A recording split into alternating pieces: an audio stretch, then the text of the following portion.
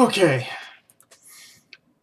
Hello, everybody, and welcome back to another rousing round of Pathfinder with Epic and Friends. I forgot what session we're on, and I frankly don't care. No one watches this anyway. This is for our I own. watch it. This is for our own amusement. We don't. When we last left off, that he wants. Okay. Well, I didn't want that to happen. Thank you, Twitch, for just blasting shit. Well, I didn't want that. God damn it, Twitch. God damn it. What is wrong with you? Changing all my settings. Anyway, when we last left off our intrepid adventurers, they had just defeated a powerful void sent with the help of two of the inner beasts by the name of Abaddon. And though it was a close encounter, they managed to triumph. Shortly after their defeat of said void sent, our group of adventurers, the agents of mayhem, the masters of calamity, the jokers of Heidelin, managed to make their way to the top of a rising set of ladders, each of them experiencing a journey into the depths of their own minds, seeing their fears. At the top of the ladders, they were restored to relative sanity and full health by Heidelin, who told them that she was proud of our adventurers, that they had come far and overcome much, but now the two hardest trials were upon them. Shortly after arriving, four of our 6 members walked off and dozed into a slumber near the edges of the platform. Only 2 remain awake at the moment. One, Kato Hellstrom, and Rowan Darksbane.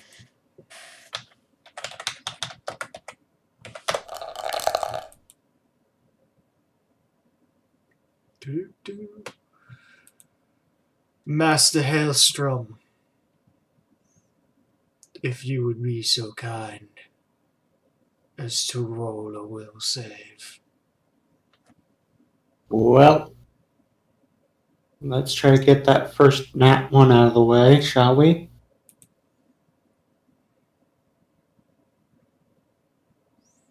Honestly, I should just put will saves on my macro bar at this point.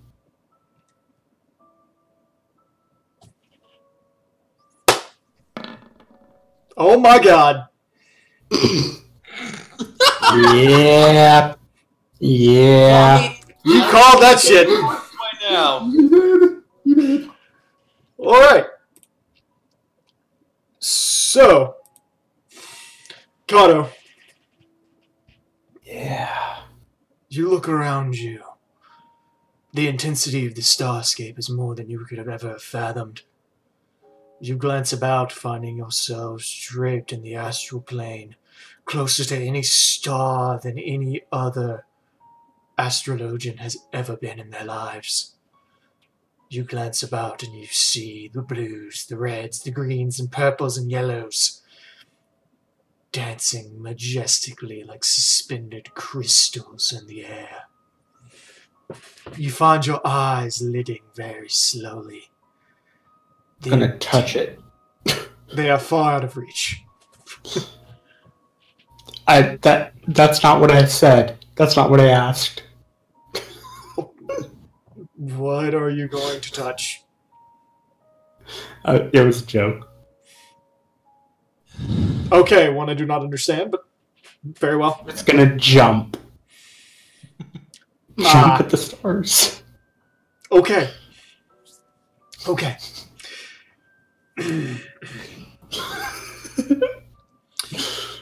Your eyes lit as you drink in the majesty of your surroundings.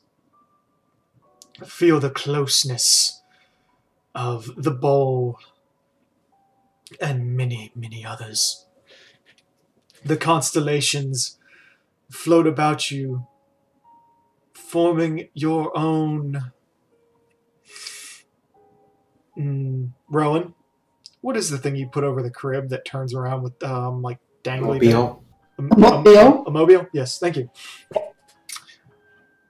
The constellations become your I was at. own personal You had a mobile, child? twisting, dancing slowly over your head. As you begin to watch, drawn in by suddenly seeing the seventh constellation itself drifting above you, bright and potent, there to reach out for in a feat that no other astrologian has ever come close to. Their dance and a sudden, beautiful melody drifts between your ears. And before long, you let out an unstifled yawn. Rowan will save. Your eyes lid, your ears droop, and you bring one hand up to rub at your eyes, and the ground seems to give out from beneath you. A sensation of falling overcomes you, and then all is black. The darkness invades your mind rapidly, and then suddenly pain lances across one of your cheeks. You sit up with a start. It's your mother. She is pulling one of your cheeks slowly, looking down at you. There is faint distaste in her eyes. There is the obvious look of love that only a mother can give to a child, but also the burning disappointment that only one can give as well. She gives your cheek another pull and says, "Karo, wake up. Don't complain. Do you want your father to beat you again?" No. "And then get up. You're wanted at the mountain."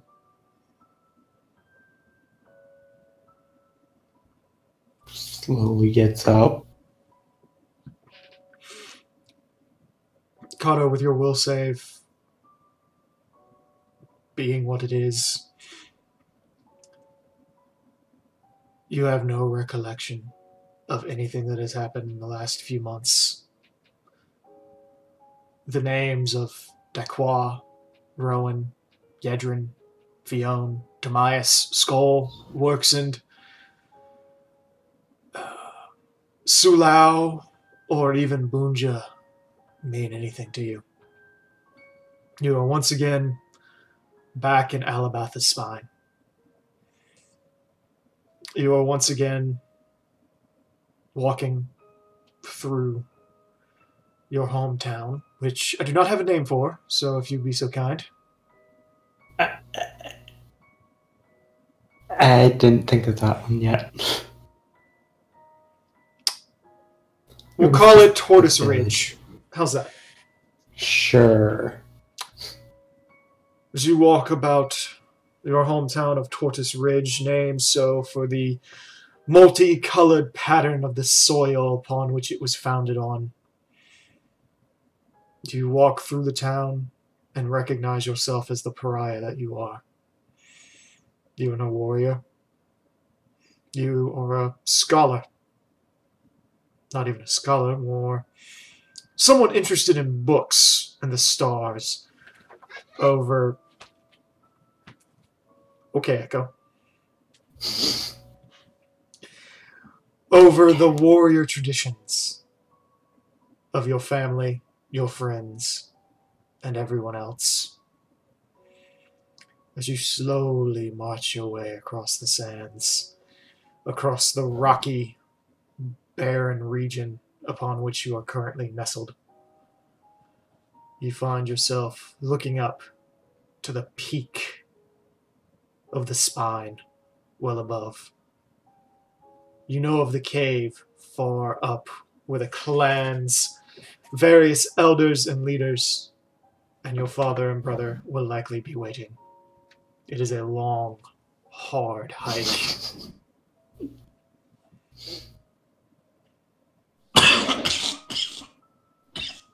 Damn it, cat. How's tail taste?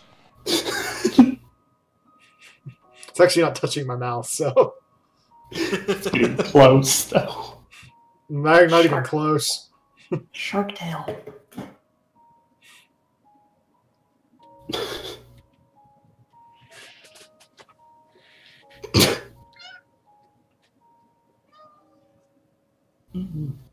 So I guess I'm heading up to the cave. I think it's like good. Hold me down. Alright, Kato. As you head up to the cave, I need you to make another will save. Shit.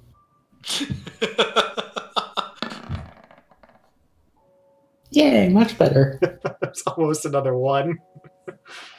It's so close, yes. Kato, with that 21, you trudge along. You feel stronger than normal, but your legs and your arms weigh down on you. The perpetual exhaustion, which has become a cornerstone of your life and a disappointment of your father and mother, ebbs back and forth through you. There are moments where you feel as if you are lighter than air and you can easily make this journey without any issues. And then there's others where you feel like curling up against a nearby rock and just taking a nap instead. You find yourself ebbing nearer and nearer to the mouth of the cave. And within a few minutes, you find yourself cresting the hill and finally coming into the mouth where the tribe is waiting. Inside, the painted rocks and totems of your tribe rest in a myriad of locations. Raw magma flows from the walls, creating a near incinerating heat as you walk inside. It stifles you and sweat beads up across your brow immediately. The feeling of your eyebrows and cornrows nearly setting ablaze with the temperature reminds you only how lucky you are to be a Hell's Guard and naturally well tempered against such heat. You continue to walk further in. The tribe's elders, a cabal of old men set in their ways, once great warriors, now made decrepit and gray, look down upon you with such judgment that it would make even Ramu weep. Their gazes cast around. Your brother and your father stand near the entrance of the cave. Your brother looks at you with pity, with love out of a sibling requirement. Your father does not even look at you. In fact, as you approach and walk by, he turns his head away.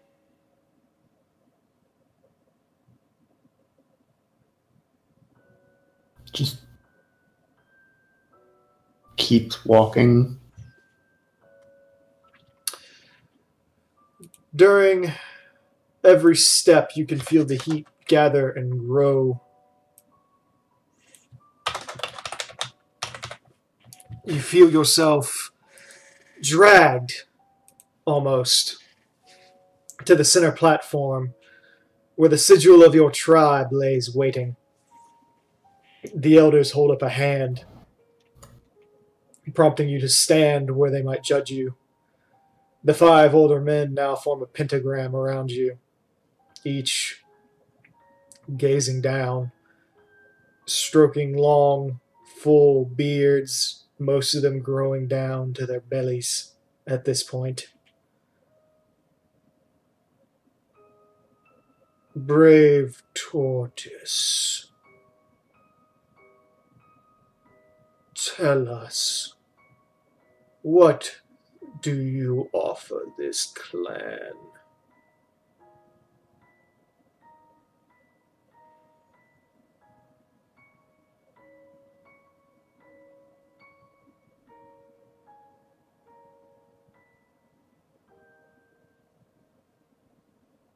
More than you are at this point.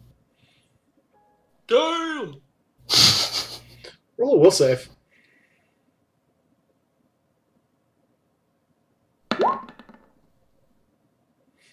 There's a moment of pride in yourself for the sass. You feel vindicated, though the shock that your father and brother show behind you indicate that you shouldn't be. The old elders look between themselves. They chuckle. And then they begin to laugh uproariously at you.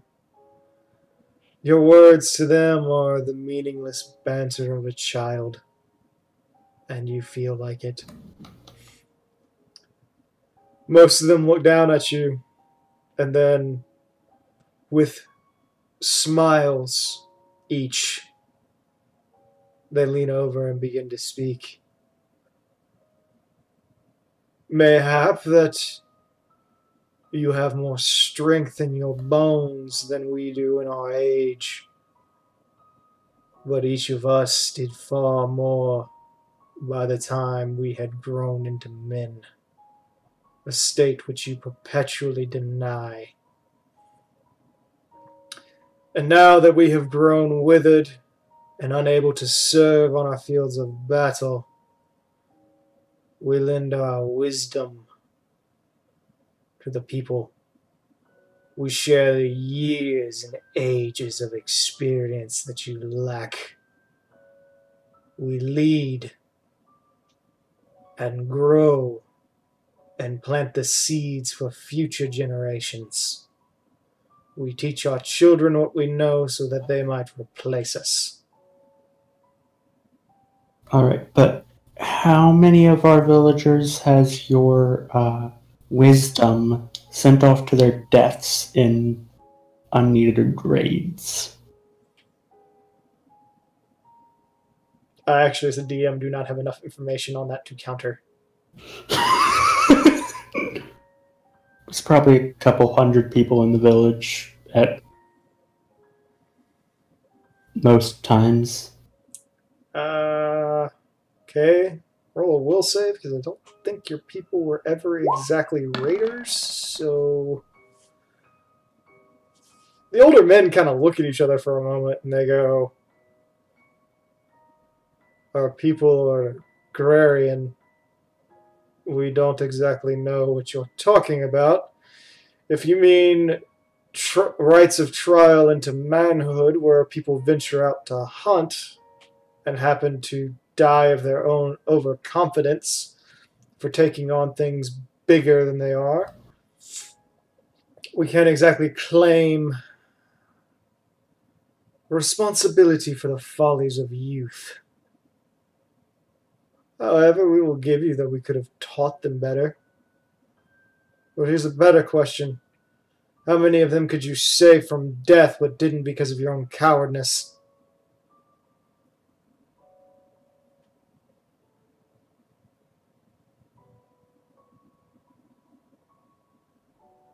I couldn't save them because I'm not yet. I haven't learned how to yet. And how do you learn without doing, without trying?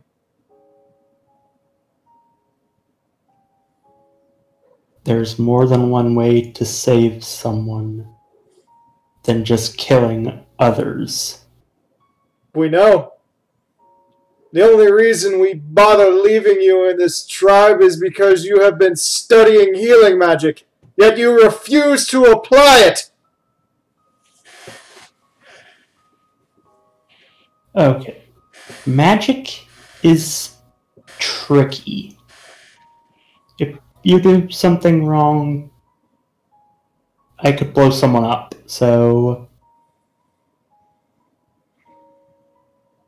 I'd rather hone it before I start using it And how regularly. do you provide for the village while you hone this? And how long have you been honing? How long have you been practicing and have nothing to show for it?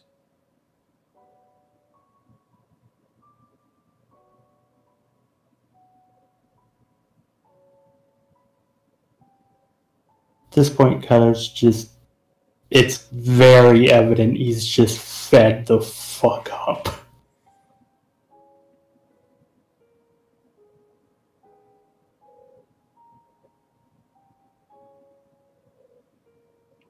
They're looking at you. They're looking at you intently for an explanation. Right now, you know it's been years that you've been studying, and you haven't shown signs of progress to them or anyone else. You had taken on this healer's aspect to finally be an asset to the village because you're never much of a fighter in their eyes. And you never much felt like one yourself. But in these years, you've made excuses not to heal, not to do things for them. And it's clear that they are fed up with you as well.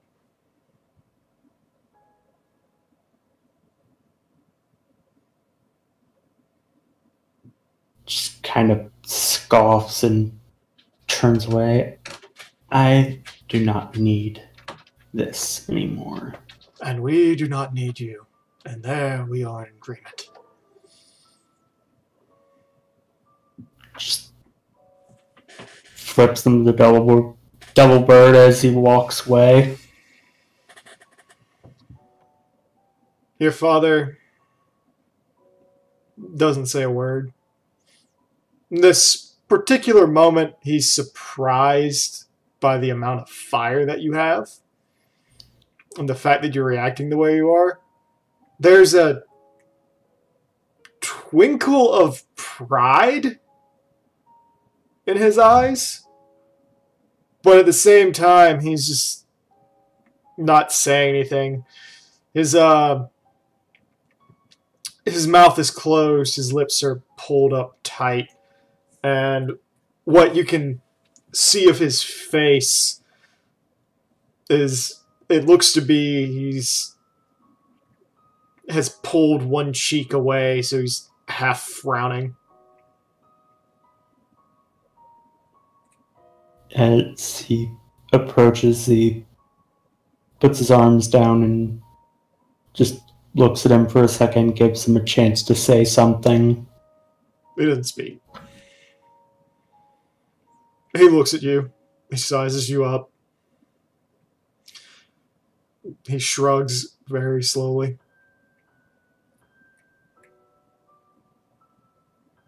Good talk.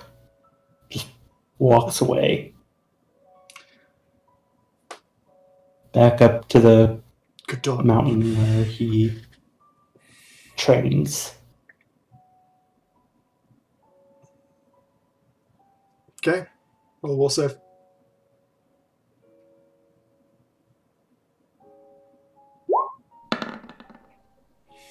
Okay. You get... Have you been getting progressively better in your roles as it goes on? That one was much worse. That was way worse. I didn't even see it. It was getting progressively better, but I mean, And then it kind of peaked at an 18. So, Yeah.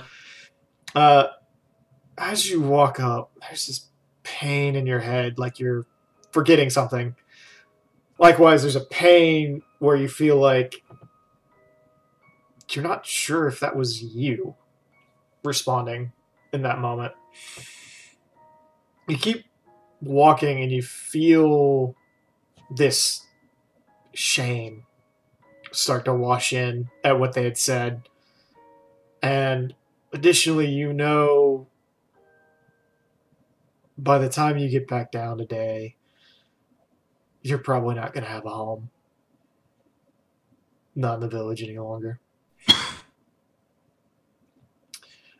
Regardless, you make your way up in the middle of the day and find yourself seated upon the rocks of the uppermost portion of the spine.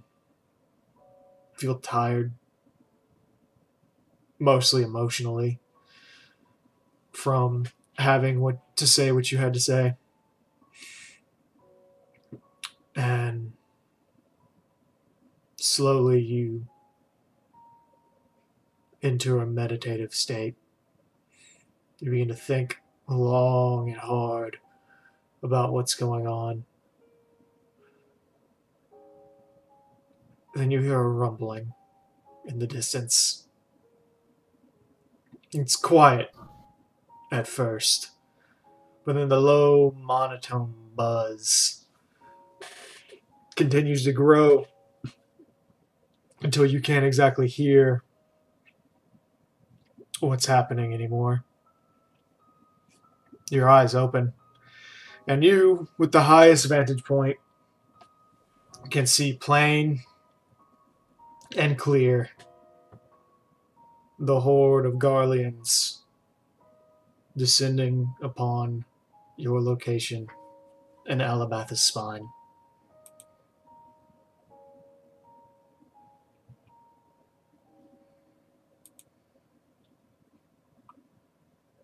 Well, shit. Contemplates for a second.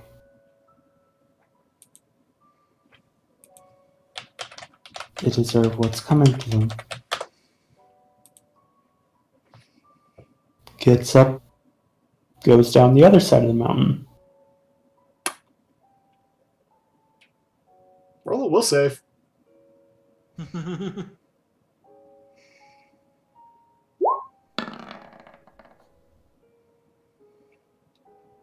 You leave everything you have known and loved, your only family, your only friends. You leave the two draconic individuals that you happen to know of in the village, and everything else to its fate. Behind you, the world burns. The screams fill the air. And the stench of death fogs around you. And as it does, the world goes black. And slowly, ever so slowly, you keep walking. And the light of Heidelin starts to fade. Gradually, you see something purple glow well off in the distance. Another crystal.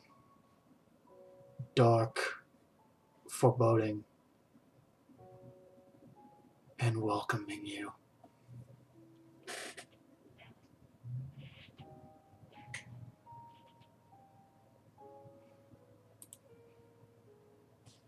Just blinks a bit.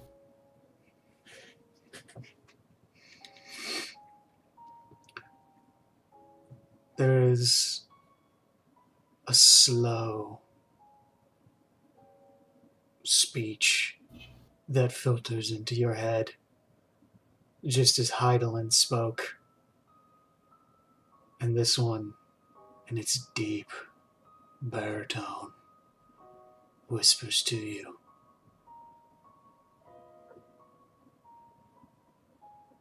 You have been scorned. You who have been denied the respect and power that you deserve. You are different and are welcome here amongst those that feel the way you do. The light and your family, your friends, what have they ever done but mocked you for who you are, for the choices that you've made?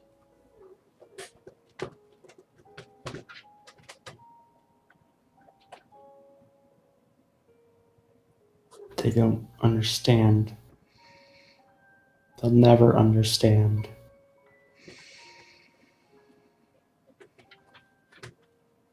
Then I understand you well. For what are we if not but the outcasts of a cruel and unjust system that believes in conformity of thought and the destruction of individualization for the means of those who do not care for us?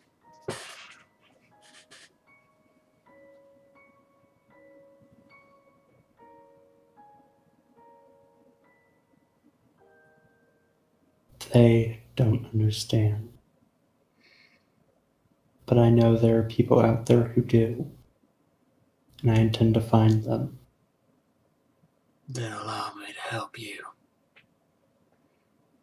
Bitch, I don't want your help. Do you say that for real? Oh my god. Yes. My mama always told me, don't go listening to ominously whispering voices.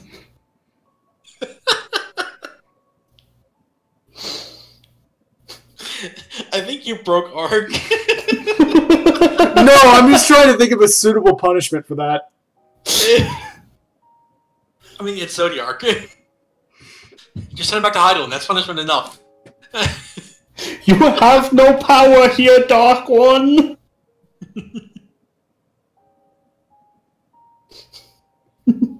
Roll a fortitude save. Shit.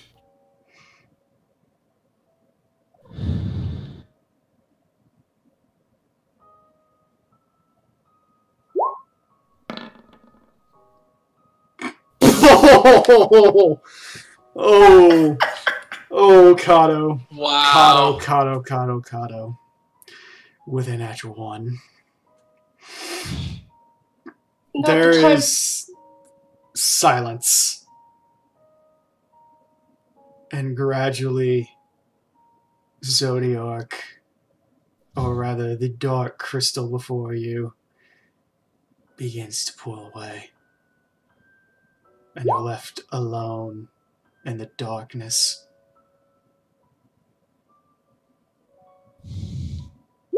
Don't say it, Kato. Don't say it. I know you're thinking it. Don't say it. Alright. I'll allow that. I'll allow you to use astral guidance. Regardless, as It's gonna get recharged anyway. you look around you, the light is gone. The darkness is gone. The stars, the earth beneath you, everything is gone. Oh, hey, look. It's my father's heart. And gradually, as you look around and recognize that you are truly, truly alone, your heart thumps and then convulses violently within your chest. Blood begins pouring from your eyes, your mouth, your ears. You look at your fingertips and you watch as your nails pop off, flying away. You watch slowly as your flesh rots from your skin. The dribble of your skin falling away from the bone like overcooked skin on a chicken, sloughing away into a thick, viscous oil at your feet. Can we tone it down a bit? I just ate. No. Your heart continues to thump, and your bones dust away. Thump, thump, thump, thump. It hastens. You can't breathe. Your lungs convulse once more, full of nothing. You attempt to draw breath, and you can't. Your lips gone. Your tongue has turned to hot ash within your mouth, and you swallow it, only for it to fall into a void of absolute and utter decay. All that remains now are your eyes, the spinal cord attached to your brain, and your heart still thumping away, trying to make some sense of what's happening around you. You try to blink and you can't. You have no eyelids. Your eyes water painfully, but at least they've stopped bleeding. You can no longer hear. And after several moments, everything ceases. You have no stimulation. You're aware of the hell that you're in. The eternal pitch black void between light and dark, for you have scorned both. And gradually,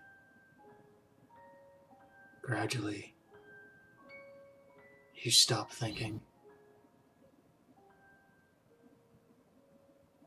You die without dying, but it takes an eternity.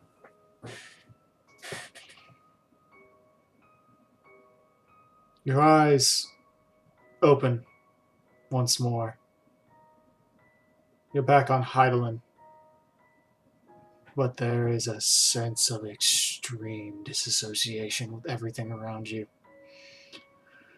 The world that you knew,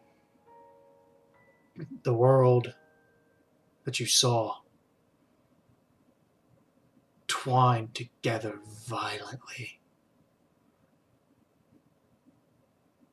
You look down at your hand, you see it, and you glance and you look away and look back.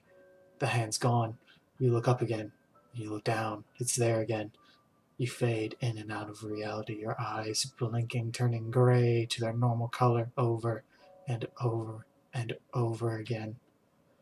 If you go to open your mouth to scream, to call out to one of your companions who you can now remember, and then you can't remember their names. You go to beg for help, and nothing comes out. Then your voice cracks and it's back again.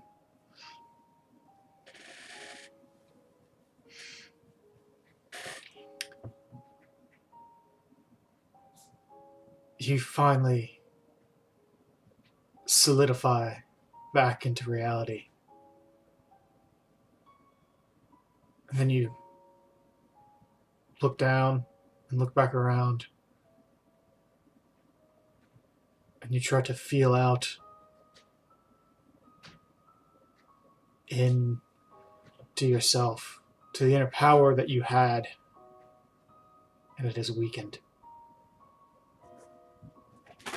Kato, Yes. For your choices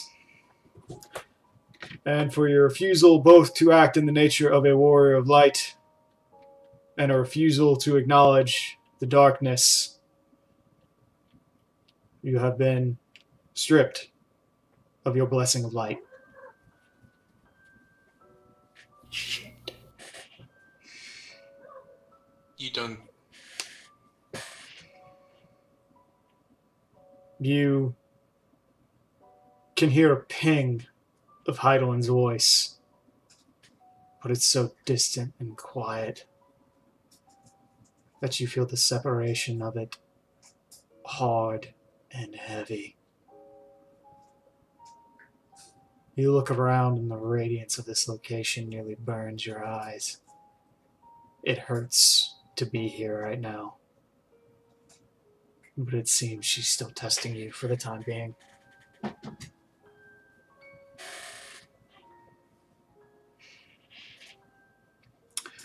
Rowan.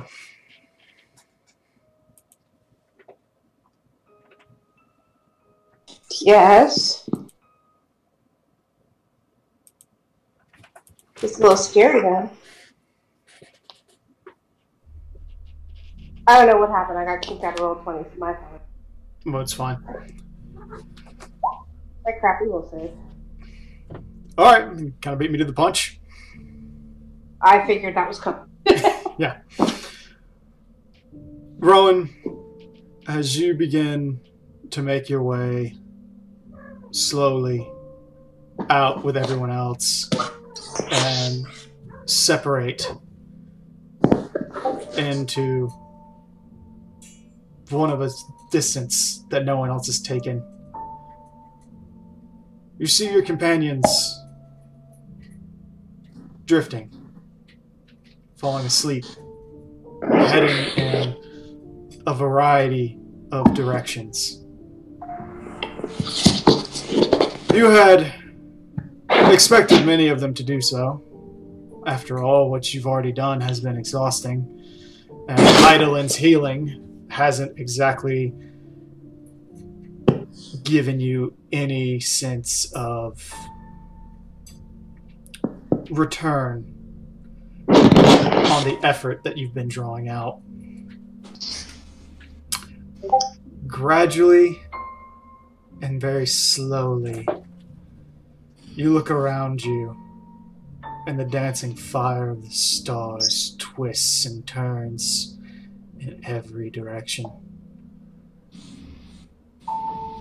Within moments, you can see the fire of one nearby star, one that you recognize being associated with Azima, beginning to twist about and wink at you. It blinks out of existence, returns, and then twists.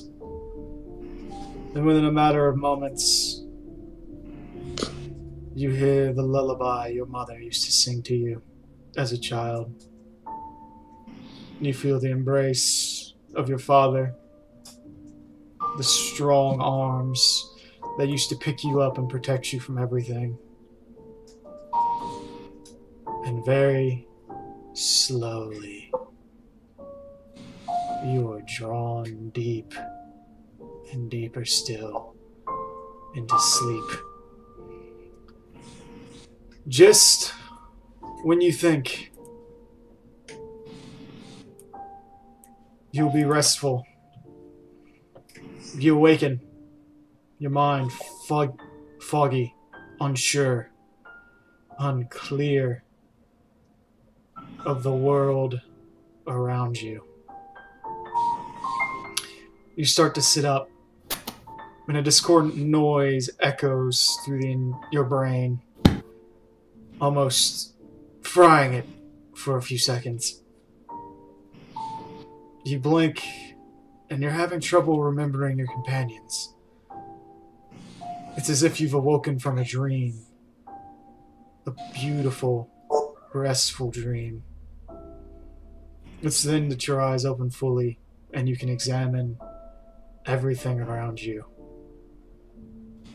You're sitting on a lily-white bed, sheets whiter than snow, along with a pillow freshly fluffed and smelling of sweet flowers. You look around you, and it's not a room that you recognize. It's painted in soothing colors. A light blue. But as you look at the walls, you can't help but feel sadness in your heart. On one table, there's a singular tray, a glass of water, and a half-eaten meal. Looks to be runny eggs and some sort of oatmeal. You look around yourself again, and you recognize that the room you are in is made entirely of steel. I'm going to try the door to see if I can get out, if there is a door. There's a singular door. You look at it. It is... One moment, because I forgot to hit repeat. You note a very thick steel frame surrounds it, along with the door itself being carved and wrought of metal. There's a small window at the top of it. As you go and attempt to turn the door, the knob will not turn, and when you push against it, there's a sensation of a great weight barring the frame itself. I'm going to look out the window in the door. It is fogged from your side. You can't see through it.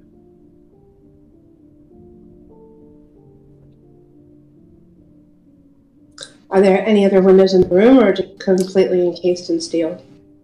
There's another window directly behind you, wrapped in steel bars. I want to look out the window. Make a will save.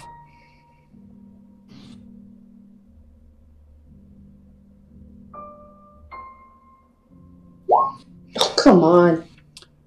You begin to walk towards the window. Step by step, you march. And as you arrive and look down at the world beneath you, there is this momentary sensation that what you're going to see is going to hurt. This feeling that what you're about to do is a deficit to you. But you push it aside. And you look down. As you gaze over, you find yourself looking down at the majority of Gridania from a high tower built somewhere within the confines of the trees. The tower itself is isolated from any wood that would be associated with Gridania normally. The greenery is spaced away so that the nearest one is almost 300 feet away. You realize that you are not built upon the trees themselves to add height, but rather you are high up simply because of the height of the building itself and the sprawling expanse that it takes up. It is then that you look down and you realize, as you stare, the ground around the location is black as soot and ashen. You see your ancestral home, charred beyond most recognition. The faint swing that you used to play on as a little girl, and the small retention pond in the back are about the only stones not unturned or burned and blazed to a thick ash. It's around this time that you look down at yourself and realize you're wearing a plain white gown that covers you from ankle to neck.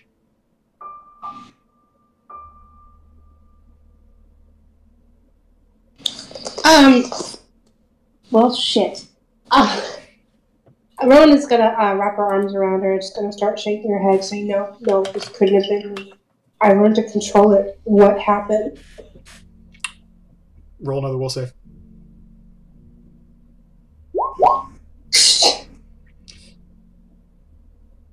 Your eye starts to twitch, and as you're saying these things, you're shivering, and there's something that's fighting against you and telling you that's not true. That this is the reality that actually happened. As you fight with yourself and struggle, you hear the beam of the nearby door start to raise. And then you hear the door beginning to open. I take several deep breaths, and I turn to face the door.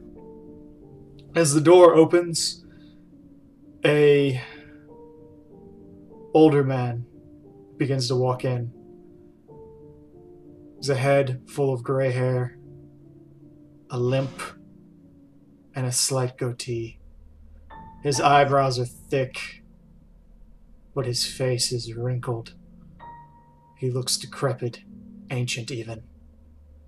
As he hobbles in very slowly on a cane, one leg almost dragging itself behind him, he speaks up and he says, "Oh, Ron, I'm surprised to see you standing." Tell me what happened. Do you not remember? Did you have the dream again? What dream am I having? What is going on? Oh dear, oh dear. Rowan, I believe that your psyche has been trying to prevent you from addressing the trauma that you have gone through.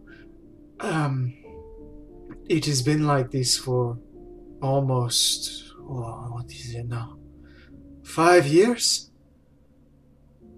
I've been locked in this place for 5 years.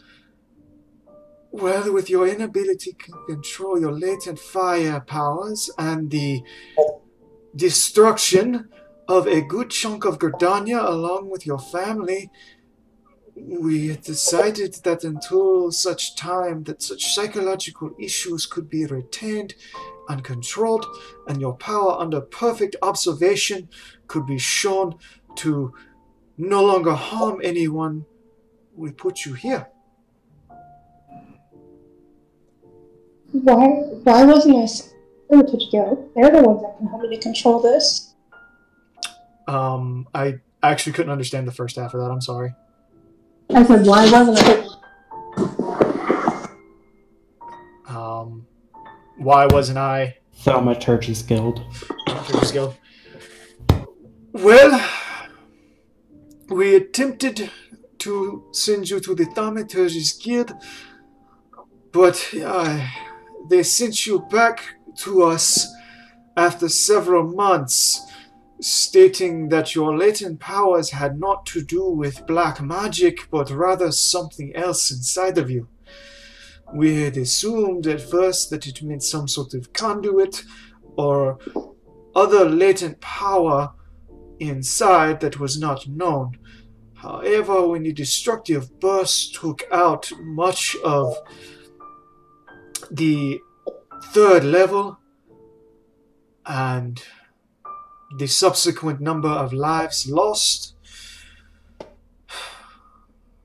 we felt it was too dangerous to send you anywhere else. No. This isn't right. This isn't right. I wouldn't have done. Roll will save.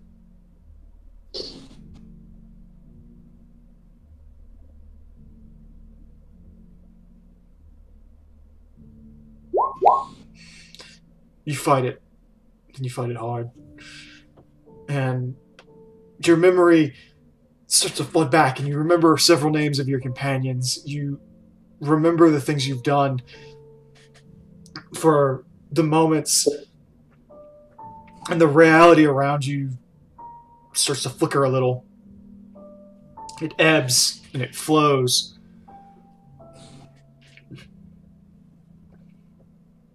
And you feel like you can see something, and it snaps back, and you're back in this location. And Sigbert is starting to kind of step away from you. Ron, we have talked about this. When your emotions go unchecked, you begin to heat. And I do not know if such reactions now would be healthy. Sit down for a moment. We can discuss these. Sigurd, this isn't me. Sigurd, the last time I saw you, you were doing something for me, for my mother. I didn't do this. I was traveling with people. There were two All-Rise. There was a little Lala. Where are they? Oh, Sigbert kind of looks down and he says, "Oh dear, it seems it was the dream again. Come with me." And he starts to walk very slowly. "If this will calm you down, then I shall show you." As he begins to walk out, you look out and you see a pair of Aras standing in the hallway. One of them looking bored, disinterested, and busily counting several coins is a shorter female Ara with dark hair and pale skin and darker horns. Dressed as an orderly, she looks over to you, nods, then looks back to the other Ara. You recognize this person immediately as Yedrin. And as you turn very slowly again and look at the older Ara standing there, taller, with a head of red hair, darker horns, and clearly of a different race, with dark eyes, you recognize Works, once again dressed as a nurse. You begin to walk slowly down the hall further. A Rogadin walks by and gives you a strange look. Shorter hair, red skin, strong looking, and bigger than you, which is saying something. As he walks by, he makes eye contact, shakes his head for a moment, and says, "I hope you feel better today, Ron." Kato. As you pass Kato. You stop for a moment, and Sigbert points to a small window and a barred door. This time, the window is a bit larger. The door, not steel reinforced, but still steel framed and heavy looking. It's not barred.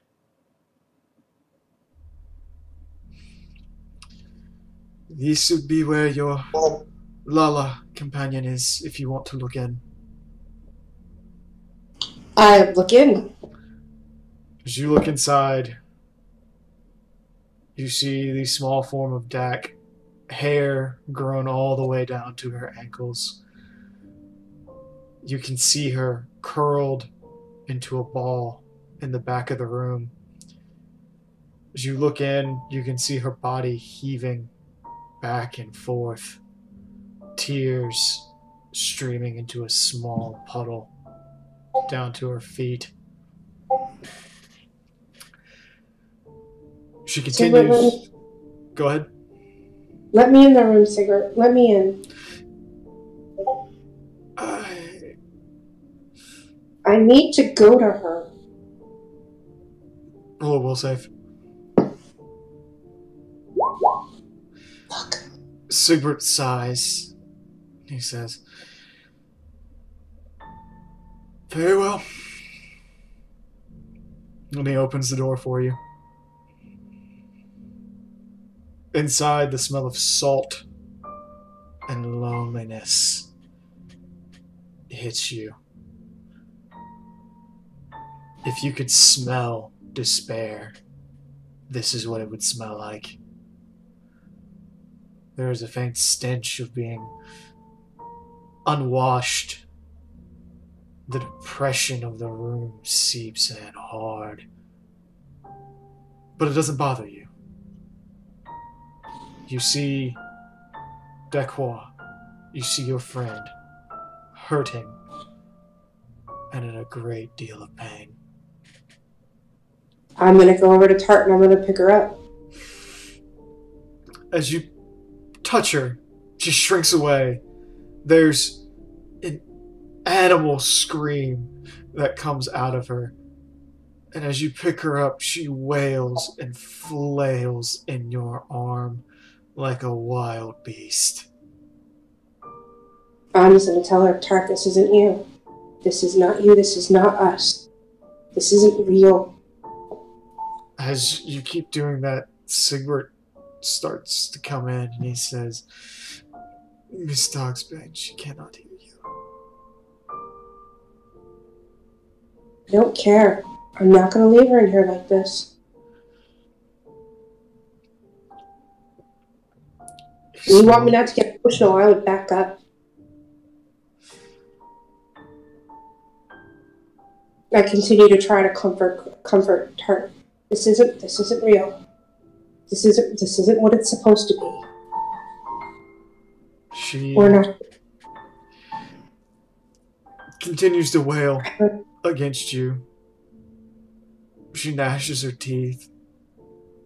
And after several minutes,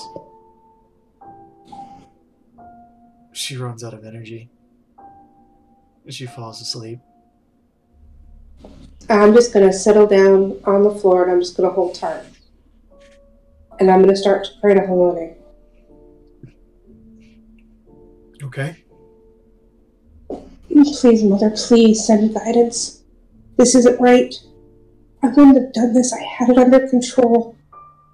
I remember her. She was sad. She was hurt. She was broken, but she was not this broken, Mother. Sigbert stands there and watches you. Make another will save.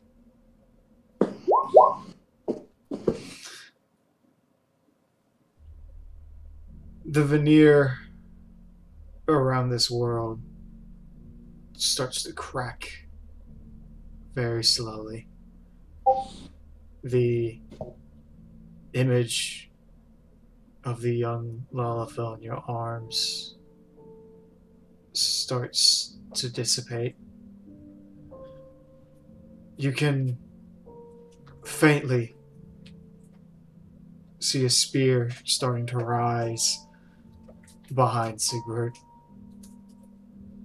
You watch as Kato comes in and very tenderly takes Dequois from your hands. He cradles her as one might a baby and tucks her in very gingerly to her own bed. Stroking her face a few times, he can see that she has awakened.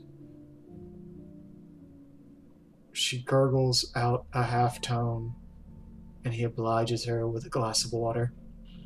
How he can understand what she's saying, you can only guess from years of experience. But to you, the reality of it has begun to fade. You don't feel much for this tender display. It warms you, yes, but you know it's fake.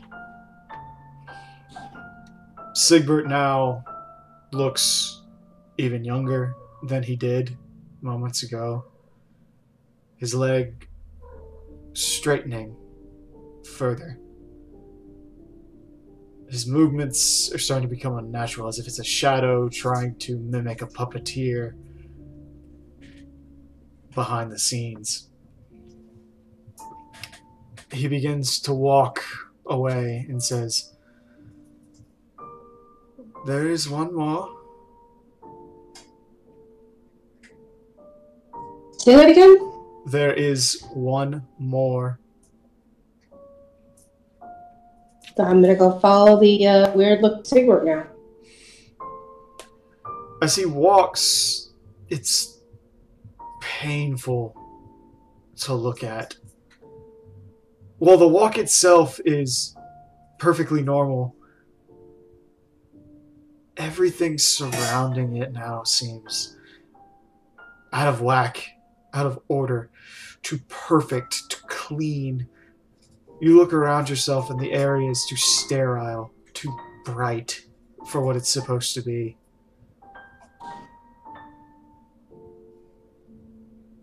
And he slowly makes his way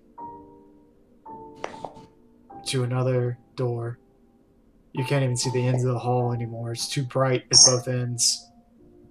You just see the door waiting for you.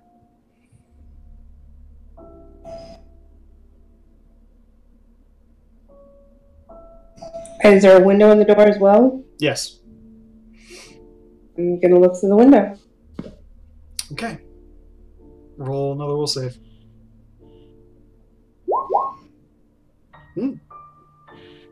Double up. At this point, Rowan, you look through the window, but by now, you remember everything. You remember who you were, what you were, and everything in between. And as you peer through very slowly and gaze through, you might once before have seen Fionn. Now you see a mannequin dangling as if trying to mimic Fionn. All the features are there, but distorted and so unrealistic that you could have never mistaken her for the real thing. A knife is held tightly in one hand, blood dripping from it, oozing from her arm. But now it looks little more than red-dyed cornstarch. You gaze about and you see numbers, numerous sigils, runes, various summoning accoutrement about the room. How she managed to cut herself with a knife, you don't know, as it's blunt all the way around. Looks almost like a butter knife. And as you continue to gaze, you see written on the back wall, "I will find love. He loves me. He loves me. He loves me. I will be with him." The hell does that mean?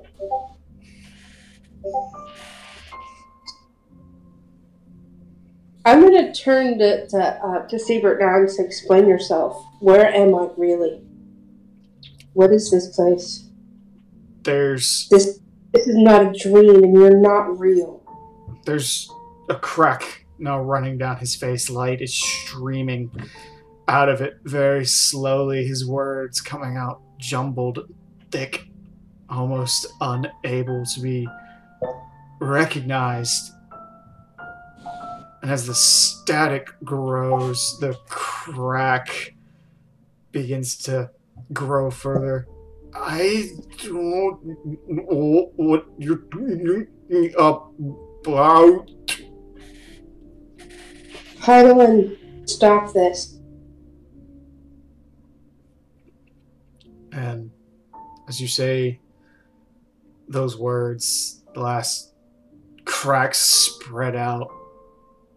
His face shatters, falling away very slowly.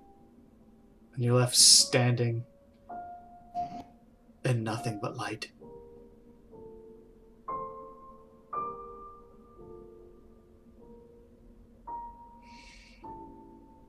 Make your last will save. Brown so is that your test, Heidelin? I don't know if you heard me. What? No. I said make your last will save. Oh. You blink several times, and as you say this, and as you begin to awaken, you look up and you find everyone else is awake, sitting up from their own little situations, from the dreams that they had experienced, in the world that had surrounded them. And as you blink awake, words begin to fall out from Heidelin's lips. Or rather, into each of you, and she says, "It is interesting to see the darkness that every mind has. It is interesting to see the weights and burdens that people put on themselves. It is even more fascinating to see how each individual overcomes their problems and how they do so.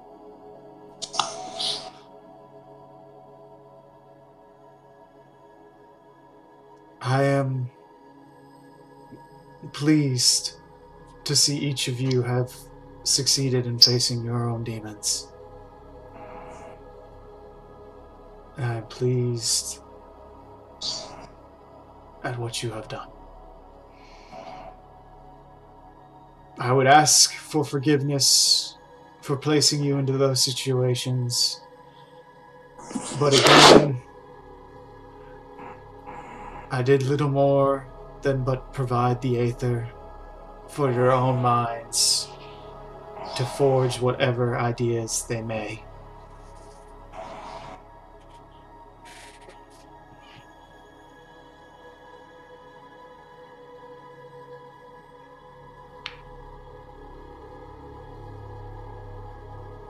That was horrible of you to do still.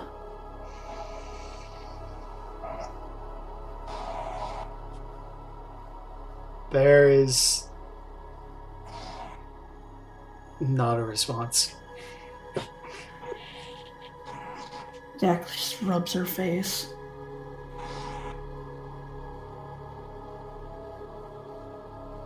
Is everyone okay? For the most part. As fine as can be. Besides seeing, messed up shit. No worse for wear. Oh, that's good. I don't feel so good. Are you okay? Kato? She goes over to Kato and just kind of looks him over. You didn't get hurt in your thing, did you? No. Something feels wrong. Wrong how? I don't know how to describe it. Feels like something's missing. Oh. Young frowns and casts Tech Mat. Okay. Aside from the usual magic that you detect on everybody all the time, you don't detect anything untoward coming from Kato. There is, however, if you have roll perception.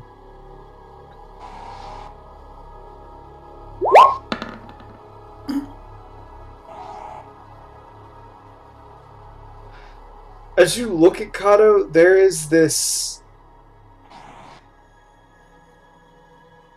faint sensation that follows through as you look at him. There's this dissonance to his being that you don't understand and can't quite follow. As you look at him, it feels like you're not looking at him at the same time. And then, as you look further, there's a split second. And it registers with you only in the faintest of ways because you have Detect Magic up. Where his body fades. And all you see is this gray hole hovering in the center of his very being. And it bobs up and down at only an inch or two at a time. It radiates nothing, yet it still radiates at the same time. As if a circle is pinging out of it, just faintly on the edge of your very ability to rationalize. And then it's gone. And it's just him again.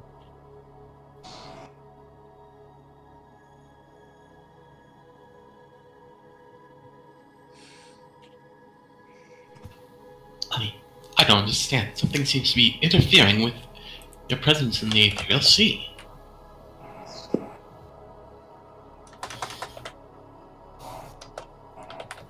I've never seen anything like this before, Kato. I'll have to see what I can find in literature in Gridania. I'll speak to Han about this. Okay.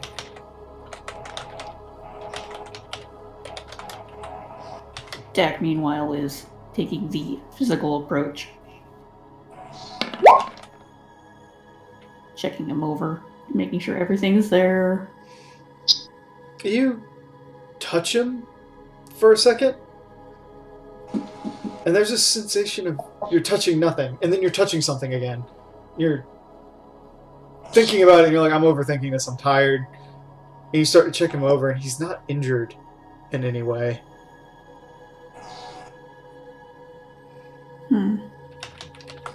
You seem... She kind of like tilts her head and like taps his arm. Kind of just looking a bit off, like, wait, that was weird. Taps his arm again. I don't know. There's nothing physically wrong with you. That I can see anyway.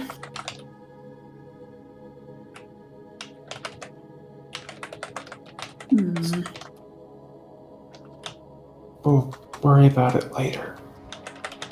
Oh, alright. Well, maybe I'm just tired. We all are. Yeah.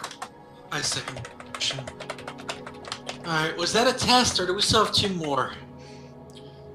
That was a test, though never one I ever want to administer. Wait, how many times have you done this before? There's a moment of silence. 4. Shit. 4? Mind you, that is 4 over my entire lifetime. Since the dawn of creation itself. Well, don't we feel special now? Oh, yeah. Exactly. I don't think special's the right word. Yeah, I'm trying to say that with a little bit of sarcasm. You managed. My detect sarcasm was a little off. Rolled not one on detect sarcasm. Yeah. Well, what's next?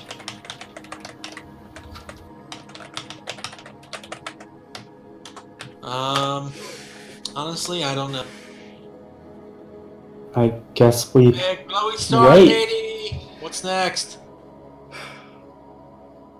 Heidelin sighs for a moment.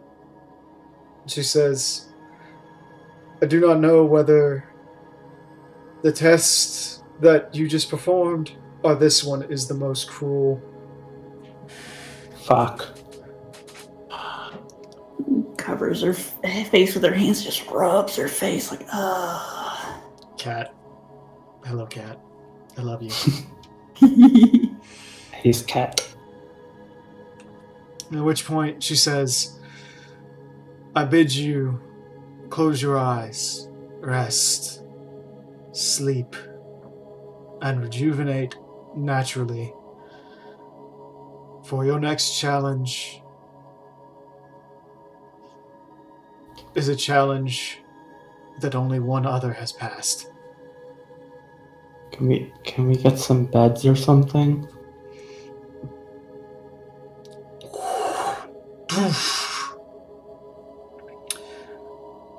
Several beds form around you. Thank you. Well, that'll make resting easier at least. Not one to look a gift horse in the mouth. Hyun lays down on the bed. God, it just kind of flops into his. That just curls up. I follow immediately in the flopping of beds.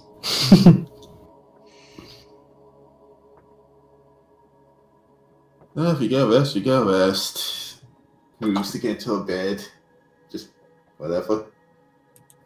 Rowan doesn't lay down on her, she just sits on it.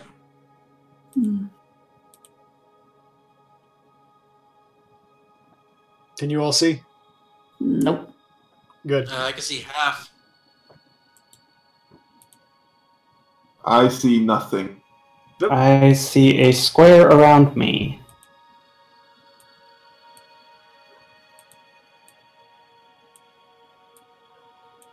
Like 4 squares in each direction, but that's it.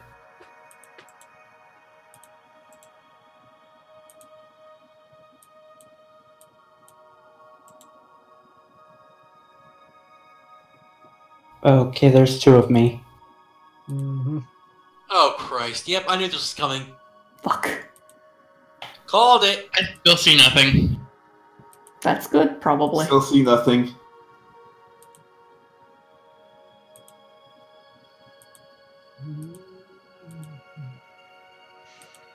Give me a minute. I'm setting up.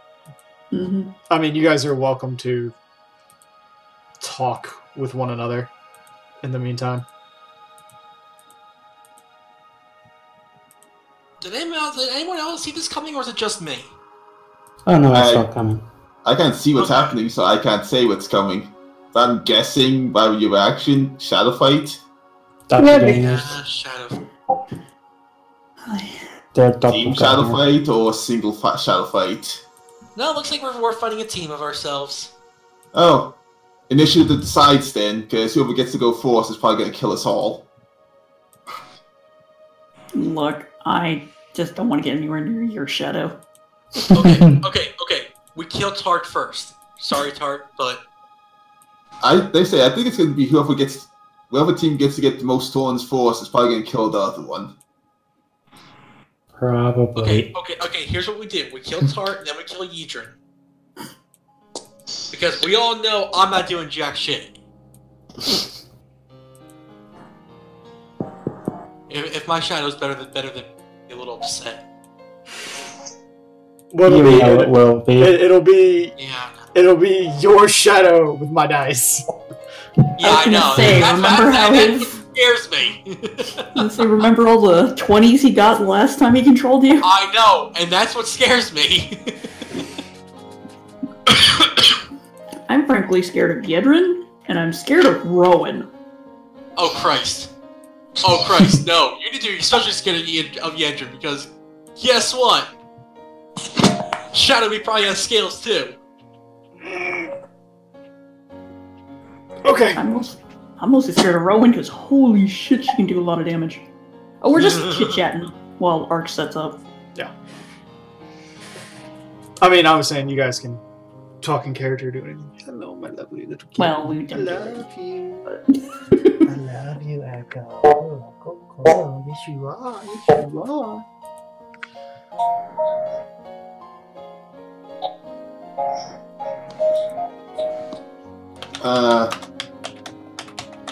Yep, I see it now. Yeah.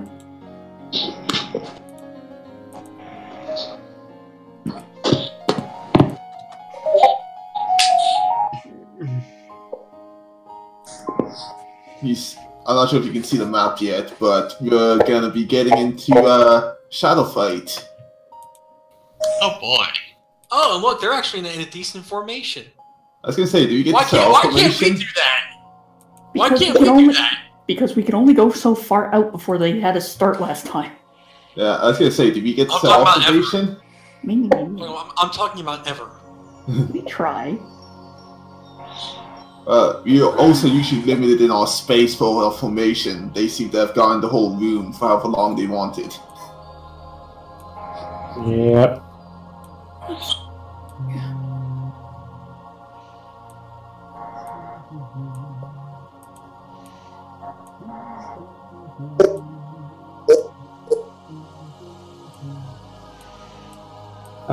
Was that Rowan trying to say something? No? Okay. I'm hearing this weird noise. It's just a crackle.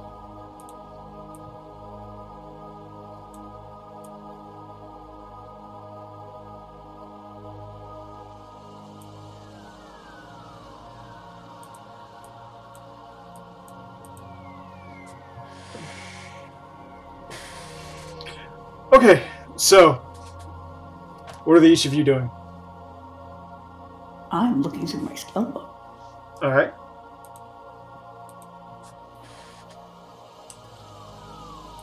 Fiona looks ahead, contemplate.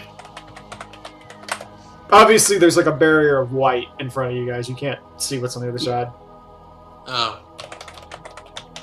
Oh, so I can't get myself to stare down? No. No. Not yet. Great. So there's probably nothing I can do except have turn on Defiance. Well, I didn't know if you guys wanted to talk with each other about what you saw, because Heidelin's not talking to you right now. In fact, you don't even really, aside from the fact that you're like on her, you don't feel her. It's not like she's reading your mind or listening to everything you're doing right now. Okay, well, if people want to talk. Fiona does not want to talk. So, what? So who else saw fucked up shit? I think that's a given at this point. Yeah, I know it's Heidelin. At this point, I expect it. Rowan just gives Works a dirty look. I'm not sure if I really want to talk about it. Might be better after all of this. If we make it out of this. I don't know. I mean, come on, we passed every other test she's thrown at us. I mean, what's the worst that could happen? What, we're gonna fight ourselves? Gold brick. But you feel yourself being ripped slowly away from reality. The blessing of light is starting to leave you. You just... Zach's face just goes flat as she stares at Works, just like, why? Why Don't give her ideas. Why would you say something like that? Did Heidelin not say something to that effect, however? Something about facing ourselves? There's You something mean, like that. you mean the last trial wasn't facing ourselves? No, that was... I think that was facing your... Or isn't it a feel part of yourself? No, it was facing ourselves and then overcoming ourselves. Oh. So I think one of those senses is going to be the literal term.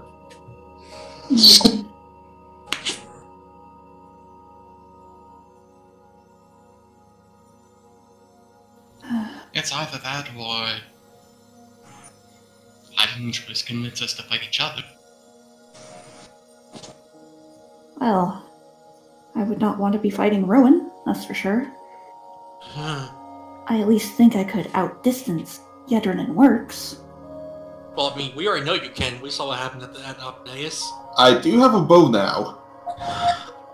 That's true. I mean, honestly... Yeah, I don't think that was, really meant. No. Huh? Fiona pinches the...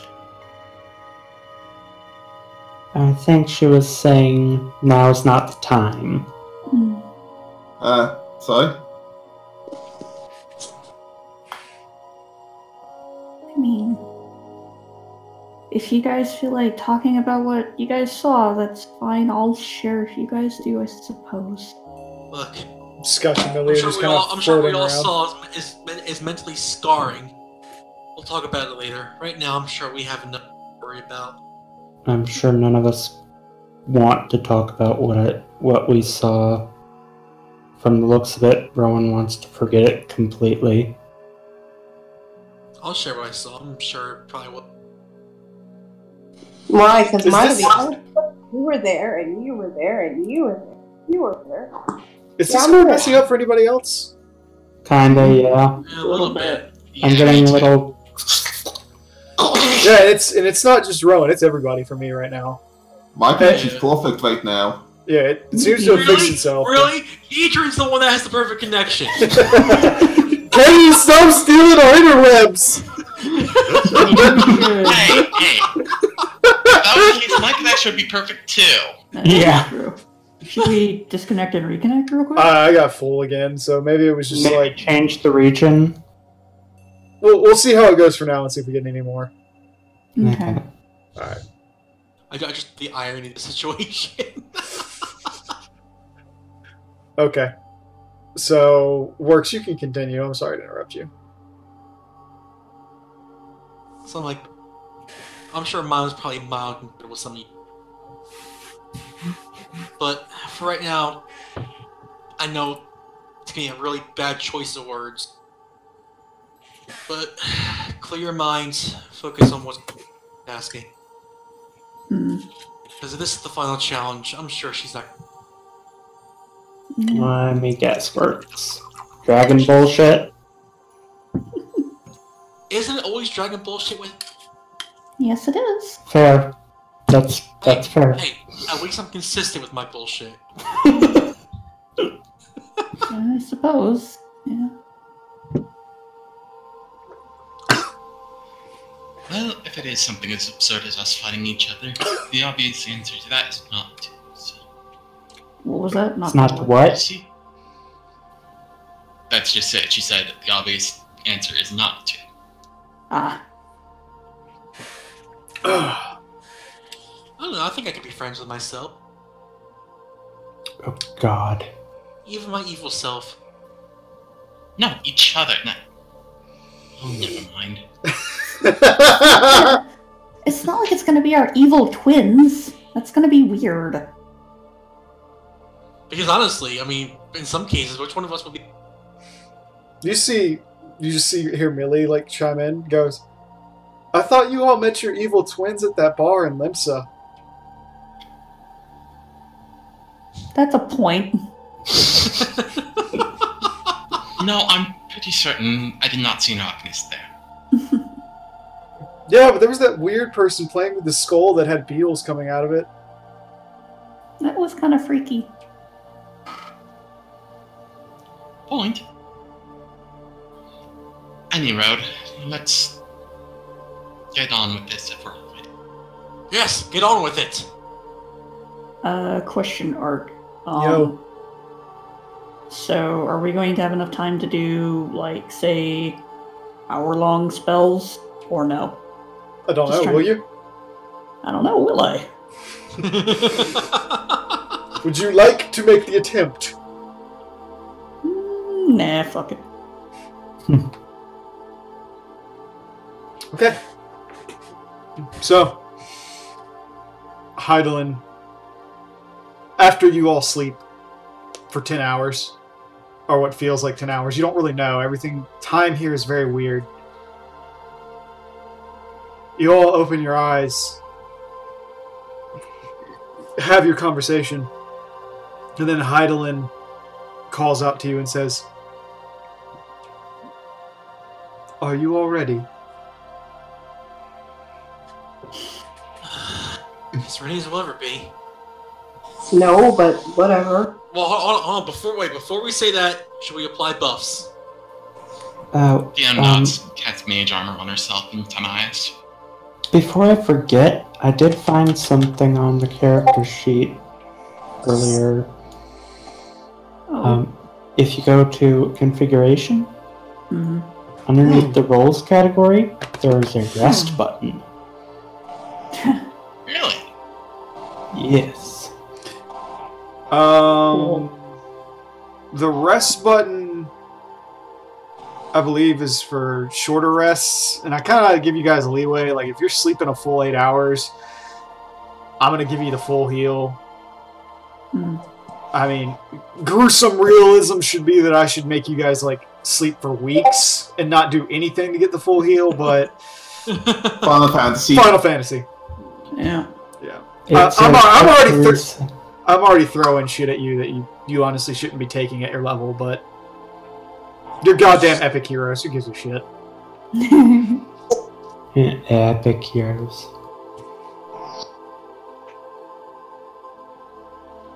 Epic heroes to who? Anyways, people wanted to do buffs.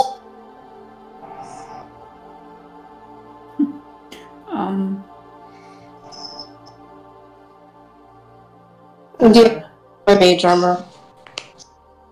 Dak will cast resist energy communal and put it to fire.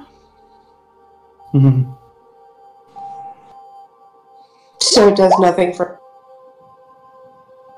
Well, for the rest of us, we get a 20 resist.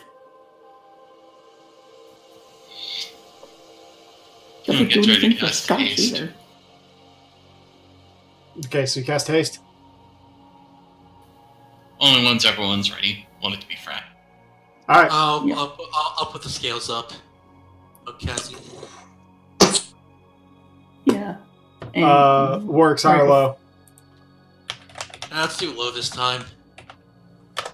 I was gonna say, don't bother with ties. Oh, what happened? I accidentally hit the back button on my mouse. I was I gonna noticed say, that you disappeared. are we gonna God's bother gone! with God's gone. Let's fuck shit up. ties that bind or not? Yeah, I was looking at that actually. Oh, the end does cast one more thing. Enlarge person on Ethan. Are you sure we should start that? Yeah. A minute per level. What did you say you rolled? What did you say you were saying? Low? Oh, those Yeah, stuff. Okay. Everyone just has scales. Okay. Okay. Out of curiosity, what wait, would be the other effect? If you call it wrong, you get the monstrous sides.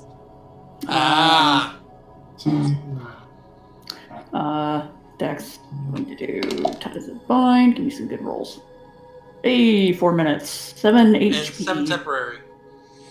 So with all this time of resting, did my behemoth side go back yet? Because time doesn't really work right here.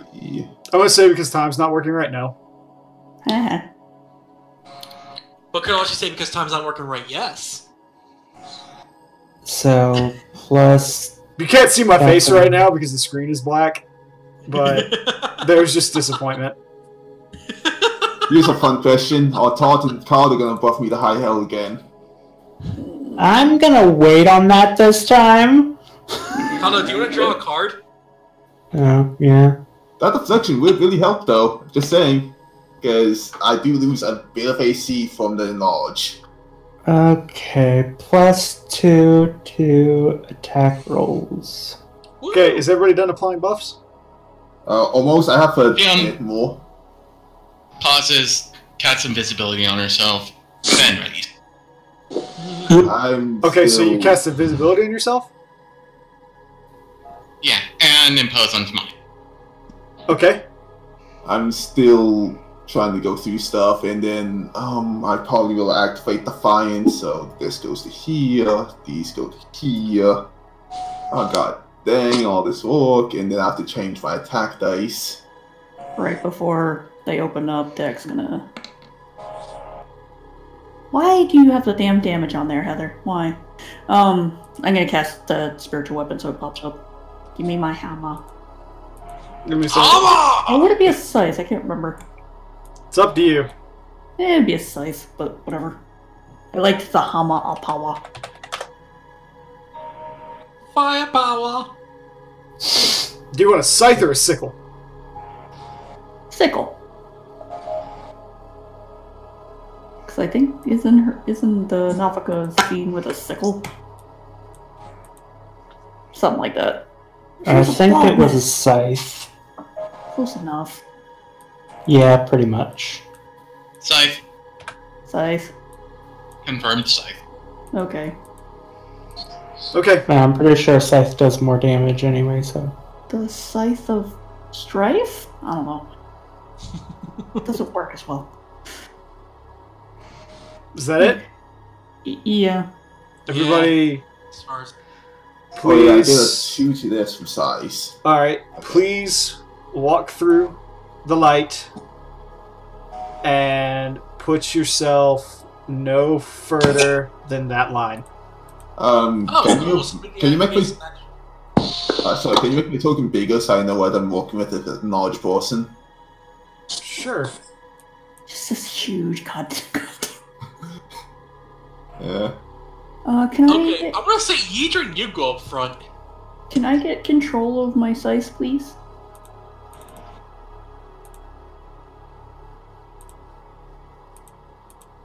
There you go. Thank you.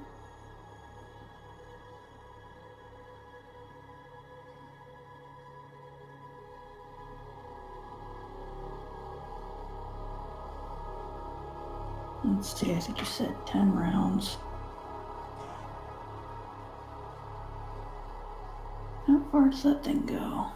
I'm just moving myself just to try and aid for AoEs. Mm-hmm.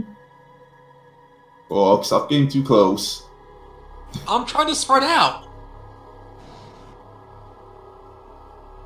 Spread out in the other direction. Mind you, you do have to start in front of the other line. Which line? The one that- no, that line. Yeah, I see this. Yeah, you need to be in between the two lines. So the top seal? No, what I mean, Ish. you can be anywhere on the platform you want to be, so long as you're not past the first line or behind the other line. Okay. Oh, so I need to change this up.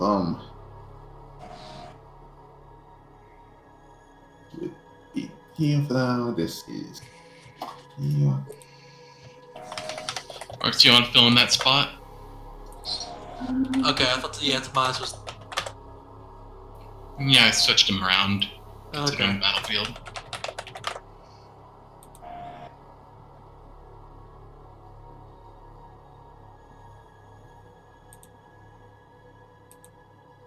This thing can just move wherever the hell it wants. Okay. Also, Hastia is cast at +2 caster level, so it lasts 9 rounds. Nice. Okay, so putting that down. Hmm.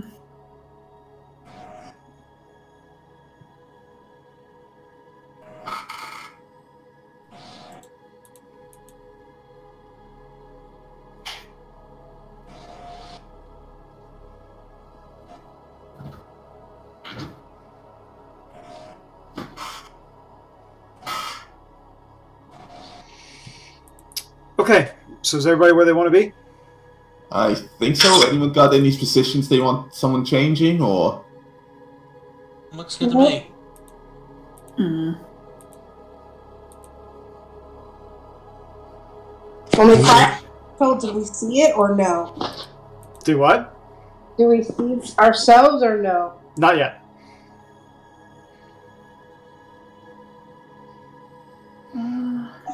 Okay, Kato, Yes. draw another card. Oh, shit. Okay. We both get the arrow. Good job, Kato. You couldn't have drawn something, useless. Dak, Hi. That'd be so easy. roll another ties that bind. Okay. I mean, he could always re-roll it if he really wants to. Thank you.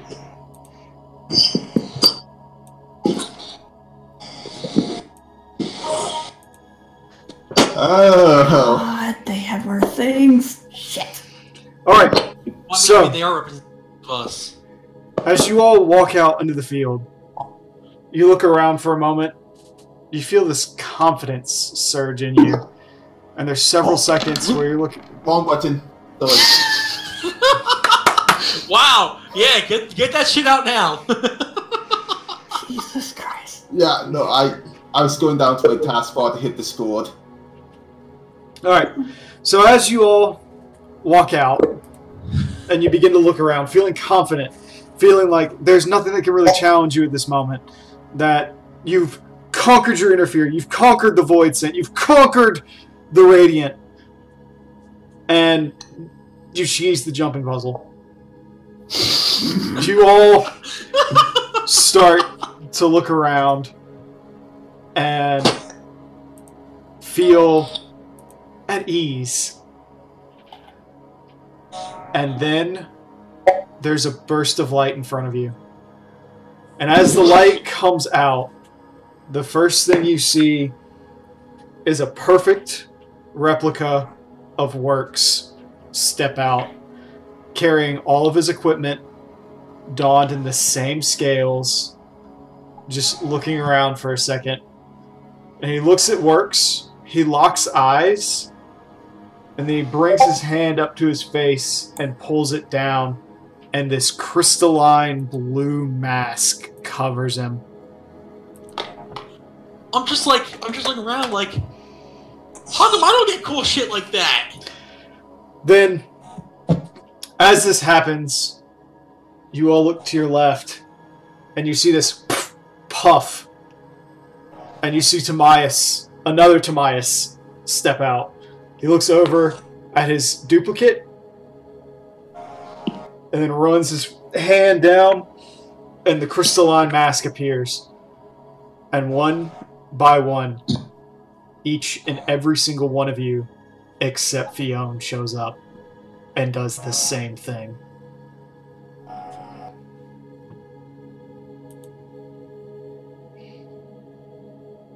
Where's the other Fionn?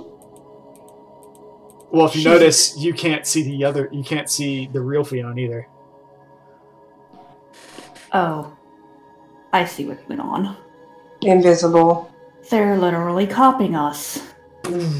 Then, as this is happening, you hear a boom, boom, as a pair of giant footsteps appear out of the light, and a very, very big Yedrin shows up. Oh shit, I should have cast Flight too. God damn it, I keep forgetting that. No, I have Flight. do it after the battle. Fine. Do it after the battle so that their tar can't fly either. Fine. Okay. I need all of you to roll your initiative. Waited to do buffs. And this is also why the initiative's gonna decide things. I'll just count that Timaeus roll as yours, Fionn. Oh great, I rolled a 1. So did, 1 so far. so did Dak. Yeah. No, wait, why was mine selected? That's weird. I had Fionn selected earlier. Oh, no. Okay. Now, this is going to take me a second.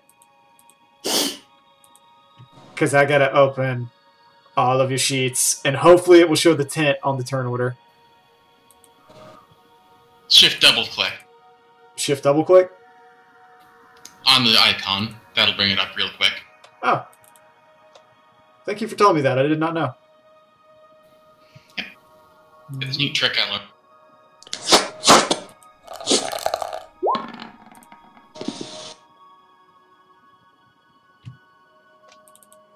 If the tint doesn't show up, you might have to rename all the tokens to their mirror sides.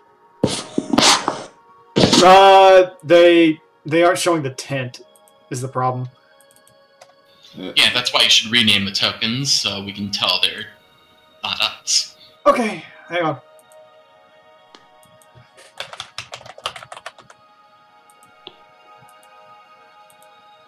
Hey, it changes it once it's already in, too. Yeah. I'm just going to shorten everybody's name on the other tokens. That way it's just apparent. Yep. And I'm not having to type out a whole lot. I can see the tent. On the turn order? Oh, no. No. That's what I'm saying. It doesn't show it there. I only see us on the turn order. Well, there's a clone DAC at the very bottom. Mm-hmm. Okay. Actually, Fiona, you don't even have to shift double click. You can just double click. Oh, really? No, I mean for the profile. Oh, yeah, profile. All right. So, rolling all these initiatives.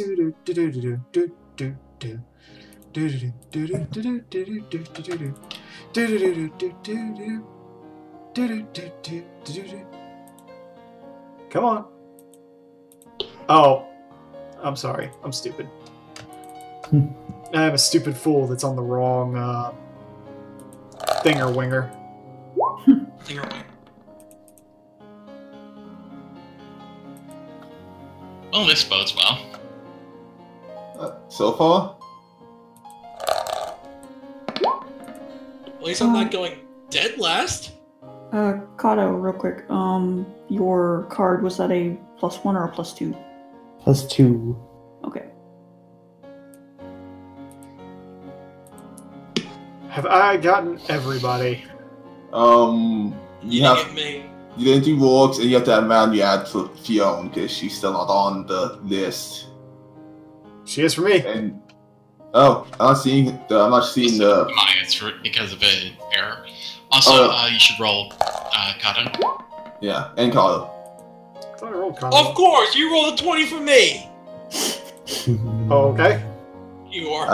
I don't see a Carlo. I see Todd, Fiona, Rowan, Yidrin, walks on from you so far. Okay, so I just need Kato.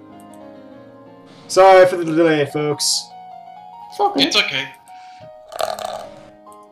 Of course, he rolls the crit for me. For some reason, his dice like you when he's rolling for you. Oh god, I slow know. down. The Well, only you want me one to- that I You apologize roll out for Fiona's Art initiative. being good with me. Do what? And then set it to 5. Want me to roll in Fiona's initiative and then set it to 5? Here, hang on.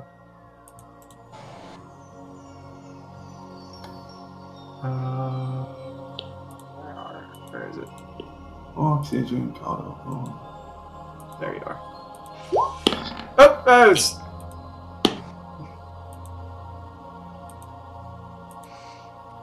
Okay, so... The team gets 2 initiatives at 7. I still don't see clone Fiona on there. Fiona Lissois? I see clone on the swap, but I don't see clone Fiona. I think because she's invisible or on another thing, it's just not showing it to you. Okay, just Yeah, making probably. sure. Okay. So as you're all kind of getting ready and doing all that other stuff, there's this moment of silence. And excuse me, I need to look something up. I should stay further back. Shit.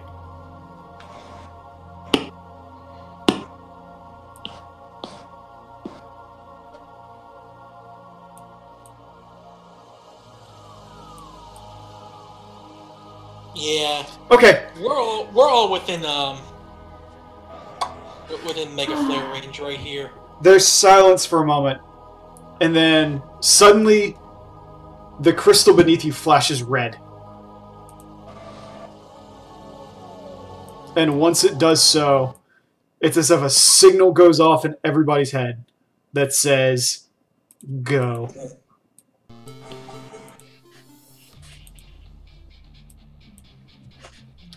And as that happens, Works, you look up, startled to see the other you is moving faster, shifts his tail up, pulls the stick out of the quiver, puts it into his hand, and hurls it behind you.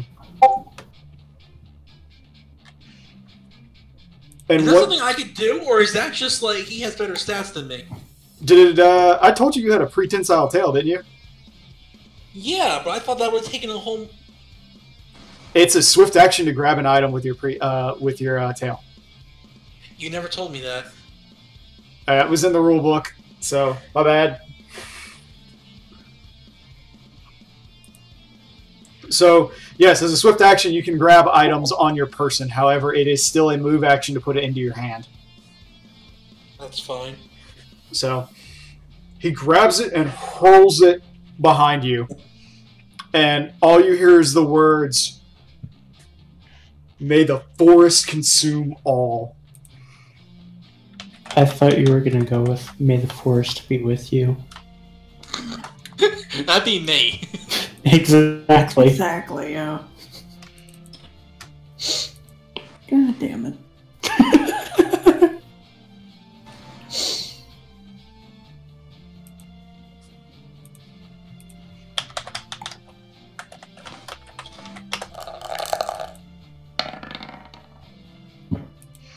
Whew! It goes flying. It zips over your head and crashes down 10 feet behind you. As it does so, this burst of roots comes up from behind and moves to entangle you, Dak, Rowan, and Millie. How is it entangling the flying thing? It reaches. It reaches up. So, each of you need to roll a reflex save. Millie. You're fine, Dak? No, that's Millie. Oh, Millie's fine. Rowan, you are entangled. You can set entangled on your character sheet, just FYI. Dak, you're entangled. Of course I am.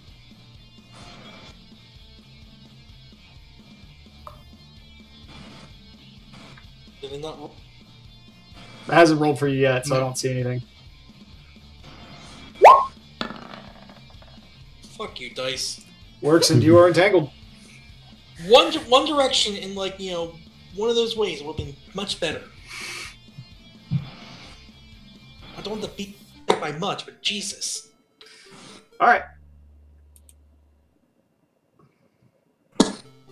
With the real Yedrin Hunt, please stand up. God Trying damn, to Marco, figure- that joke. Trying to figure out what would be the better play here. I can try and remove myself from the game, or I can remove Rowan from the game, possibly. I think you should remove you from the game. Yeah, remove the other giant. Guys. Meta. Yeah. Also, that is Yedrin's decision entirely. Yedrin, you have 20 seconds. Figure out what you're doing.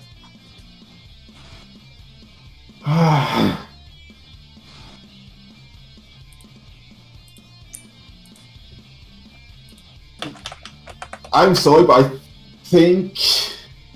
I think I need to remove Rowan before she gets to fireball all of your asses. So 10 seconds. Okay, this is screw us over. Study target for swift action on Rowan. Move around myself since I got with. Show me how you're moving. Yeah, let me check that because I think I got. Okay, we're gonna move to Kato while you figure that out.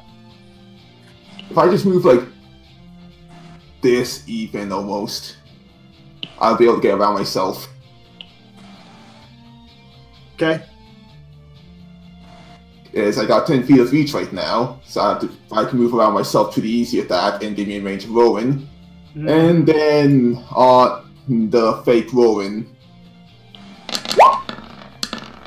Also only. That would be 26. 26? 26, and then that damage is actually 48. Rowan, what is your AC with Mage Armor and Haste and Unity?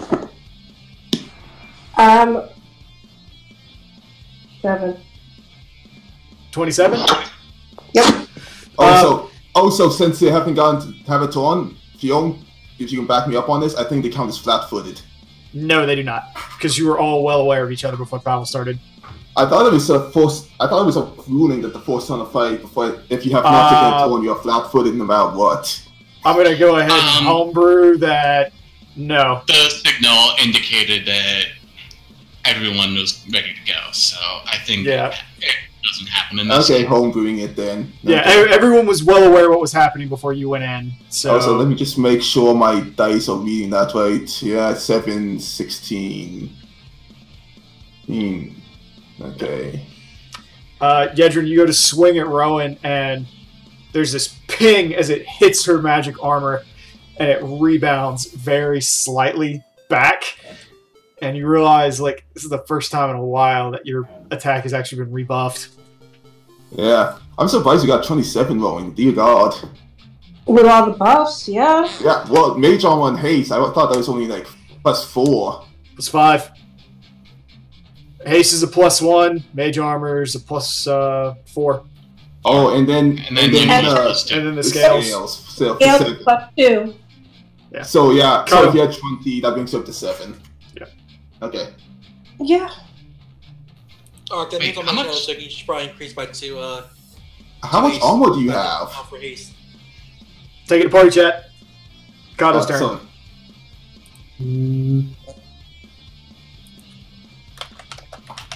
Okay, I'm going to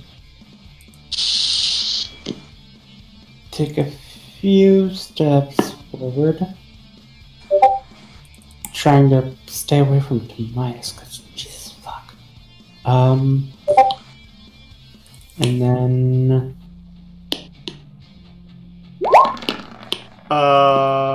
She normally has a +3 with dexterity. Mage armor is adding 4 plus 3, so 13 plus 4. So Wait a minute. are you stacking? Are you sorry, Ron? Are you stacking with the leather armor you're already wearing? Yeah. Okay, no, mage armor does not stack with armor you're already wearing. Yeah, you gotta armor take what's bonuses higher. do not stack. It's supposed to be. Yeah, that's like the reason I can't have the scales do nothing for me because I've already got a +2 natural armor item. So Okay, so dex +3, armor 4, natural 2, dodge +1.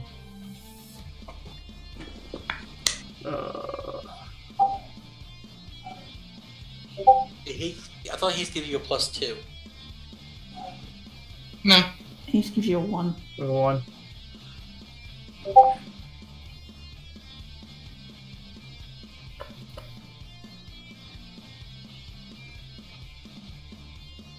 Yeah, shouldn't Rowan be rolling for spell failure?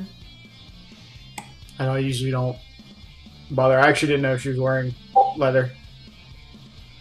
But I mean, it could be a pair. It could be a piece of leather that doesn't have spell failure due to quality. So that's fine. So then as a total, it'll just be 20, not 27. Right, which would mean Yedrin would hit, which means Yep. how much damage did you do? If he does 46 damage in that one, that hit 48. 48. post. Yeah. Because with the temporary, I'm only at 35. Or 30, rather. Okay, so you're at 35. Well, Yedrin runs over, and as she swings into you, Rowan, there's this boom, and it hits into your clone's side, and then there's this crystalline shatter that starts to spread across the mask she's wearing, and the body starts to turn to crystal, but it doesn't completely break. Actually, I was gonna say. no, yeah, it does. Yeah. It shatters. It just kind of explodes. And there's this general silence. Kato, so your hand of acolyting, who are you firing upon? The one who's going to punch the shit out of us. You go to send your hammer at Timaeus, and as you do so, he kind of palm strikes the hammer away and turns his gaze to you for a split second and blinks. Rowan. I done fucked up. Rowan is kind of looking at where she used to be. Okay, I'm gonna cast my Infernal Crown and I'm gonna burn the shit out of everyone when I get my next chance. Alright. So, the other Kato looks around, looks at the original Kato, and what does Kato have? Let's go poke in his sheet. Get out of his head.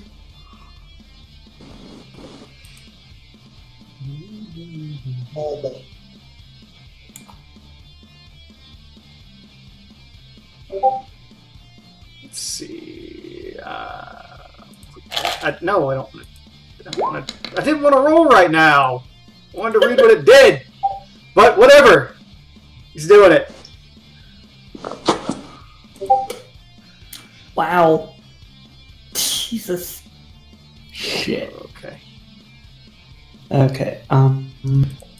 He drops that right on Works, Rowan, Dak, Timaeus, and yeah, he drops it right on Dak, so it hits. It's just a one-person thing. Why does it say it has a radius? Or am I misreading? It shouldn't. I mean, it does say target. Is it in grayed out text? Oh yeah, it's in grayed out text, so it doesn't have one. It's a single target. Yeah. Okay. Yeah, that's just the template. Well, you know what they say, eye for an eye. He uses it on Rowan. So, Rowan, Does it Fortitude. have that kind of range? I'm gonna go ahead and say it's got a long range. Let me check the other Hang on. instance I have of it on my sheet that has the whole deal. Yeah. Target within 30 feet. Okay, then no, it doesn't. That's what I get for Don't hit not anyone. keeping a track of that. So, ignore that roll. We go I back will to add that to the actual. Yeah. thing. Ignore that roll.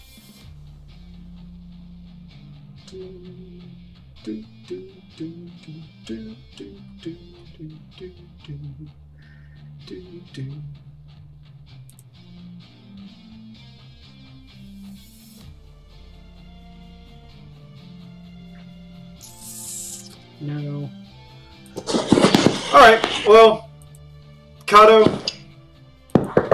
your doppelganger charges into you. Like Just- full rush? He just straight up charges into you and swings his hammer. Okay. So.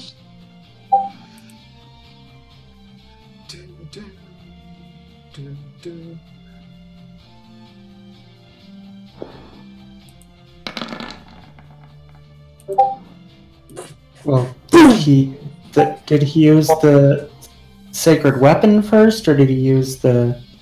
No, he just rushed into you. I mean, Okay, if it's a minus, it would be a -1 to that. I'm assuming with the empowered, so it'd be 29. Yeah, it would be -1 to each, Okay. which definitely still hits me. But you know, He just runs in and like swings his hammer into you in a strikingly familiar fashion to your brother, and swings low and hits you right in the kneecap.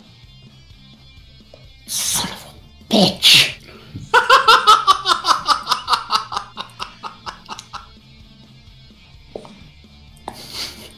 Don't you start worse. I'm just like, deserved, bitch! Okay, so the other Yedrin looks to real Yedrin, looks to Dak, Giant mech fight. and study target on Dak, and she doesn't give a shit about Timaeus or or the scythe Oh just dear. walks up and swings.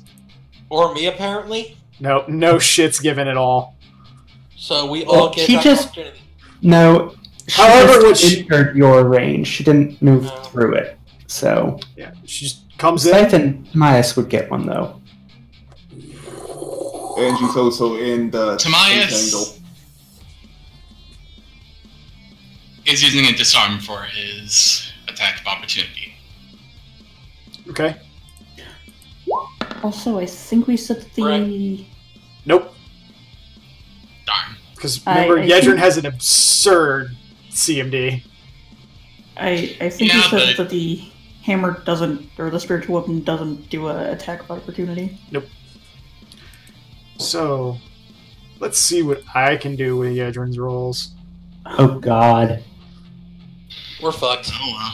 Oh, I'm Now, fucked. we can't power attack on after a move action, right? No. No, you can. The power Oh. attack attaches to anything. Yadrin, don't give him ideas! It's I just thought a you- vital strike. Yes. Okay, 32 to hit. Yeah. Boom! Bye, Tart. No. Actually, she's still alive. However, that goes up to a It's a 55. 55. No. That was lower than that. And. So, +2. It's +2 attack and +2 damage against a studied target. Mhm. And then it's +2 for the power attack. So, Yeah. you just see Yedrin walking in. Actually, is that accounting for enlarge? Yep, it should be if you're going off my sheet. I am. So yeah, that is Yeah. that is correct because you would be at 46 and now it's at 66. Yep. Boom! Just hits into you, Tart. The axe head nearly biting your neck off as you can feel it run in, and the only thing that saves you is Scotch grabbing you and pulling you up, and it slaws like almost all of the skin off your arm and hand as you're getting pulled away.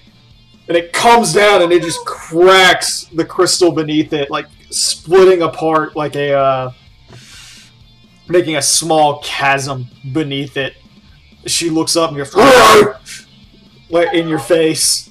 Ow, ow, ow, ow, ow, ow. At this point,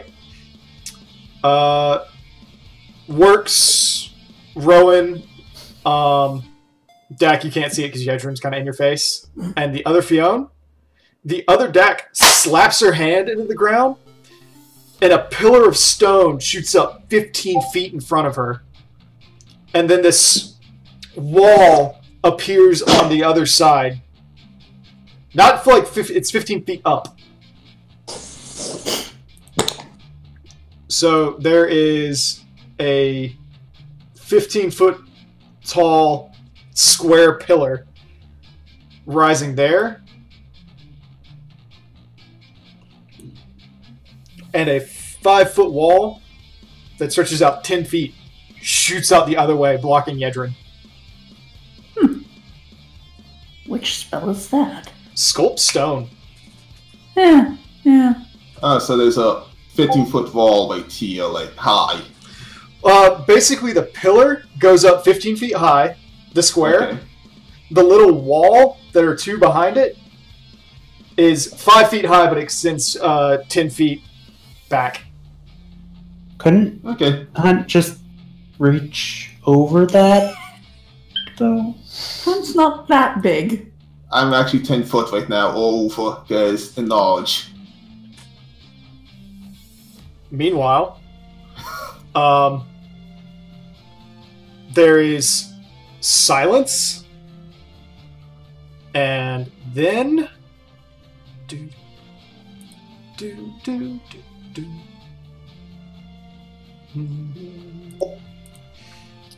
What do you have? What do you have?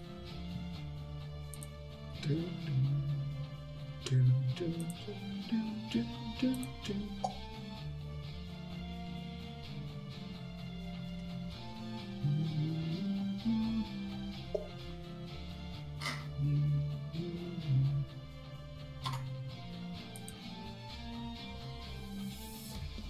Hey, Fiona. Yes. What did we say was the range on Soul Rend? It should have a range listed. It's grayed out. Close. It's close. So 25 plus 5 per 2 levels. Yeah. Let me look.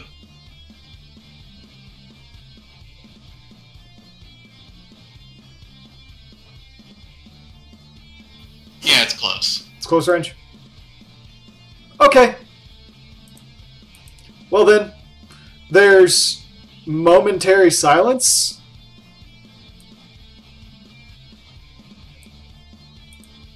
Oop.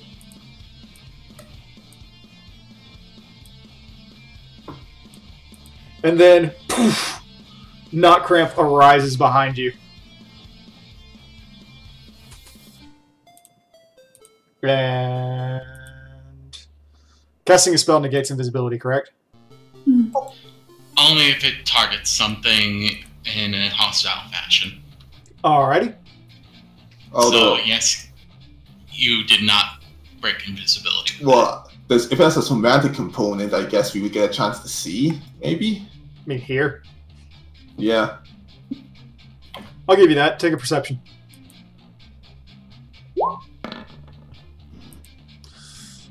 With everything kind of going on and how fucking loud it is, no.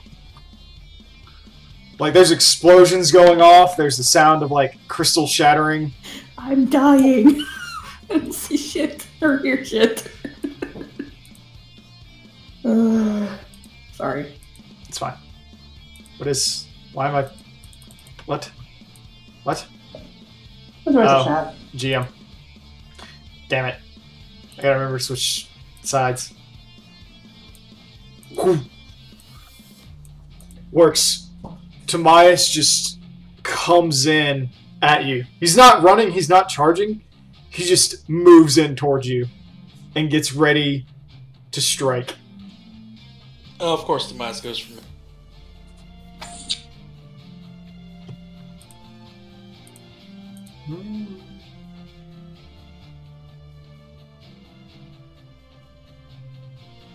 Entangled. I need that to pull up. So. Do, do, do, do, do, do, do, do. Are you quite cool? Oh, it's Works' turn, right? Tobias is punching him. Oh, okay. Okay, so 33 to hit. I'm not gonna answer that. You know it does. Boom! Tobias just comes in and clocks you in the side of the face. Wait, don't I get attack of opportunity since he came through my threatened square? Yes, but you do not declare it, but I will allow you to take it. Oops, our guy didn't check the acid damage, so I have to roll another die 6. Yeah. That's a confirmation on a crit. Damn. Get fucked, Tobias. Works, you stab him and run through his side, and you just see blood start spewing. This black ichor rolling down his side, and then It's like he just runs to right, just hold the spear out before he can do anything. like, ha, I got you, and then he punches you in the side of the face. Works, I also, my good friend, need you to roll a fortitude save. So you take 16 points of damage first.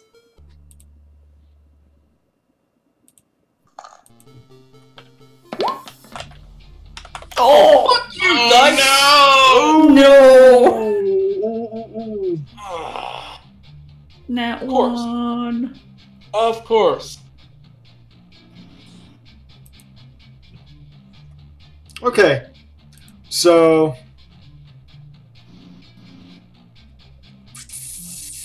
where is it?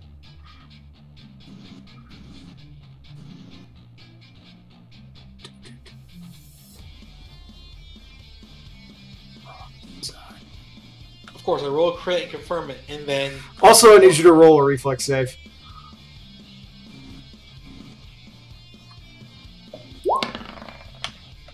What the fuck, Dice? Okay, so you take, Alright, you are affected with decay. So, you are now bleeding, 1 damage every turn. Oh, so is he. Okay. Additionally, because you struck him and failed the reflex save, take another 5 points of acid damage, and additionally increase your bleed amount by 1. So you're now bleeding 2 around. Fiona, I think we should have done, resist to acid. Now it Fiona is. does not respond. Now it is not Cramp's turn. Wait, Oh, actual no knock summoning cramp sickness? or shadow knock cramp? Shadow, not Cramp. Oh, Christ, come on! We thought we'd have summoning Show sickness a or little something. mercy! It's not. There's no mercy. There is no mercy. Not for me, anyway.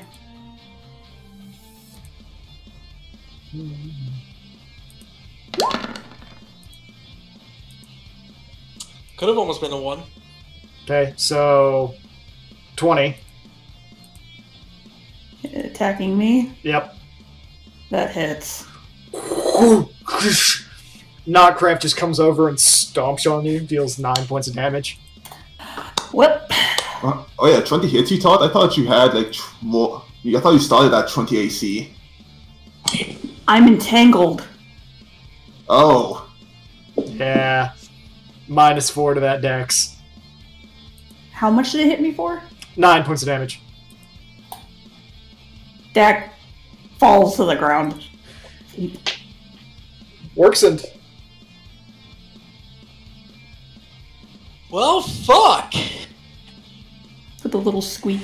So this is Shadow Knot Cramp? Yes. There's not another Knot Cramp on the field yet, so I didn't tent it. If another one comes out, I'll tent it. I'm taking -2. Alright, so you're entangled. You move at half speed. You cannot run or charge. You take a -2 penalty on all attack rolls and a -4 penalty to dexterity.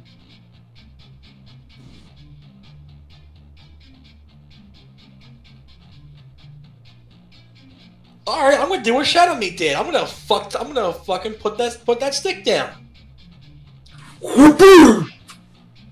I'm gonna put it down right in front of fucking Tamias. Alright, well, as you go to draw it, Tamias punches the shit out of you.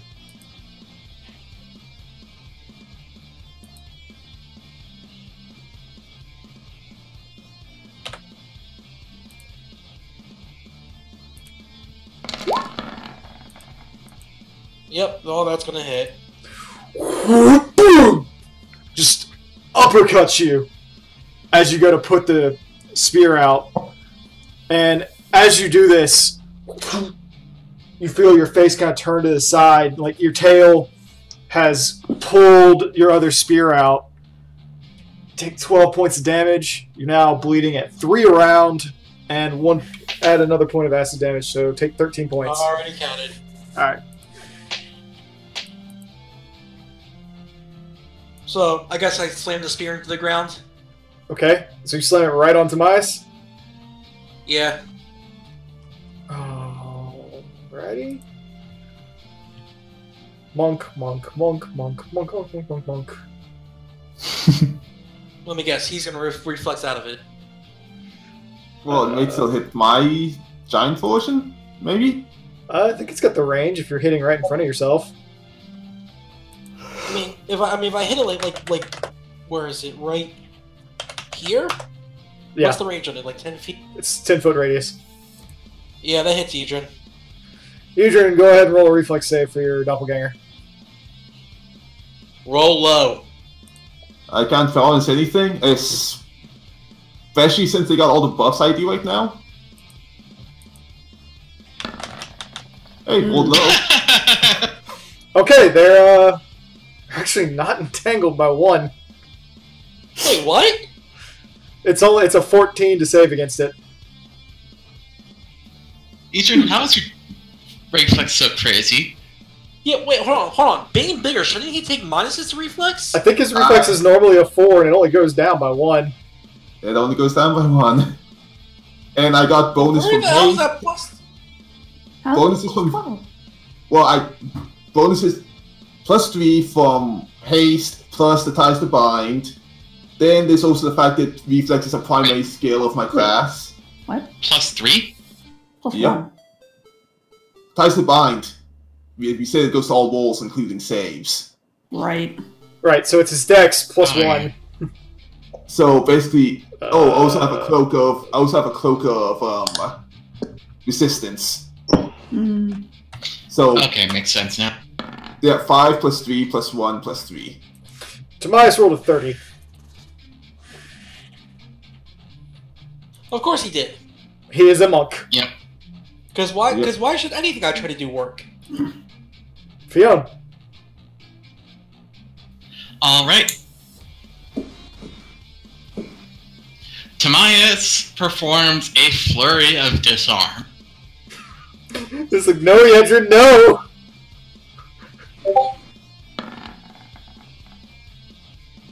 That one hits. Never mind. Let's do a flurry of... Ignore the first hit on this. Okay. So you grab the axe, and I'm guessing you drop it. No, he holds on to it. Okay. Just puts it over his shoulder while punching with his Other hand. other hand. Ah, ah, ah.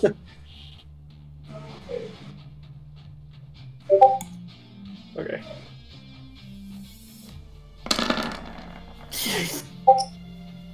So skip that first one. Okay. The So second one will hit, the third one wouldn't. okay. So big Yedrin. Big other Yedrin. Wait, is my clone in Defiance? Because if not, then I think that's... It's in the same stance you are. Yeah, then yeah, it hits. Both of them hit, or just the one?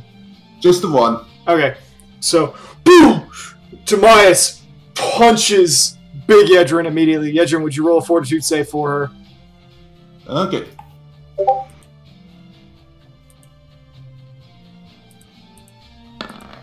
Yeah, this one roll Bleeding. for the... She is bleeding. Yeah. Well, not bleeding. She's bleeding. Yeah, these are rolling low for the fake. Punches into big Yedrin. Starts blood starts dripping out of her mouth, and she just swallows it.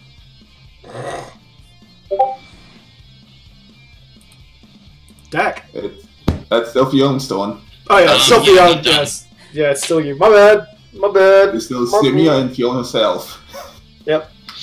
So, meanwhile, Zinnia is going to fly in around not Cramped, since Cedron now does not. And casts Cure Light Wound. Okay. On who? I'm assuming Dak. you. Oh, I was assuming on works. Okay, Dak, you get 10 Works hit is a points. big boy. Huh? Dak, you get 10 hit points back. I'm up. You're- Yeah. Let's see. That's it. And meanwhile, Fiona.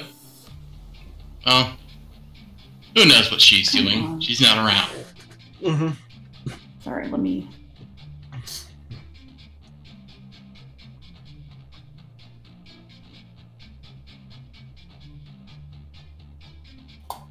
There. I'm back up, but I'm prone, entangled.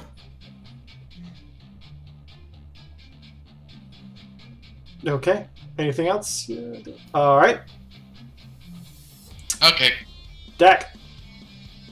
It would take me my entire turn to get up, wouldn't it?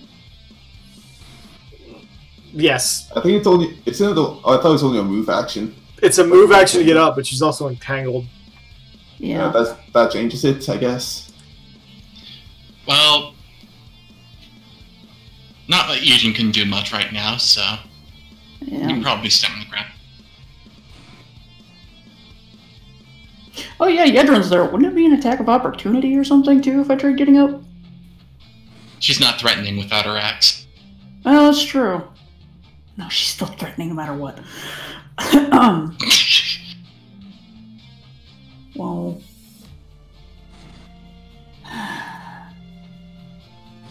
I'm gonna try and get up as good as that's gonna fucking do for me. Okay. Because I don't think I can cast on the ground, can I? You can. You can. Yeah, you still gotta make a concentration check for the entanglement. Yep. I mean, you're still gonna be prone, but Oh, I just gotta recalculate.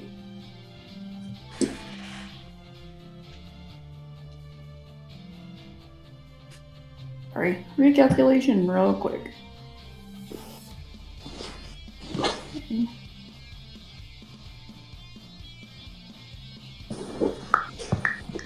Okay, if my concentration works, how do I make sure that pops up?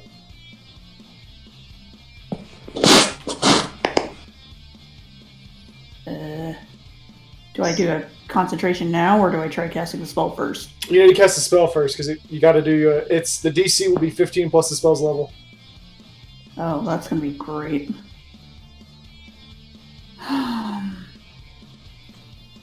This is not casting defensively. How do I cast defensively? I'm on the ground. Shit.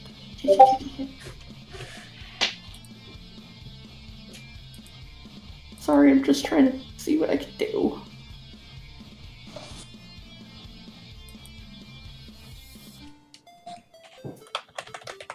I was gonna say, I don't have unconscious on that, whatever. Barb chains. Okay, so yeah, you made the no, I need you to make the concentration. Yeah, come on. Stupid sheet. Okay, concentration. Goes through. Okay, that's on the big Yedrin. Okay. Yedrin roll will save 4.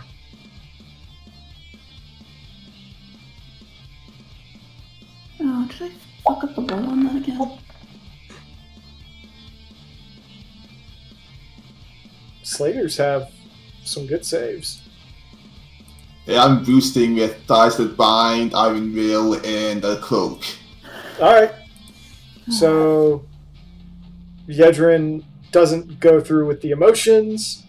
However, the attack still hits. If you're Yeah, it's gonna be smacking it. okay, so 1d6. D6. Well, it's 3 of them, so. So each one has to roll a hit. Oh, I know. Ooh. So 6. 2. Well, I need you to roll a hit for each chain. Oh, roll to hit. God damn it. So I guess I'll just smack the thing again. Okay, that hits. That does not. I was gonna say, and the first one was I rolled a 23. Yep. So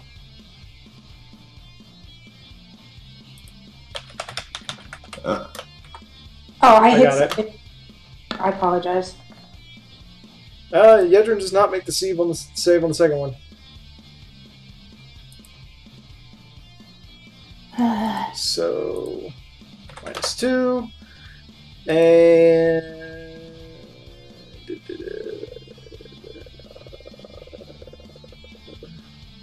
okay, she is roll a 1d4.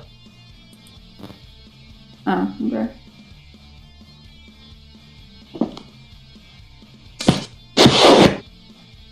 She is shaken for 4 rounds. Alright. And then hammer. Okay, hammer, you suck. Nope. So, Even with the shaken, no. Scotch. Ugh. That hits. Okay. Second one does not. That one does. That does not confirm. Oh, well. All these like spikes just appear in Yedrin, and the big crystalline Yedrin just like, cocks her head back, and you see like a pair of arms starting to come out from her sides.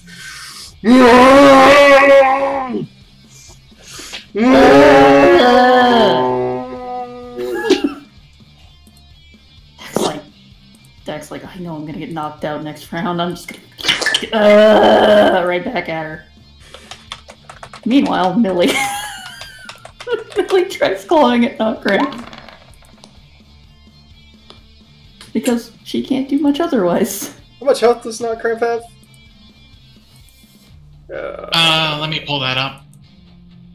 I mean, I could probably pull it up just as fast. Let's see, knocked. 52. 52.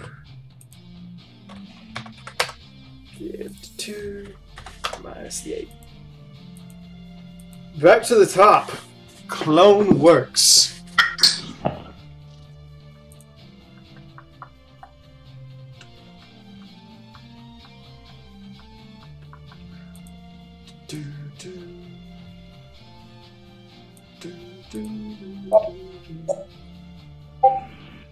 Kind of strides up, little bit of a swagger going. And let's see here. Can I have messages? Ah, there you are.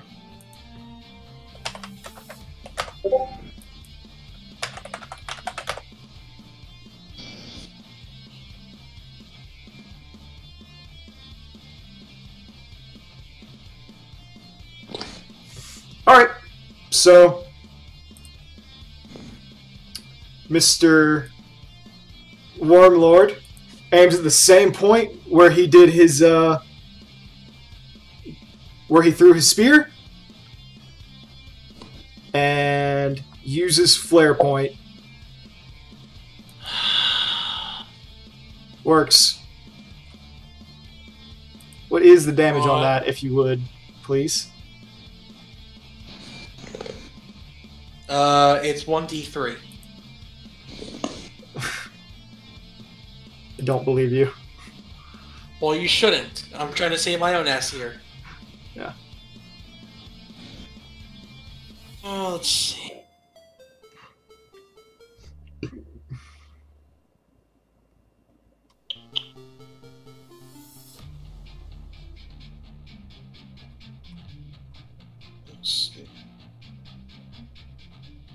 A 1d10.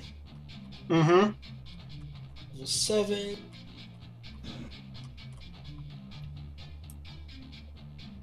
One d10 plus 4, d6 plus 9. 1d10. Okay, so Rowan, Dak, and yourself roll a reflex. So you said 1d10 plus 4d6? Yep. Plus 9. Plus 9? Shit's in here, roll reflex too? Yes. And not cramp? Yes, not Cramp has to do it too. Well, I beat the reflex by 1. Yeah, Rowan and Dak are taking the full. Oh, wait, hold on. Yeah, you gotta take out the entanglement. What's the entanglement minus? The entanglement minus is, I think it's -4. -4. Yeah, no, I don't make it. Hang on. Conditions. I Entangled. was gonna say it should be. Yes, it's a minus. It's a -4 penalty to dexterity. Yeah. Thank you, Fiona. So, Doc Craft takes half. Oh, should I have Millie and Scotch? Just Millie. Just Millie? Okay. Yeah. Millie takes 0. Okay. So, Rowan, Dak, Works take 28. Zimnia takes 14. Well, And I'm out next turn because... Knockcraft takes 14. Well, I'm out next turn because I'm down to 2 health. Well, Dak, as the spear comes up, it flies and it breaks in the sky, and you can see this burst start to grow and begin to radiate down towards you as it begins to fall. Do you have any last words? sorry, adult. The burst comes down and explodes, and when it clears, Dak is gone.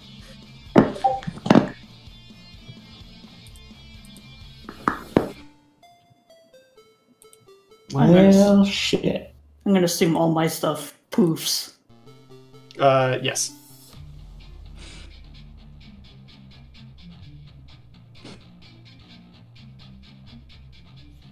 So...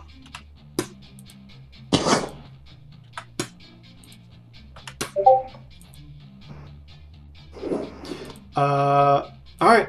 So... Real Yedrin. I'm just checking something with Fiona quick, but Okay. I guess I can just say it fast. I would assume a 5-foot wall, since I'm like 10 foot on over now, is basically at best difficult terrain. Yeah, Yeah. like part cover until you stand over it as well. Well, yeah, but I can, considering haste, I can make it to the other side of that wall. Okay. You can't fit around the wall. I mean, you have to step over it. Yeah, but that's a difficult terrain at best, so I still get 64 movement, and that's 40, 45 maybe. So yeah, I can move over here. Okay, so Dak, would you roll a attack of opportunity for Millie? Okay. So just an attack. Yeah. Whoosh! Take 6 damage, Adrian. Yeah, just barely. That's right on the dot. Okay, so let me just do the math quick here, and okay, and then next thing, we have the action to study Fake Thought, Okay. and I guess I get to return the favor at least.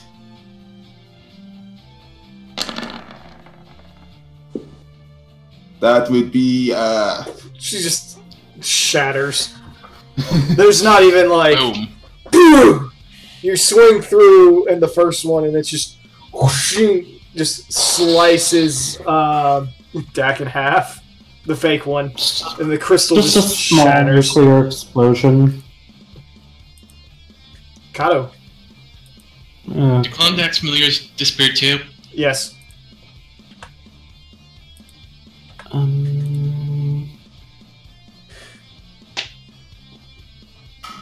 I'm gonna 5-foot step back to disengage.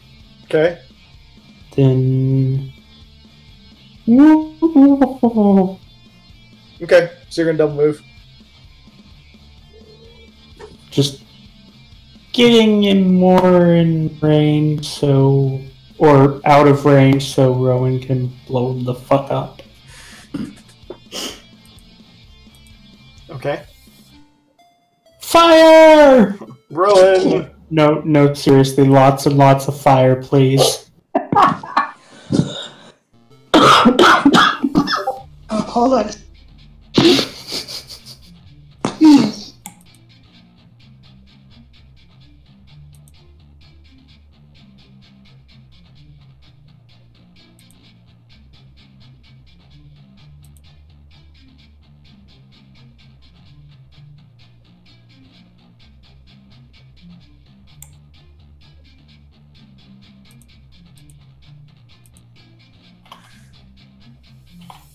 Yeah, the question that becomes, is it smart to fire him and not on the 3 that are sitting over here in front of us.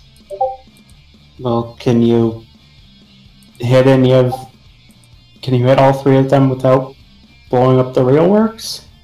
Doesn't matter. I'm knocked out next turn anyway.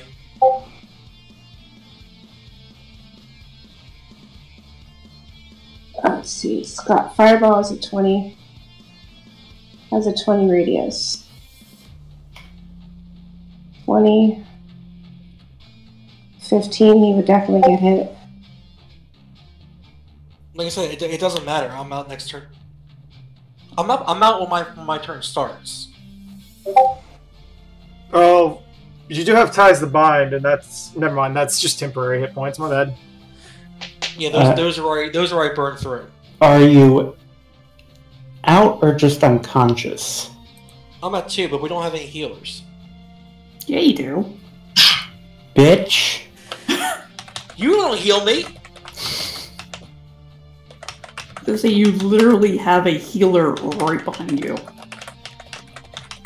Well, to be fair, in-game, I don't know that you're hurt severely. I'm pretty sure you can look at him. Just took Mega Flare to the face. I mean, I took Tamias, I took Mega Flare, I took myself. Giggity. God damn it.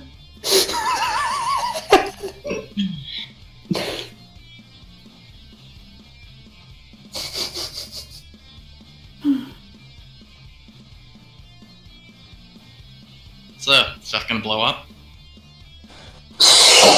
I'm thinking. I don't want to blow up works.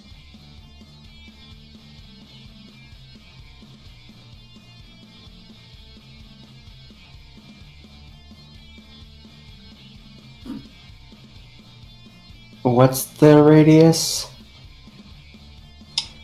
It's a 20-foot radius.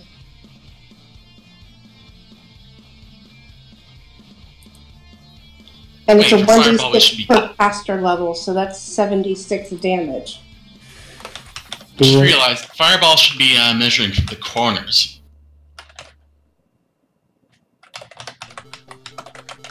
Huh?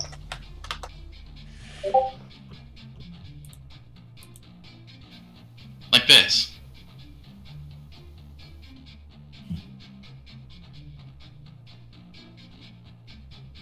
If I do it though, it still hits works. I would have to do it here to hit him. It would still hit him. It wouldn't hit works there, because it'd be 25, but it would hit all 3 of them. Alright, fine. Right here is also a good spot.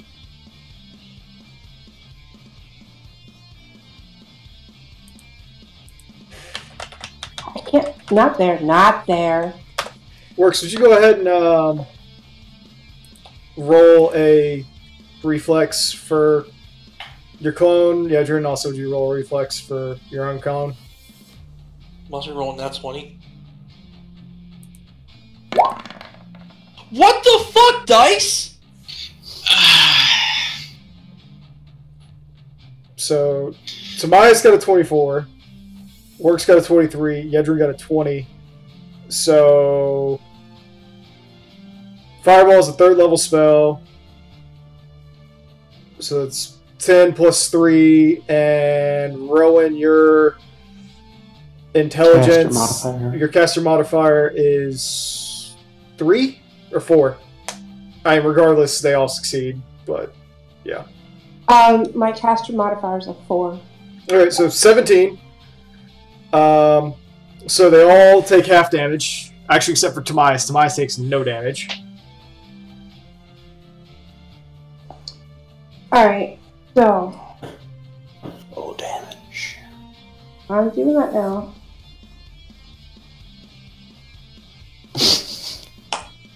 Damn it. Okay, Oh, so... Hold up a second, I'm not done yet. Okay. Because there's still my 4d6. Yeah. Cat, I blame you. My dice started rolling down when you got on my shoulder. So 53 points of damage, so they take half. Okay, so 26, if you're rounding down.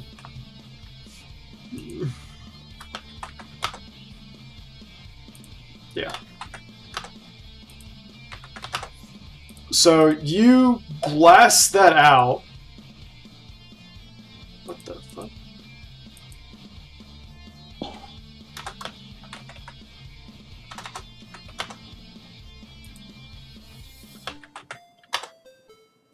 You said, yeah, it's 20. It's a 20-foot radius. Where it hits it. No, I was doing damage, so that's 53. Oh. Yeah, so 26. Big Yedrin is fucked up. Like, you watch as the explosion ripples through, and her face is burned and scarred over. Her hair's, like, on fire right now. Her eyes are gleaming with pure and utter hatred at everything. She clutches her empty fists. Clone Works looks to be in relatively bad shape as well.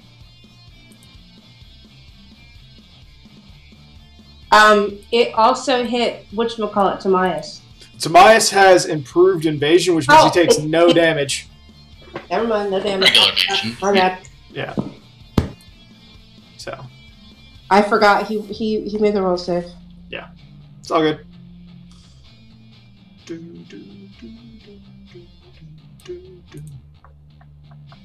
Doot.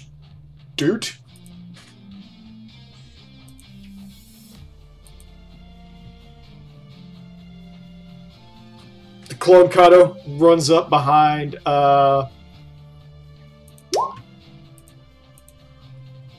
Yedrin. Okay. Cure Serious is 48, right? No, 3 die. 3 die?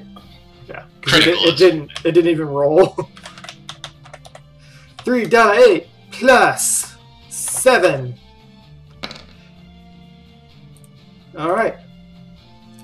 You see this pale light cover Yedrin, the clone Yedrin. And she starts to look a bit more healthy and hale. And just kind of looks around, looks at Kato, nods to him. At which point, seeing she has no other option, she pulls out her Lucine hammer. I think Timaeus might get a type of opportunity at least, because that's in a bag. Yeah.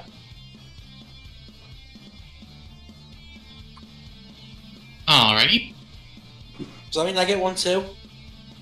Oh wait, it's in the hand you have a sack, so that means no attack of opportunity? I forget. No, it's still a type of opportunity. It's just a move action to get it out instead of a full. Okay. So do I get one too then? Sure. You hit Big Yedrin. Nice. That crits. So you and Timaeus look at each other and like, oh fuck, we forgot she has another weapon. And you're like, both of you just like panic, lash out, just punch and spear just goes through, and there's a stop, and the clone shatters like glass between you two. And with that, I take -2. Because fucking acid. Not your turn yet. And also it's -3. Whatever. Okay, so it's only a -1 then. Alright.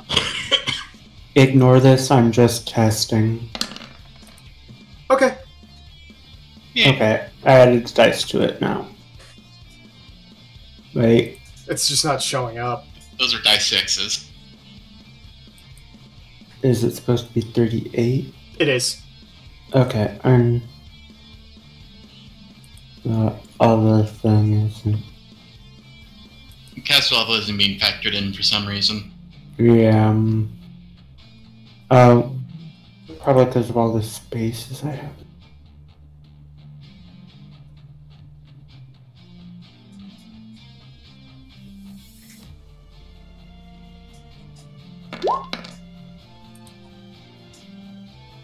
Oh,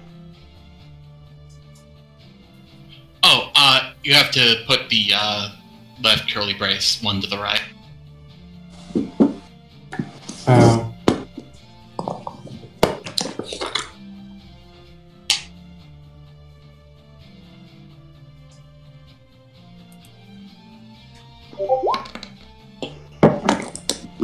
There we go. Thank you. No problem.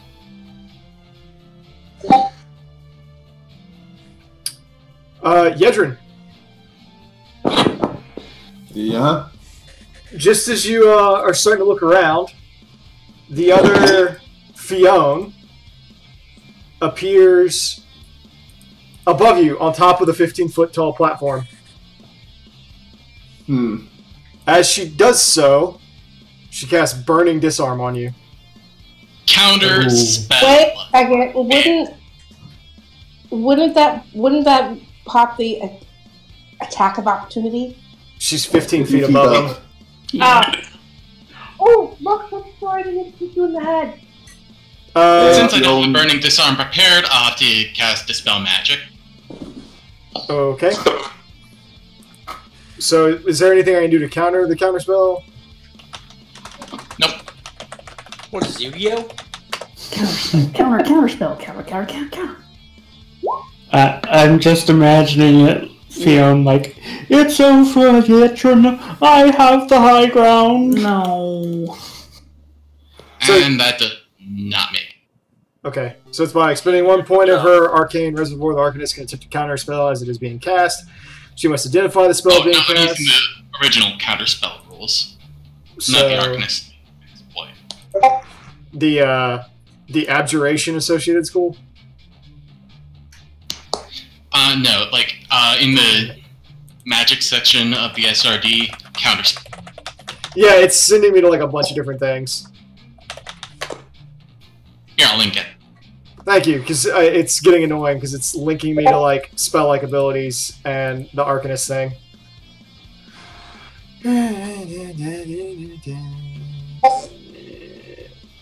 Also, I realized I should have made a spellcraft check. Yeah. Yeah. I'd say roll the spellcraft, hopefully. Oh yeah, that went Okay, through. no, I passed. So yeah, I just burned To dispel. complete the action, cast an appropriate spell.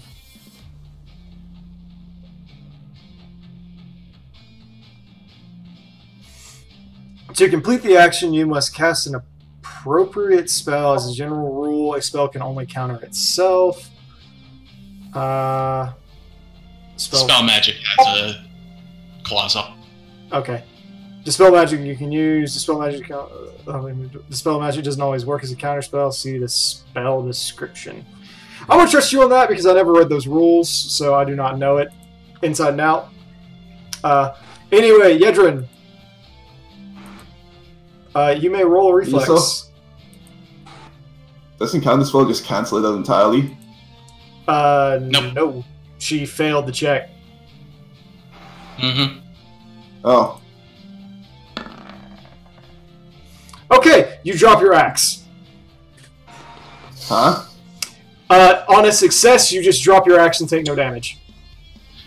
I think they can fail to take save a... intentionally. Yeah. I Oh, think wait, so the counter spell failed? I thought you got it because that spellcraft was the actual check. No, the spell check is a free Yeah, action that's to just identify the spell. Ah. Okay.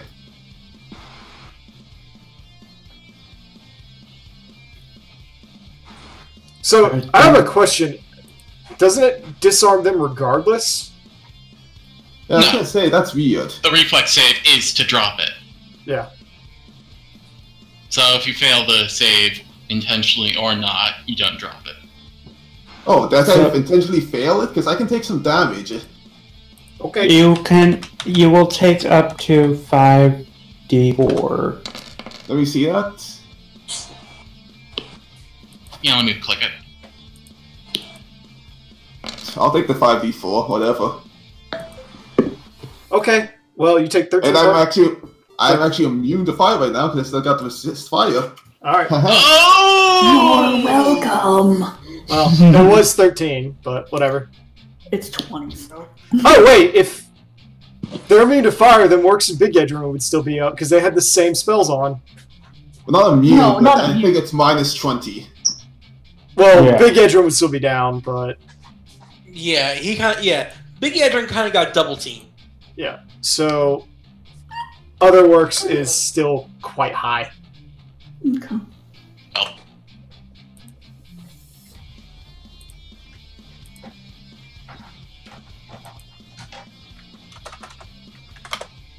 Okay. Normal Works. Passes out. Yep, I'm at -1. Yep. It's bleeding out of his eyes, and his ears, and his mouth. His skin is turning purple and starting to decay. So Tart just got Actually, utterly I wrecked. didn't do other Tamias, but I had him hold his action. So you're just gonna punch me into oblivion then, right? Nope. Clone Tamias walks over to you, and Deaths embraces you. Oh god. Oh, She's no. She's gonna have a punch. She's gonna. No, he grabs you and Boy, cradles... you are not Cybermanning me. You are not Yamchaing me right now. No, I'm not doing that. He walks Okay, over good, to I was you, gonna say. rolls you over, and cradles you in his arms gently. You immediately die, and he drains all the decay that was in your body into himself. Whoa.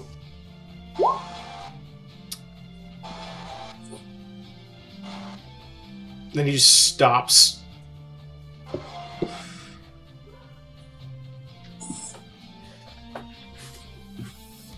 So, actually, I will grant you a fortitude save Yeah, okay, because that's gonna do anything. at a -1 because you're at a -1.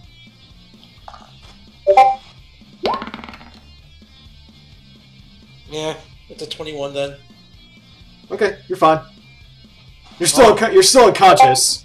He drains the decay out of you, so you're no longer bleeding, but you didn't die. Mhm. I'm just kind of on the ground gargle. Yeah. Real Fiona. Actually, no, not Cramp. Not Yes. Cramp. Not Cramp. okay. My bad. I'm gonna look up something anyway. Not Cramp. Full rounds action, Rowan.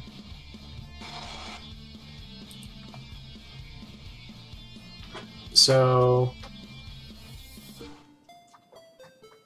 yeah, so he double claws. Oh, natural 1. I believe both of those miss. Thank God. Swings at you, like whiffs the air. What else can I Now, do? because Knock Cramps was summoned. Go ahead. Yeah, your turn. Yeah, but what were you saying, Ron? I'm sorry. So I have a question. Because Knock Cramps after. Fuck, he doesn't have them. No, he doesn't have haste. So he doesn't have haste, he wouldn't have resistant, he wouldn't have resist energy.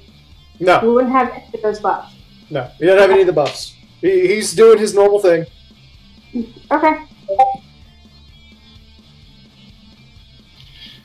Fiona decides now's a good time to drop her invisibility. Okay, you're no longer invisible.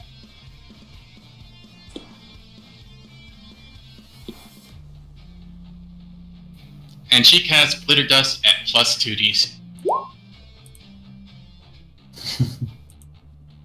Hang on one second. Pathfinder.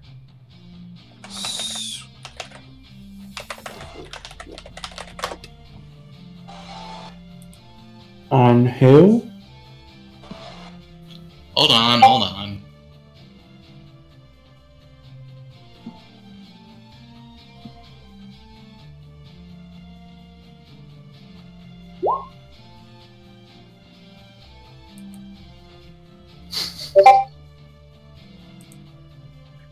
So 21 and all of them. Mm-hmm. I will do Tobias's will save works, and Kato, would you roll will saves for yourselves? Yeah.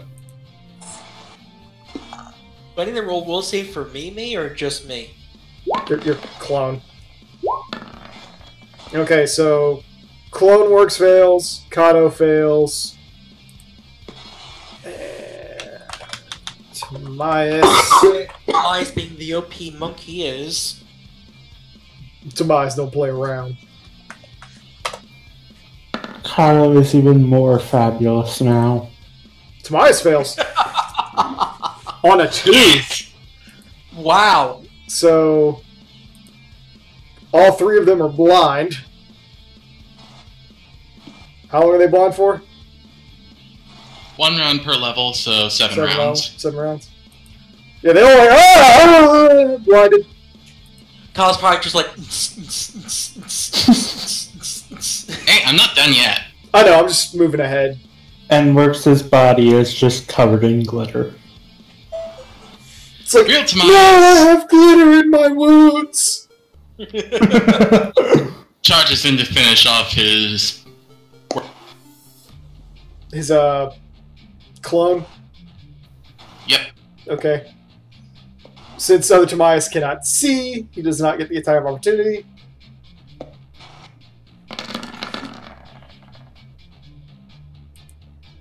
Boom!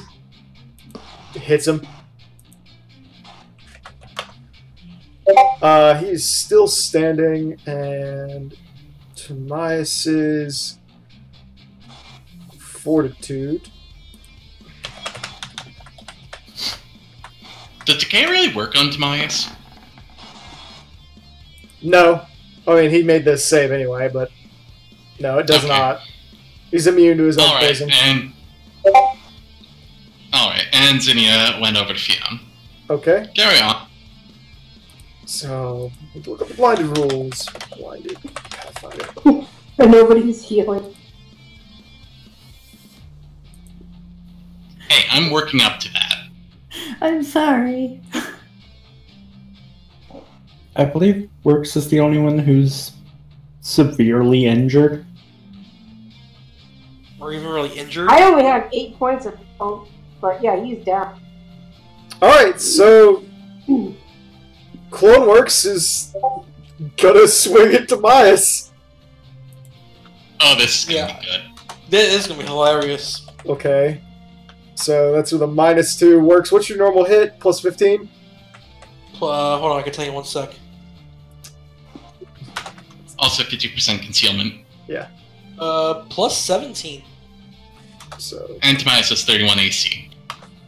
Good luck.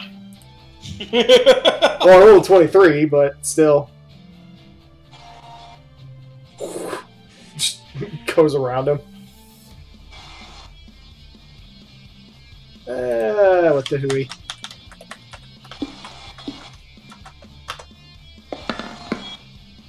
$31 on the dot for the hasted swing. Oh, wow. Rolled an 18. So, On the concealment? Fionn, 2 is heads, 1 is tails. Heads or tails? Tail.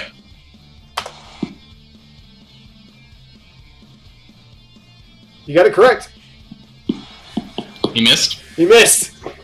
He swings and it looks like it's just about to hit Tobias, and he like just sucks his stomach in, and it goes by him. Yedrin. Okay then. Well, 1, 5-foot step. 2, study talk on fake Fionn. Okay. And now I'm just trying to decide. Fionn, Great you're rather smash! I was gonna say, you're rather fragile, aren't you, Fionn? Oh, yeah. Power attack! 38! Oh my god, she's dead. She's You're dead!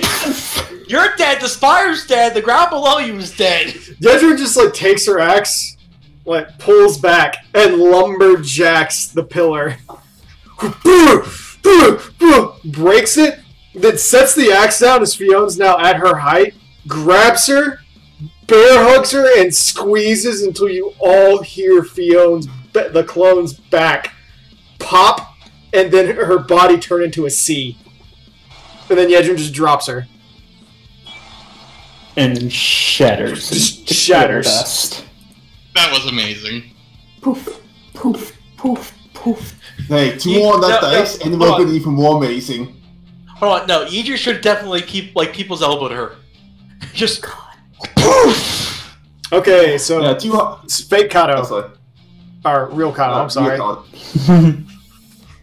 Real Kato, please stand up. Kato, I know. I'm actually gonna. I'm not telling you to take your turn. Oh. What? Roll a will save. Shit. Nice. You're good. Nothing happens. But guess what?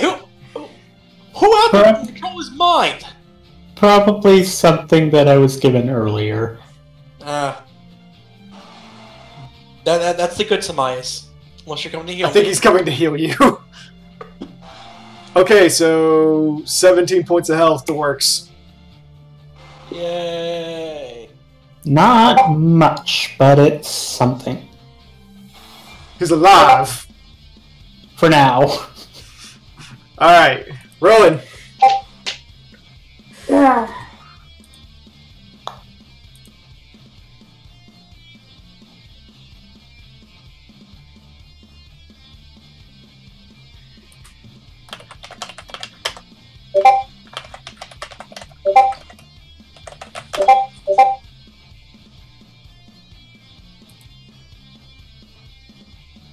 I don't want to cast a fireball.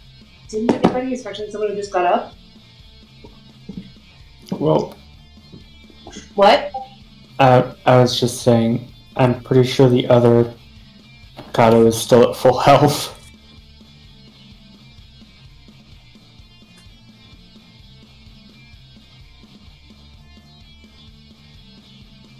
As soon as the stupid notification gets out of my way.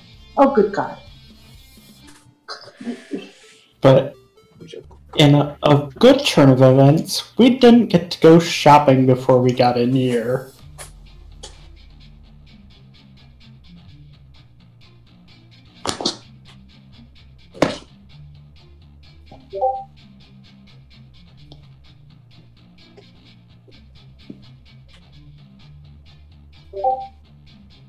I'm gonna cast Scorching.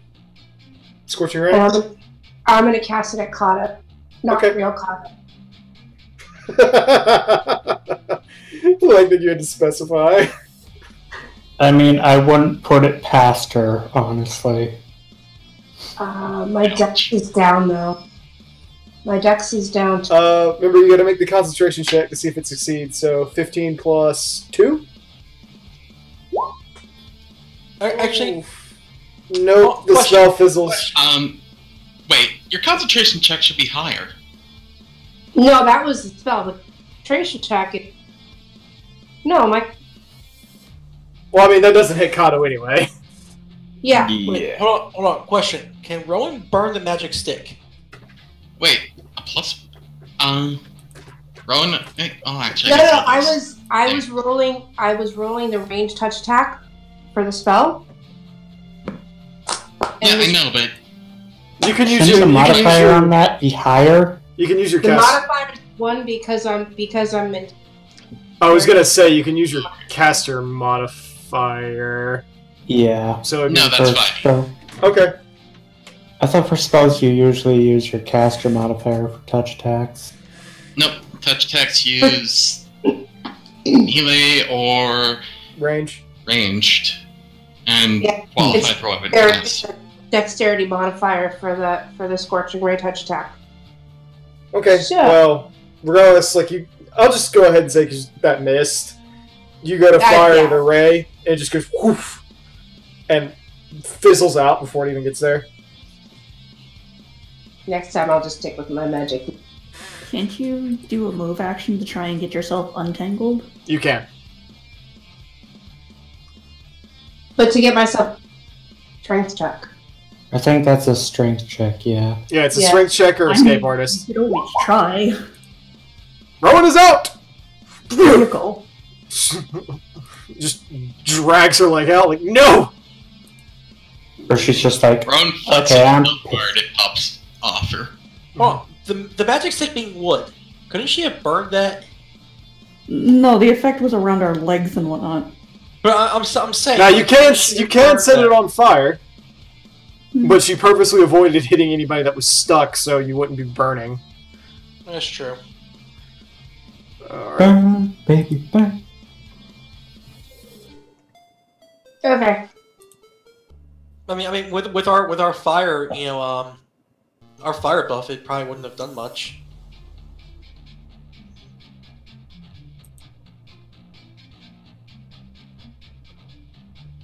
Works.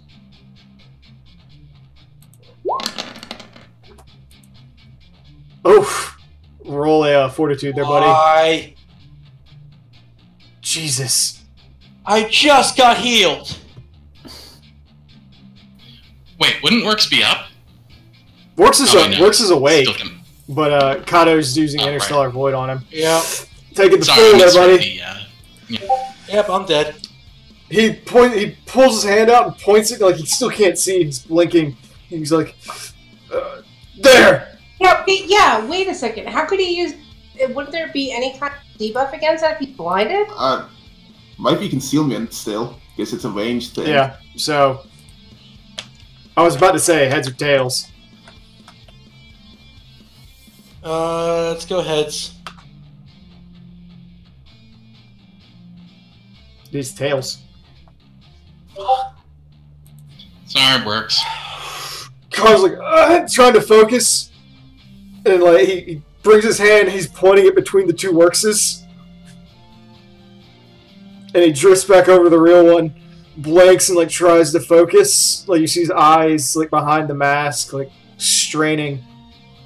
And the next thing you see a black hole open in on Works' chest, and the ice on it just rips the flesh out, freezes over the chest until it exposes his rib cage, and Works falls over. It was already over. Huh? It was already over. Yeah, well now you're I over. never got up. Well, I got the 15 heal from Carlo. Well, he means he never Never got up from the stood ground. up. I'm just assuming like you were, for the sake of theater, I was assuming during that time you're like getting to your knee and getting ready to stand. Okay. You're not dead yet though, Works. But I do need you Negative to... 13. You need to hit negative 16 before you die. Oh, I'm close though. Yeah, so I do need you to roll to stabilize. What's that, fort? That is, I believe, a Constitution save. Yep. So I would believe you're at dying. The other Tamias took the decay status off of him. Yeah. Yeah. A dying creature is unconscious and near death. Creatures that have negative hit points and are not stabilized are dying. A dying creature can take no actions on the character's next turn after being reduced to negative hit points but not dead. And in all subsequent turns, the character must make a DC 10 Constitution check to become stable. The character takes a penalty on this roll equal to his negative hit point total. A character that is stable does not need to make this check. A natural 20 in this check is an automatic success. If the character fails the check, he loses 1 hit point. So next turn, you lose a hit point. That's fucking bullshit. First off, it's at negative 13. Yes, because the point is it's supposed to get significantly harder the closer you are to death. I could have rolled a 20 and it wouldn't have failed. No, a natural natural 20 is 20. an automatic success. Yeah. So it works, you're at negative 14. And Fiona, your turn. Fionn passes a Cure Serious Wounds to Zinnia, who rushes over and drops it on Works. Okay.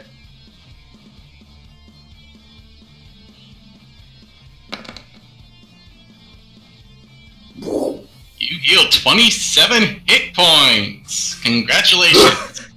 That's like, isn't that exactly what damage Sheemus did? No, Oh, I'm it's actually like- down 2 from where I was. But you're like, stop! Enough with the near-death experiences! On the bright side, he can't do that again. Actually, you can. On the bright side, I gotta wait for No. everyone else to go before my turn again. Isn't it, No, he can't because Tomias is about to flurry. Well, that's true, but I was gonna say... I only have one use of it until level 10. Ah, I misread then.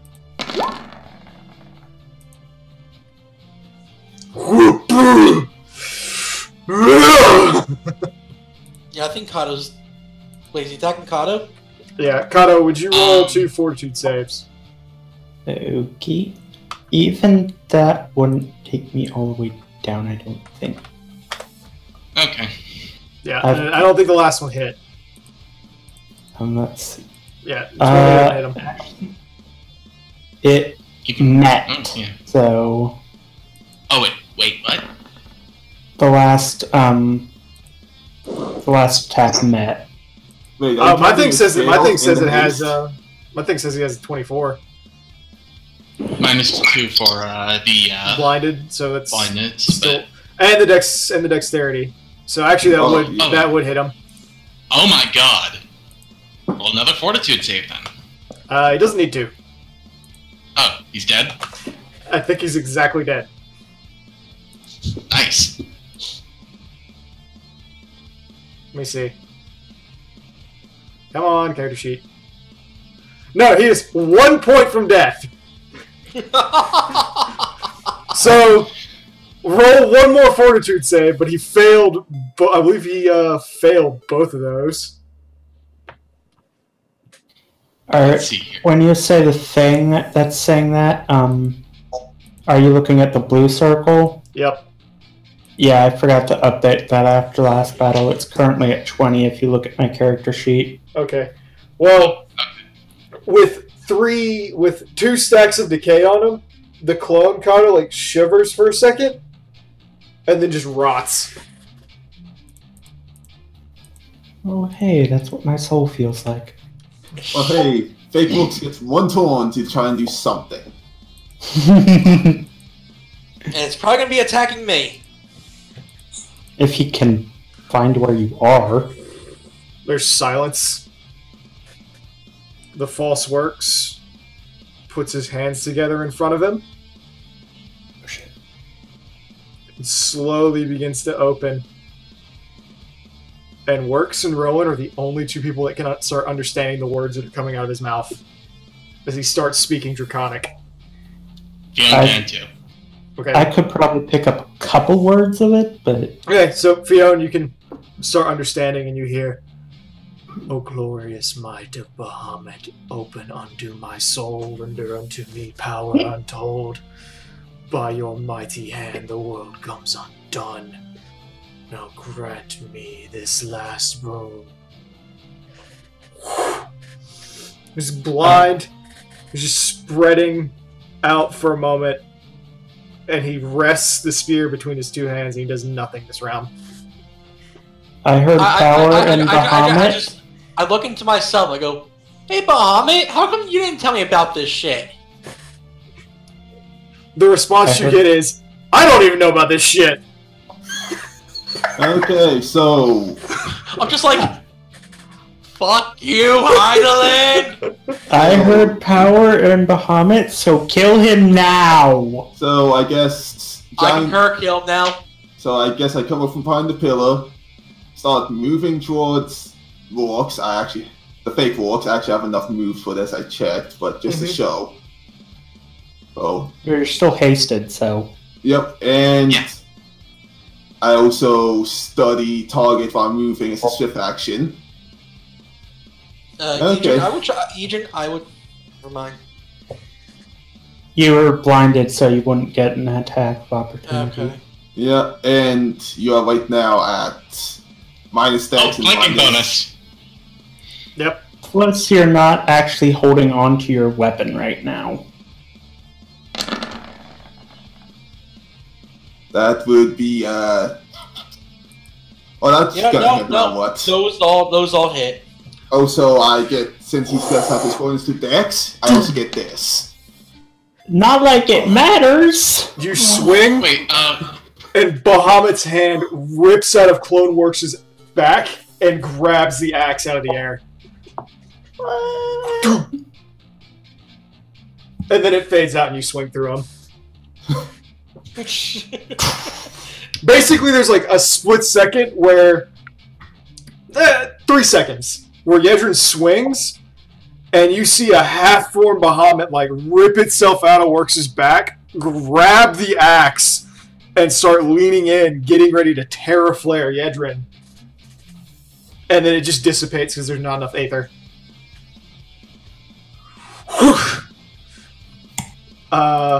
Goes through Works with that first hit, which is the only one that matters. Powder. that second attack shouldn't even be there, granted, but I'm Yeah. assuming that's because... That's because I have to use that, else it doesn't count all the buffs to my attack. So Yeah. I can't turn off the full attack. So this, if you see my power attack vital, this counts the second one.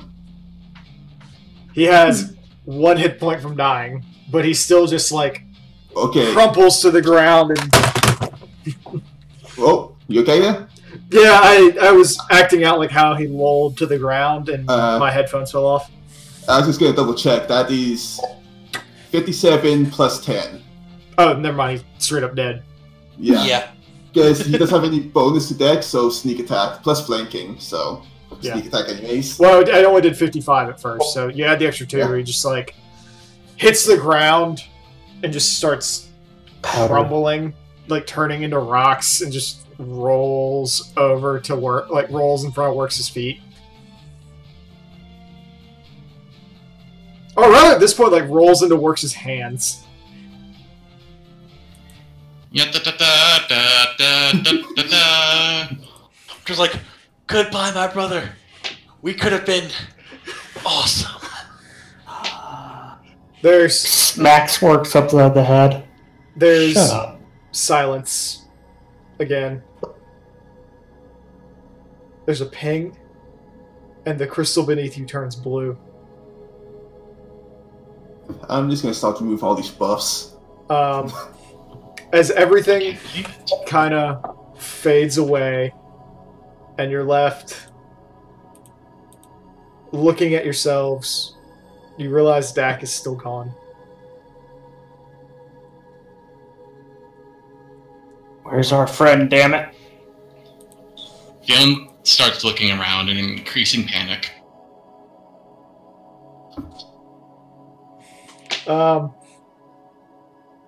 Then the voice of Heidelin comes back in and says, "Worry thine mind not, child. She is fine, and I will return her to you anon. I am merely stitching together the crack in aether that formed upon the impact of the blade to her body. Give me but 1 moment." That doesn't sound good. So Heidelin goes, "Right now, none of you are physical beings. You exist within the aether sea. Your mortal coils lay behind, being watched over patiently by allies." So we're dreaming, basically. In a sense, a dream is It's more than Adam. Fine. Let's go on. Your friend is correct. More of an out-of-body experience. More nightmare, honestly. Dak appears in front of you all, completely fine. Fiona runs over and hugs her tight. Okay, what happened? You got wrecked. Correct is an understatement. She's just like But tapping where, like, you know, she was bleeding profusely from just There's to no, her a second ago. there's not even a mark. I'm just on the ground, just like, hi. On the bright, You're all right. on the bright side, we're not physical right now. We're not. No, apparently The we're runners. dreaming in a sense. Heidelin speaks up again and goes, "Yes, child. Right now you are a being of pure aether.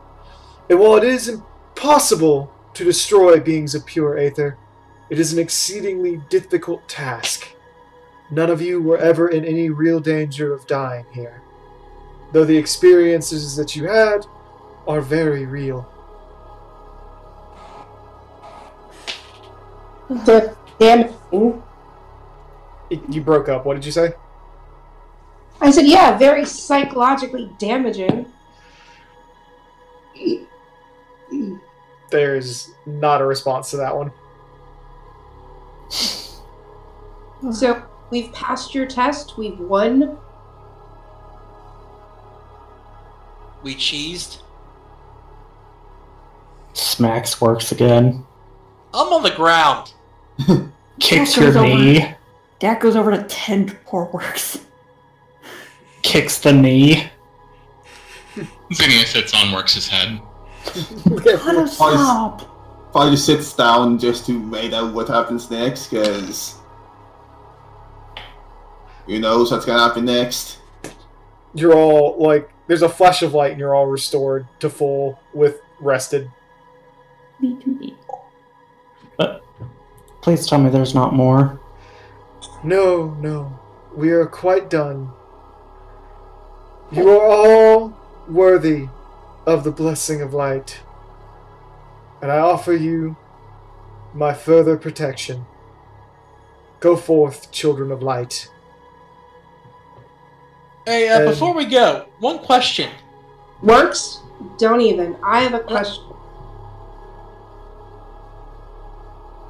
The shit was that Bahamut thing. Heidelin goes, "What?"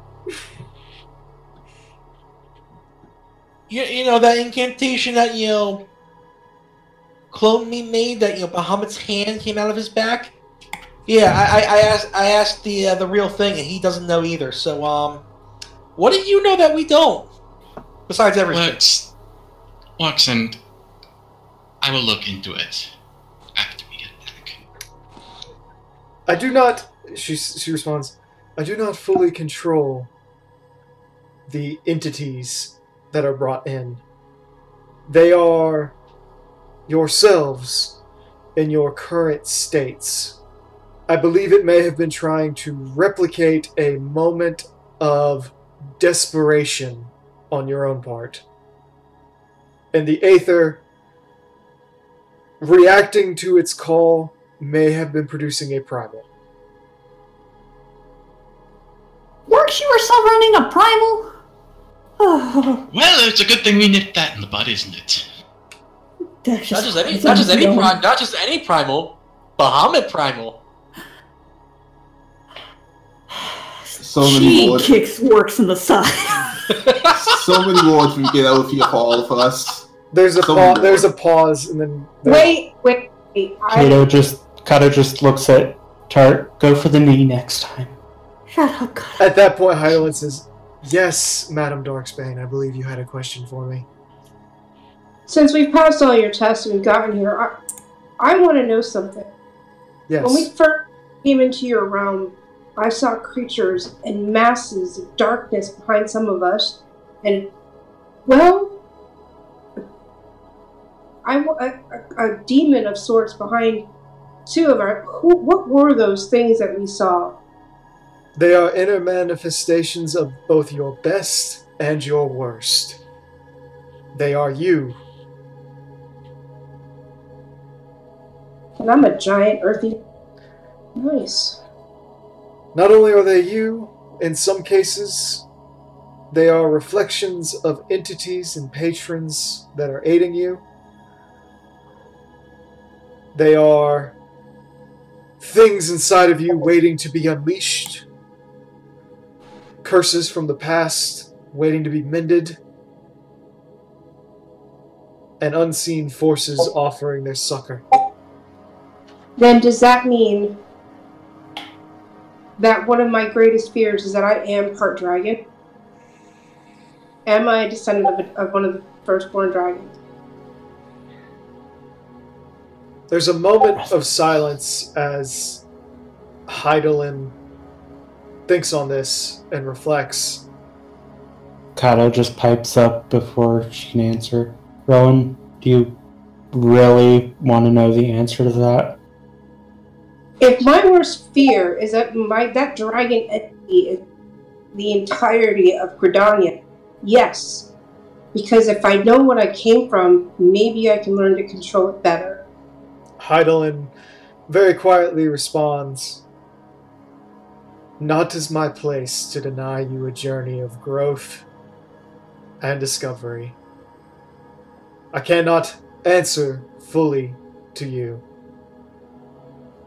I know only that a draconic being, whether it be from your blood, something calling to you from beyond the aether, or be it some manifestation of yourself, is a part of you."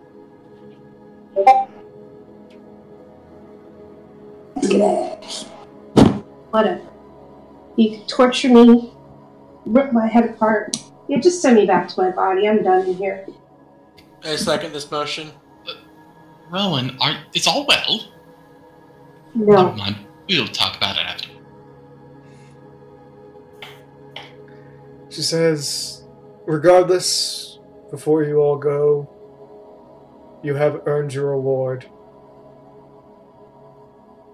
So, everyone but Kato may add 1 to your attack bonus, 1 to your will save, and 1 to your AC."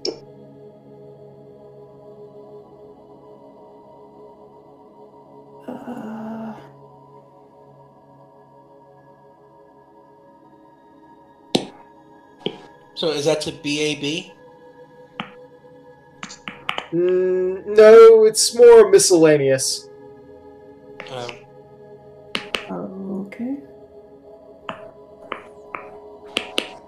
At which point, there's a snap, like finger snapping, and you all wake up back on the boat. You said to Will, right? Yes. Okay. AC, attack, and will. Okay.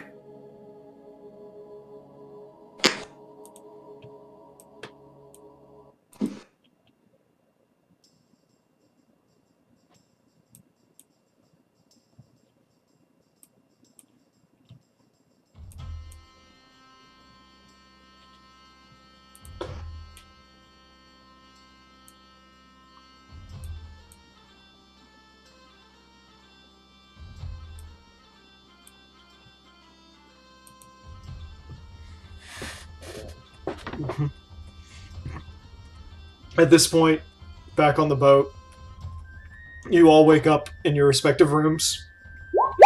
Fine. Sorry.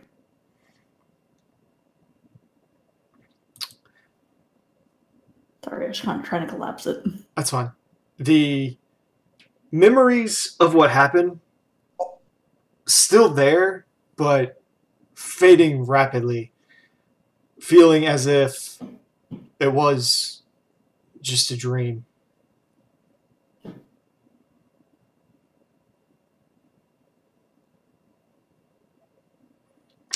However, as a result of your harrowing adventure, each of you may gain 15,000 experience. Oh. Damn!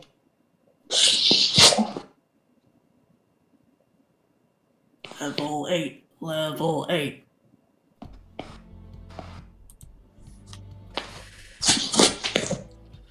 Well, considering we weren't that far off level 8 for most of us. Rowan, as you wake up from your slumber, you awaken to see that Ark has pulled up a chair beside your bed. You can reroll that, Fionn. You and Dak and Fionn are all sleeping in beds near each other. And Ark is beside your bed.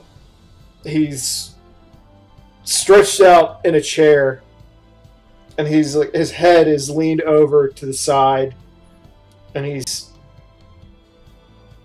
sleeping while watching over you three.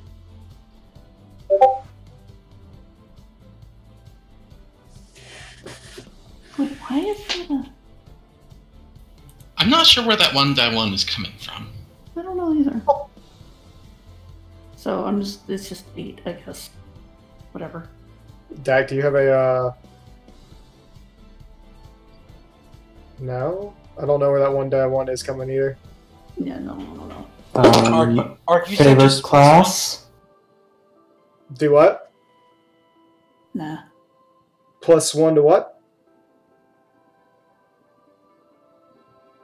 Ark, you said +1 to attack, +1 to will, and what else? AC. AC. +1 to AC? Yeah. So I rolled a 6 technically, whatever. Fine. Ends up being 8. Is that maybe from favorite class or something? Mm-mm. So we all are level 8 now. Which experience path are we on? Medium. Medium. Okay. Level 9. 4th level spells!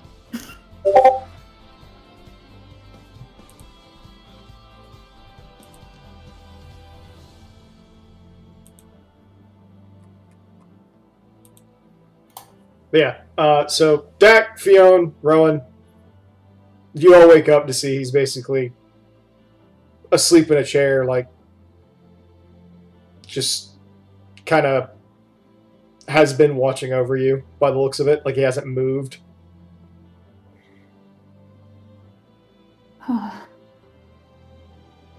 Kat kind of pushes herself up and just kind of puts her hands over her face and just takes a deep breath and lets it out.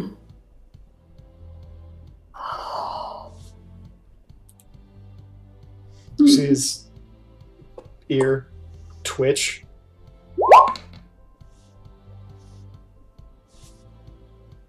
Oh wait, I forgot what I'm doing for this. Oh, I'm going to do a lot of different stuff. Sorry. I think that is for the favorite class. Well, I mean, it's not even including it. You just have Yeah. a +1. Yeah, Well, I was just taking the actual like roll itself. Yeah, that red one's not counted. I don't even know it's there. Yeah, it's fine. like I said, I think that's from like the favorite class. Hmm. Like if you have it marked as your favorite class, it automatically. Oh, okay. So it's putting it there Let me as, try. like, just in case, which makes sense.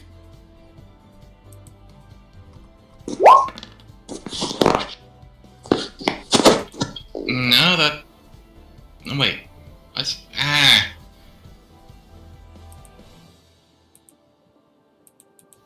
Whatever, don't care. Yeah. Shouldn't my BAB should have gone up. Yeah, you have to put that in yourself. Yeah. I thought it did a lot of. Oh, okay. No, you gotta do it in configuration. Anyways, we probably do this afterwards.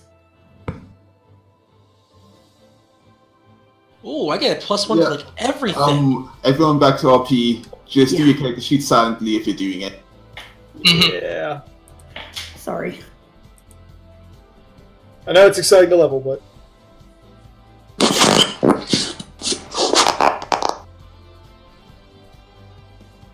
Are we back? We're back. Kim's standing beside Ark. Oh, hey, they woke. and he like twitches a little, looks up, he goes, "Oh, you all woke up.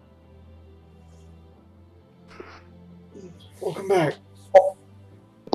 Jack kind of pulls the blanket off of her and goes up and just kind of throws herself at Ark and hugs on him.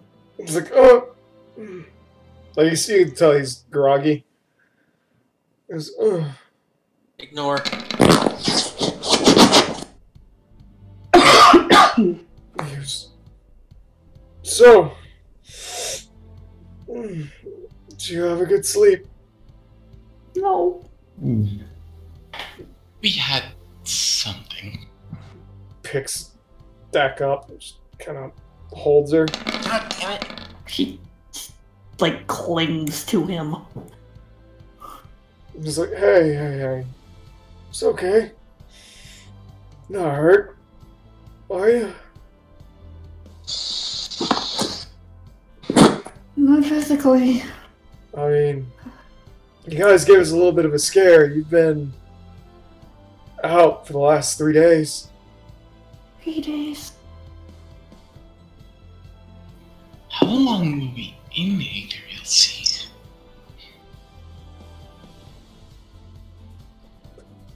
Too long? Well, I mean, not like you missed anything on the boat. It's just been clear, open waters. I haven't even run into another ship.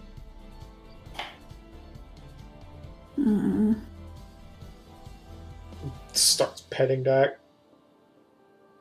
He can feel her shaking. Hey. It's alright. I'm right here. Yeah. Sorry. At that point, he just very slowly, like, picks Dak up and he kisses a little forehead gem. He says, hey. Smile. Adol's gonna be waiting for you. You get to go see a wedding. I'm back, aren't I? And aren't I the best gift in the world? Yes. Dak. And just looks at you and he says, we survived. We made it through all of that shit. There's nothing that's gonna happen to us anymore. Yeah.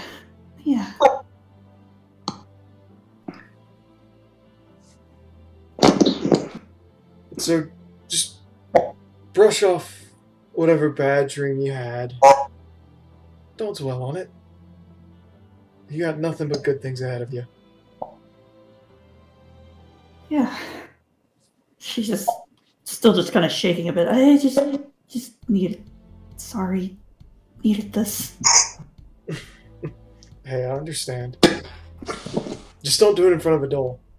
I don't know if he's a jealous type. Oh, he's gonna be getting this as soon as I see him too. Oh, don't worry.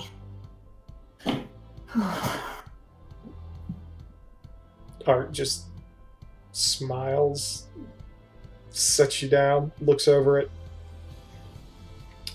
Fiona and Rowan, he says, you two look pale too. We had quite an experience altogether. It was certainly more than a dream, I can tell you that much.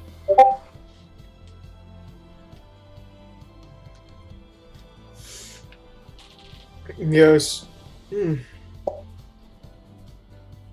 I had a weird dream myself. Don't know what it means.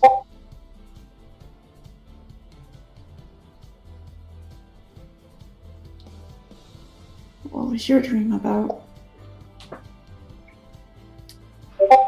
A long black sea. Storms in every direction that I could see. Ignore things sometimes. Okay. Anyway, he says, I saw a long, dark sea spread out in every direction. Peals of blue lightning streaked the sky. and I saw myself soaring over an open ocean, no end in sight. It was strange. I was covered in feathers, and lightning was emanating out of my body in all directions. Leviathan and Bismarck frolicked above and below me, and Garuda twined around me, spinning in a small circle, looking at me as if I was a lost lover. And no matter what I did or how I did it, my every movement made a storm, and it drowned the world with its fury.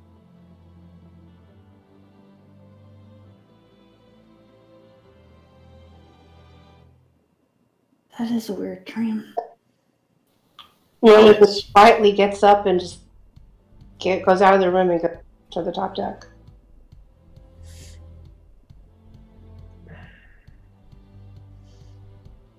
Or looks up after you, and he goes to say something, and then he pulls his hand back. He says, "I've seen that look. I think we should avoid her for the time being." Yeah.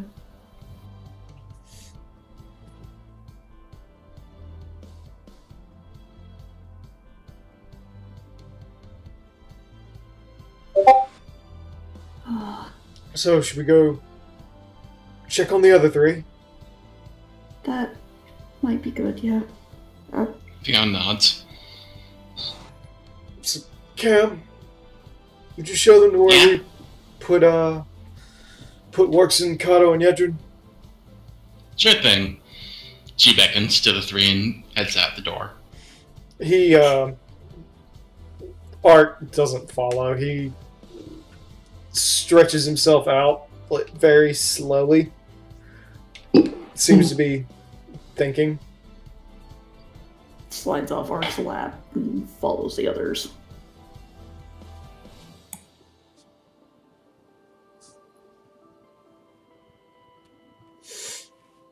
Camilla eventually leads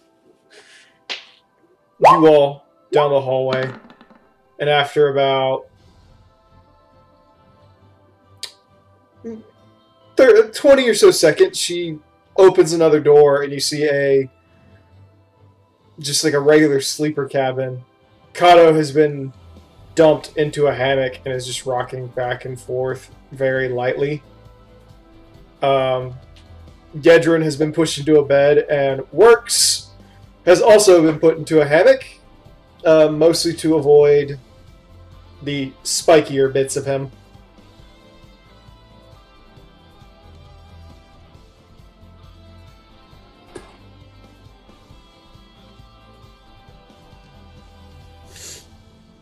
But they are all awakening as you come in.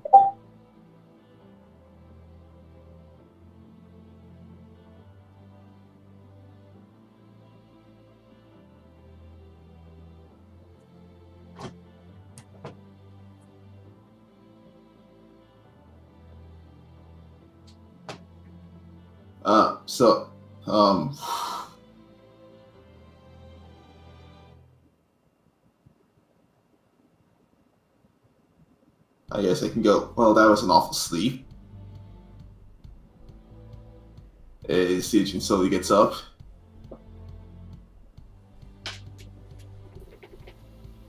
Are you well?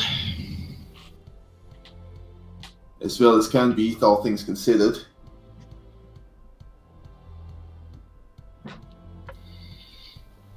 True, it was quite an experience. Okay, all of you roll a perception. Except for Ron. Okay. I should still do open. So I'm just... Yep.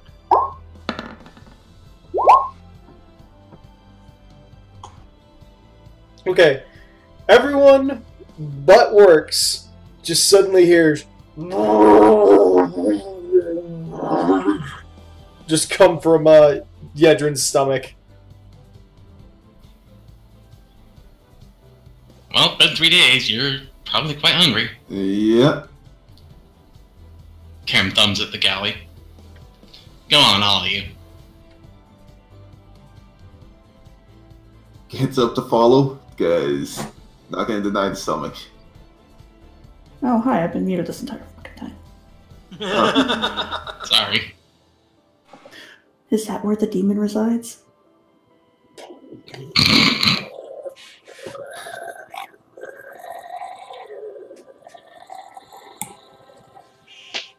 Kato is also going to eat. Guess all things considered, with the sounds they make sometimes, possibly.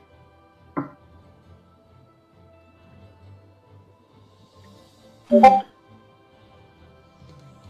stomach, the root of all demons.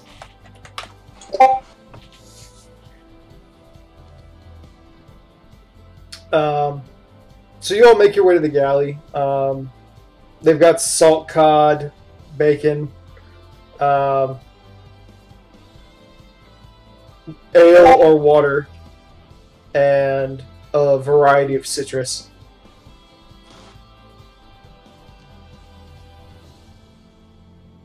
Really? I rolled D12 and I rolled 4.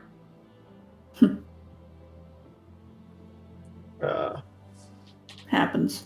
So while you all are Okay. going up to eat, Ark makes his way around the deck. He comes up. He looks at Rowan from a distance, sighs, and mutters, "Why can I never leave well enough alone?" And he walks over to her, and I'm assuming, Rowan, you're like leaning over against the side of the deck. Yep.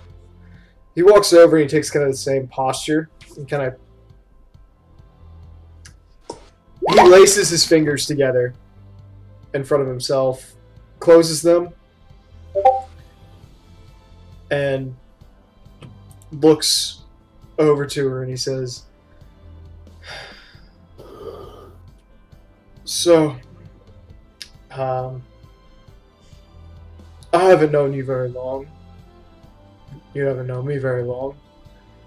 But I've known enough people to know when someone is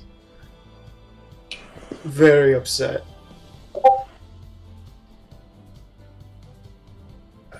And you don't have to talk about it if you don't want to. But I can't help but feeling I at least owe you a sympathetic ear."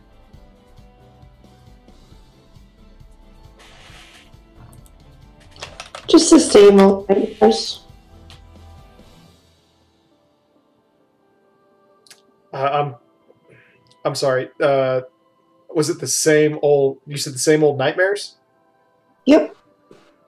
Okay. He goes,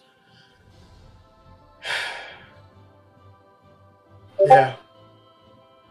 They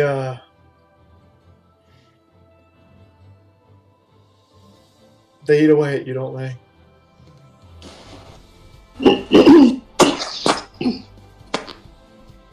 Well, I mean, you would probably be the one who would understand it most. Knowing there's a destructive force inside of you. Ark just kind of laughs and he goes, "Yeah. I guess I would.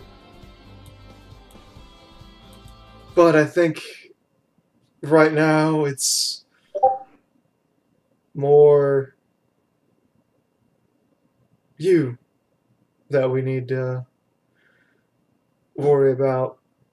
If it's the same old nightmares, do you always..."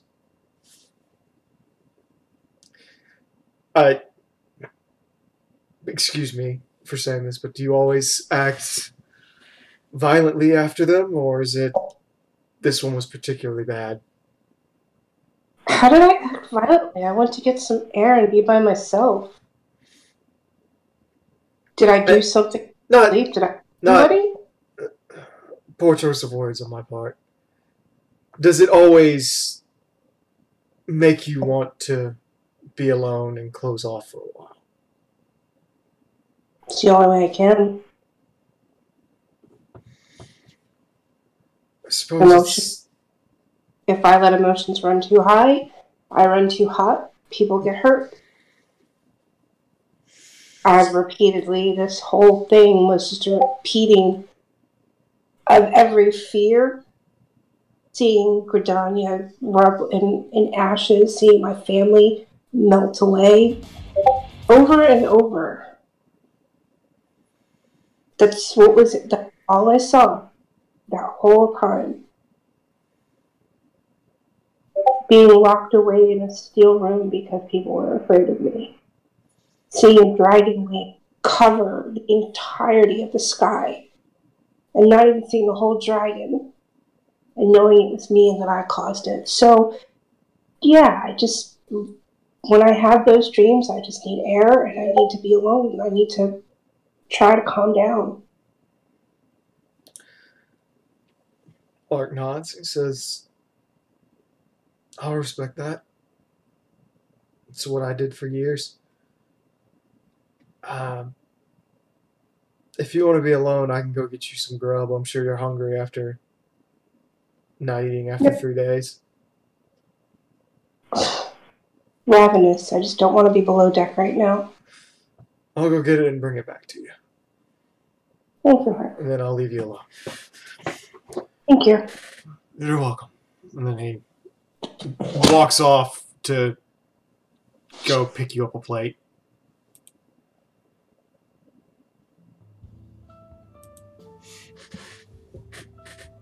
As he comes down the steps, he sees the rest of you. What are you all doing? Have you all like separated or what?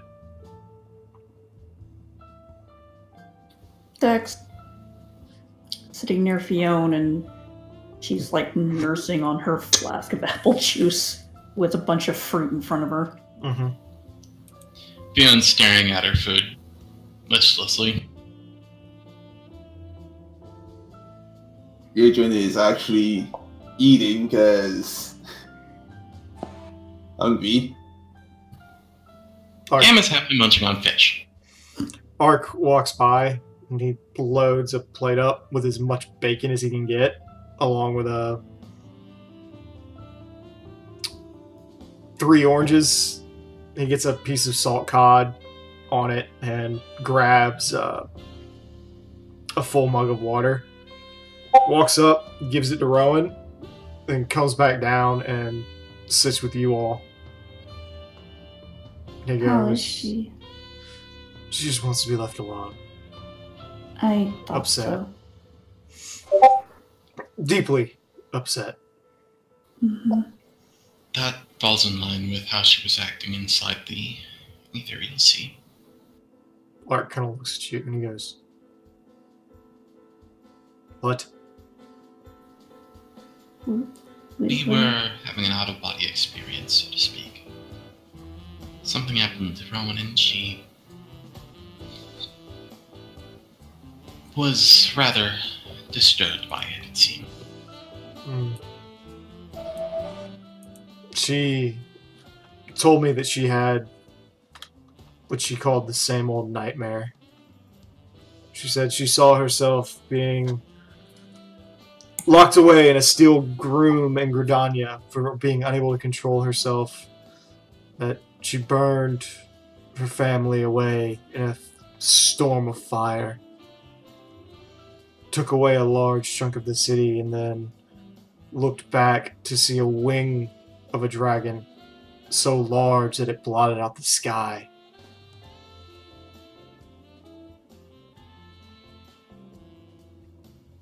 And she's worried about controlling that. No bloody wonder she's so upset. Jack just like covers her mouth. Oh.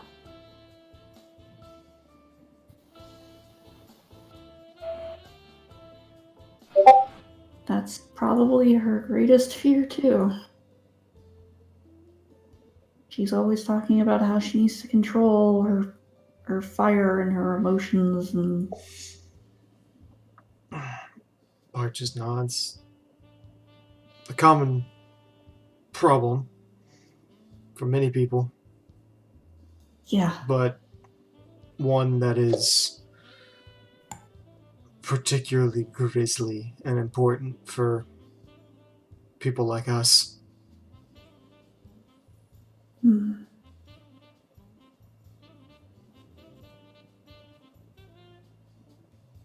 Oh.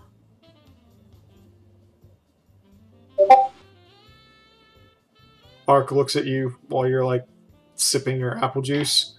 He very quietly takes the flask, pours it out into a cup, and casually pulls out another flask from his coat and pours like 7 drops of something into it and mixes it and hands it back to you.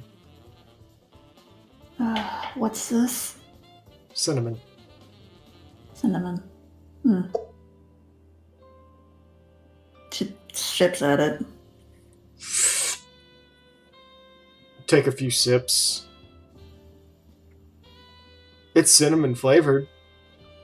There is little bits of alcohol in it by your guess. It's not very potent, but takes the edge off.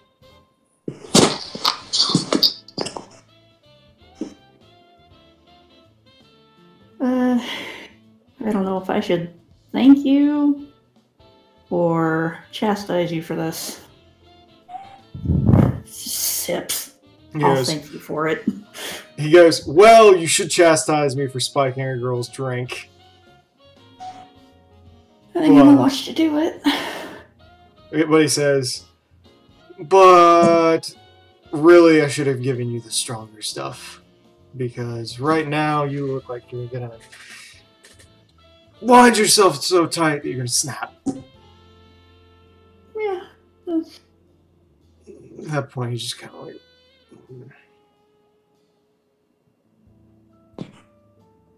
Then he looks to Works and he's like, what about you?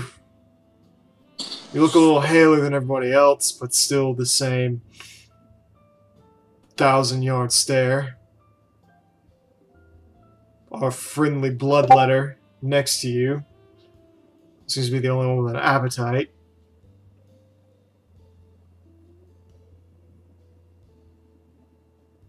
I don't think it's fully hit me yet.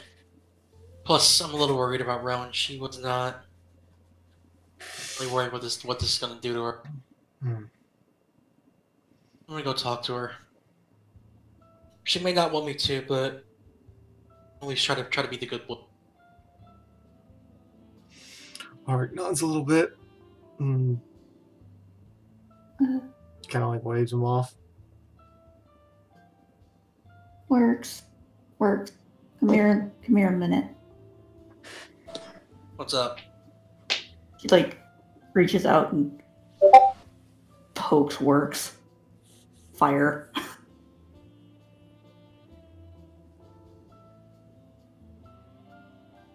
I gave you resist fire. Thanks. Hey, baby. Just in case. Hey. Hey, honey. Good girl. Is she more? Oh, can't let me kiss you. No? Okay.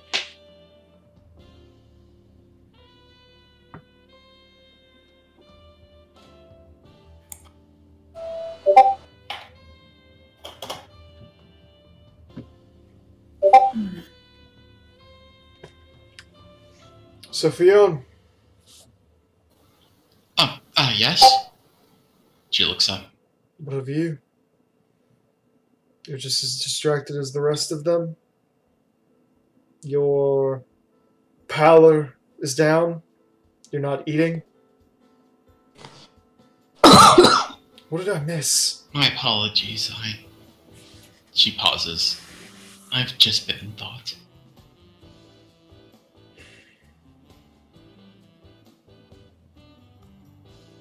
Art nods to you all. Well, I'll leave you to your own devices. And I guess I will let you all wrestle with whatever demons you have, and I'll keep wrestling with mine.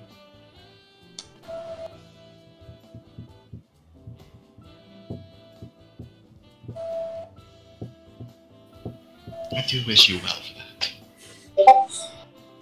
Ark just waves his hand. Allow me to say this one, Fionn. I've been dealing with my demons for over a decade. It seems like you all just found yours. Fionn shakes her head. No. Not quite that long, but still longer than this. I've just been reminded of them is all. He nods and he gives Dak a hug. Then he walks over and motions for you to stand up. Decade, jeez. How Fionn old is stands that? in. Well, Ark said he's been dealing with his for over a decade. I'm being silly, God. Alright. Fionn takes the initiative and gives Ark the hug. Yeah, he just hugs her. There's a little, like, faint static that pops and kind of lifts your hair a little bit. But he's just like, hey. And he whispers to you and he says, as much as I know is it's probably obvious and you don't want to already, but don't dwell on it. Of course. Thank you. Yeah, he says, it already drove me insane once. Don't let that happen to you. She nods gently. Pats her head. Reaches up, like, pats her head. He's like, Fionn cracks a smile at that.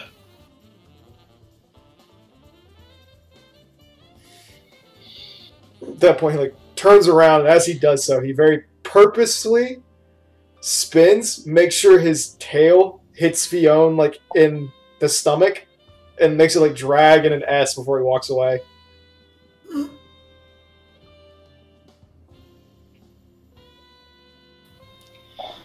Your brother's quite the natural charmer. What am I saying, you all? He may as well be mine too. Yeah. That is.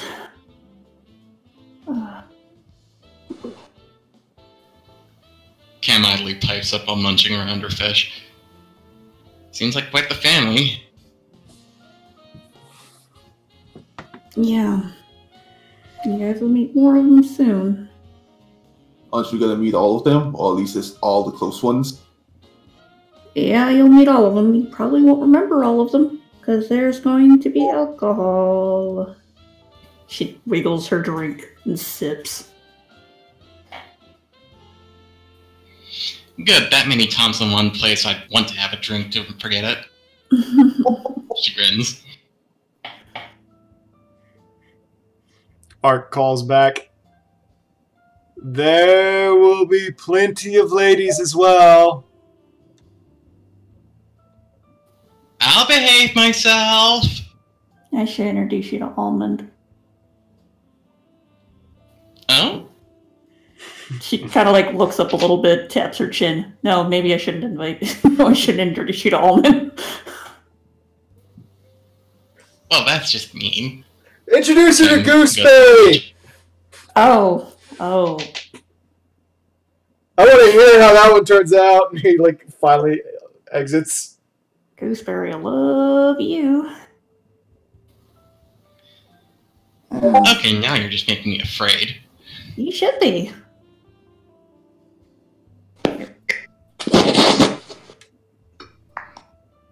I love them all.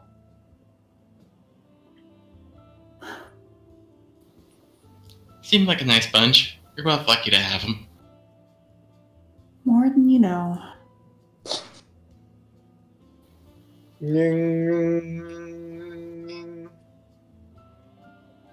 Camilla's ear. Hang on. She puts her finger to her ear. Yes? She's like, there's a very tired voice on the other end of the line. Camilla. Oh, easier. How are you? Hungover.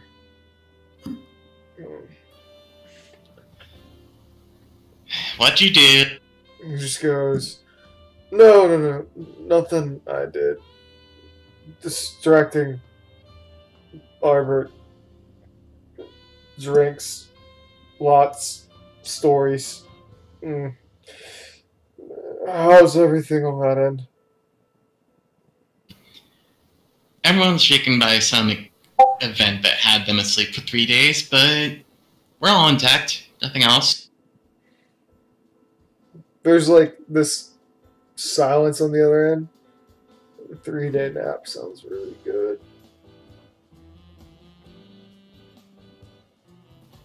Well, feel free to take one. I'm not your boss. He's like, no, you're not. I'm your boss.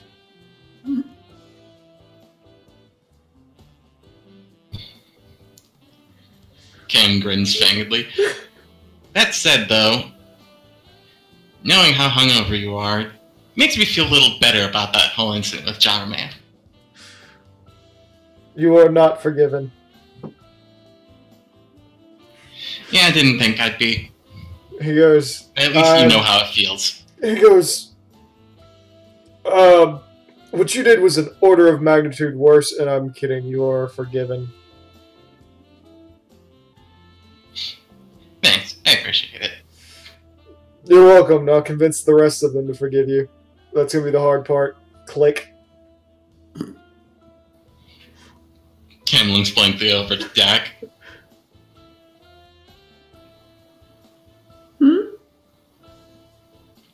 Nothing. She waves her hand. She stares at Camilla, just kind of like, what are you doing? Eating? No, she's just looking at you like that. She's not saying anything, just kind of like... Oh, sorry.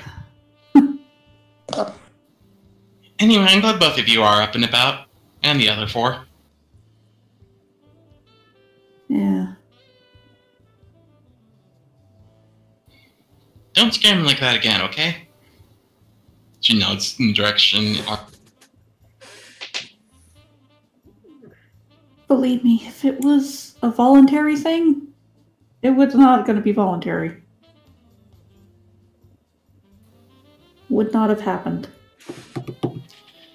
Fair enough. But have fun with that then. She saunters off.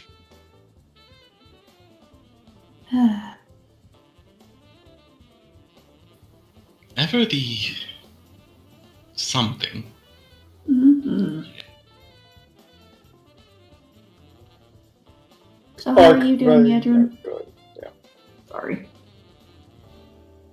Doing okay, besides feeling like I was starving.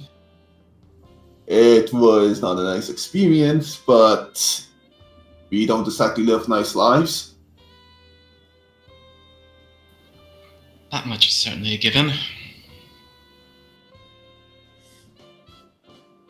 Well, And the past of the past, it happened, so gotta move forward. Meanwhile, Ark has grabbed Camilla and kind of like pulled her against the entrance to the deck as he's like watching and listening in on how Works is talking to Rowan. Well, how do you do? Ken nods and puts a finger to her lips. In response. At that point, he puts a hand over his mouth and goes, I kind of want to watch this. Just because it's either going to be the sweetest, most adorable thing ever, or it's going to be a train wreck, and both are entertaining. As he casts message.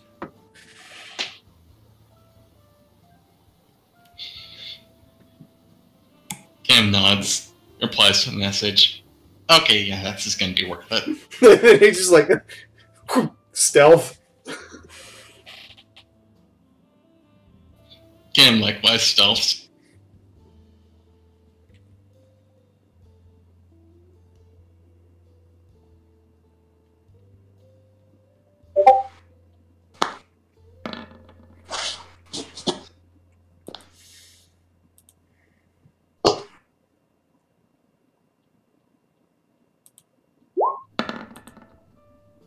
too busy with other things to roleplay right now.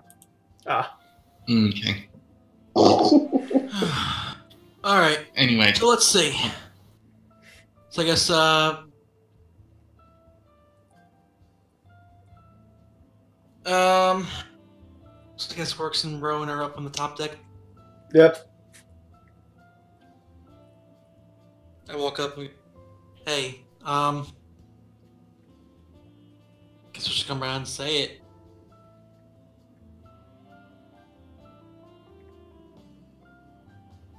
Rowan Don't looked even over know at how to work. say it. Whatever happened down there, you don't have to talk about it now. You don't even have to talk about it later. I'm sure whatever it was, I mean, I can guess, but say it. I'm here to talk to.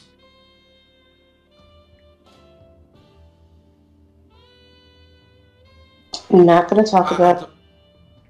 I'm not gonna ask you to. I'm here. I don't want you to be.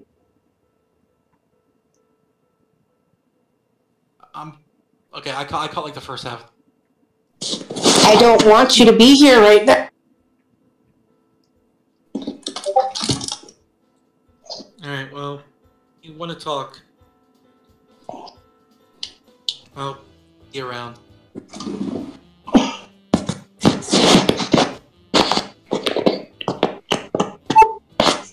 And Rowan just nods and goes back, staring off into space. Well, or rather, over into the sea.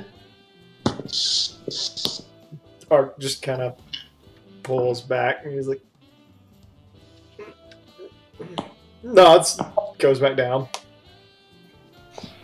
That's a bit disappointing. She follows. I go back downstairs where everyone else was. I'm just like, I don't know what to say to her.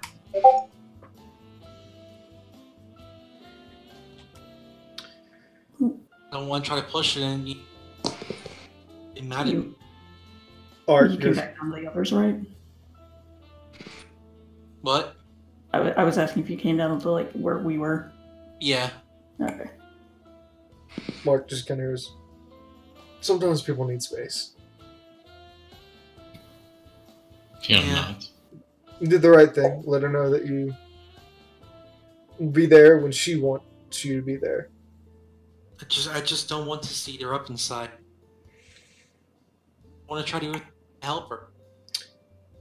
Art just kind of thinks for a moment. He goes, hey, Works, Hmm. let me ask you something. Okay. And he looks at Dak and he goes,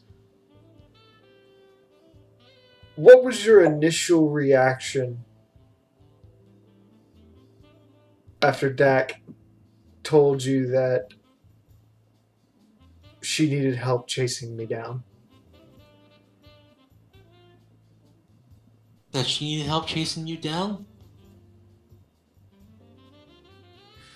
Well, I think my first reaction was, yeah, I'll help. Also mixed with a little bit of, you know, sense of adventure and travel. But it was a lot to, you know, help her, since, you know, she helped us, and, you know, granted we hadn't known each other for that long, but just, let's just say, ever since I was young, I wanted the hero. Art kind of nods and he goes, well, you're far more altruistic than me. What I was looking for. And he kind of walks over and he goes, Dak, I love you very, very much. He says that she might be a little clingy. Well, I mean, you know, Dak, as much as we love you, yeah. And he says, I love you very much, little sister. Don't you ever don't ever don't ever doubt that. So I mean, whether it was because she loved you beyond family or because you're family. Doesn't matter. Your family's her, so I mean, it didn't matter if it was you, if it was a doll, if it was, any of Look, those I was 600,000 really members. worried. You turned into the snake thing and flew off. I didn't know if you were okay or not. I was going to make a point with this. It's an analogy. Don't worry, I don't blame you. Okay. What I was going to say is in a lot of relationships and a lot of things that happen with people, especially people that are worried they might lash out and hurt somebody, you ask, after you've established that you care, and they ask to be left alone, you leave them alone. They will come to you. Otherwise, if you keep pushing, you might turn to a giant lightning noodle fly halfway. I'm trying to save your relationship here. I know. If you push too hard or try to breach in when they want privacy, you can end up ruining the entire relationship and breaching whatever trust you've already built. So just be careful with that. Dak, you didn't do anything wrong. It was an extreme situation that required extreme measures. Yeah, I'm sure she just needs...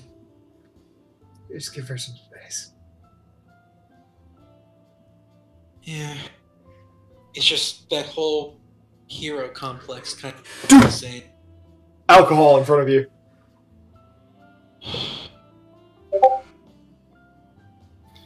Oh no, he's gonna become like easier, isn't he?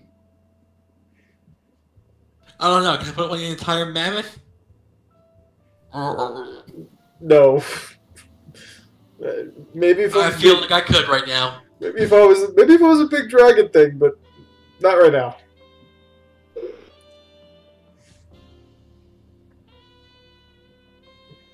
It just goes. Just take it easy, Works. Don't push. And if you push too hard. I'll push her what? No, I was gonna say make sure you have some ointment on hand.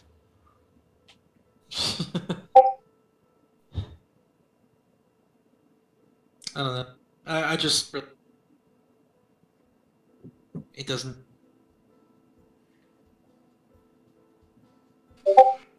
But I'll do what I can. The time comes. Ow. But when the time comes, she does ask for my help. I'll do whatever I can for her. By this point, now upstairs, most of the crew has given Rowan a bit of a wide berth. However, Santiago has come over and he's got like this. He just has a mug of ale in hand. And he walks over. He's not trying to be flirty or anything. He just sees her staring off, slightly upset. Not slightly upset, majorly upset. And he goes, Miss Darksbane. Yes, sir. Well, with your countenance the way it was, I wasn't expecting a reply. It's quite the sweet surprise, if I do say so for myself. You're the captain, so why would I ignore you? Oh, plenty a lady will ignore a captain when she sees fit. After all, you are mistress of luck on this voyage, as is every fair lass that happens to be with us. I'm as far from lucky as I'll say. Did you need something? Not particular, just wondering why the blue of the sea is making you have such dark clouds hang over your head. And if maybe we can do something productive with it. I was actually using the sea to help calm myself, but what do you mean by productive? Well, you make fire, do you not? Rowan just turns and looks at him like, seriously? How long? Yeah? Our fire crystals appear to be not working down in the cookery. We need someone who would be able to stoke the flames for a while. From the control that I've seen you had, it'd be a perfect job for you. Though I can always go ask Dequal or Fionn if you prefer.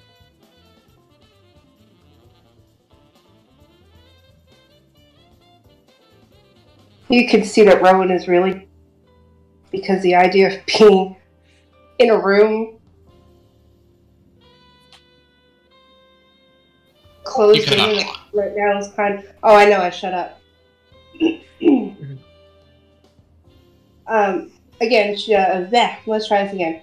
So Rowan is looking at him and is seriously debating because she really does not like the idea of closed in a room right now. He also goes, well, the other reason we were doing it is because you all woke up planning on having a feast, and, well, we got 3 suckling pigs that need roasting. And if you're trying to buck me with pork...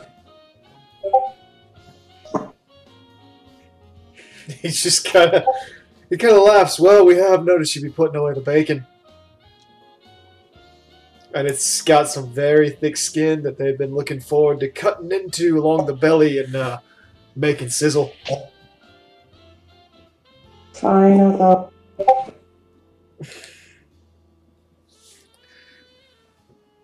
He just kind of shrugs a little bit. He says,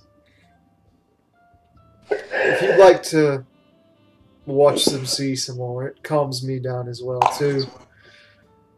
I'd say the most calming time is about 3 hours from now as the sun begins to dip and we get closer to the shoreline.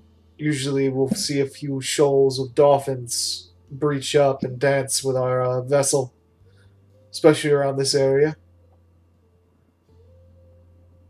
Nothing more soothing than seeing nature in its natural habitat coexisting with us and being happy while doing it. Well, then that'll be the time I want to be up here. And don't worry none if you don't want to mess around with the fire for now. If you needed a nap, just want to focus on anything, feel free. Yeah, I'll go help with the fire for a little while. Much obliged. At that point, he yells off and he goes, Culver! You got a new hand in the kitchen. Give her an apron, would you? I'm just stoking the flames, right? I'm not actually cooking anything, right? I don't want to kill anybody. He starts laughing. No, you're just stoking the flames. But it's a tradition that anybody working back in the kitchens wear an apron. Because it means the entire crew has to respect you for the rest of the day. Between you and me, I think the entire crew would be scared enough not to respect me, considering your boat is made mostly of wood.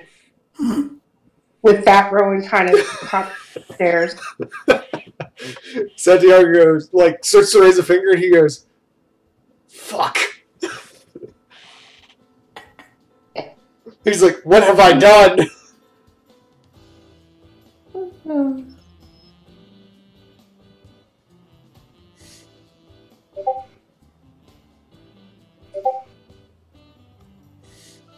Okay, so Rowan goes to the kitchens.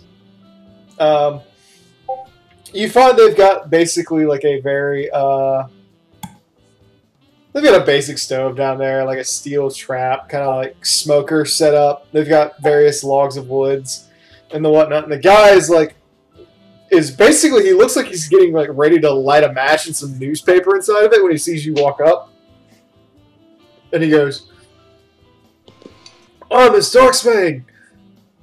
Santiago was calling for you," and he like hands you over this clean red apron with like with a black logo on it.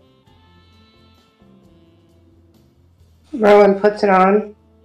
Puts your plate down. Shows your plate that still has a little bit of food. Yeah.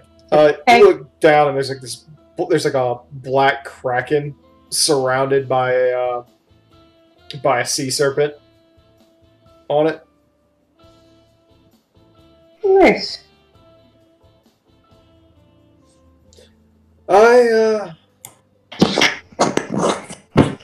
Santiago hopes for the day where we can put an X through it.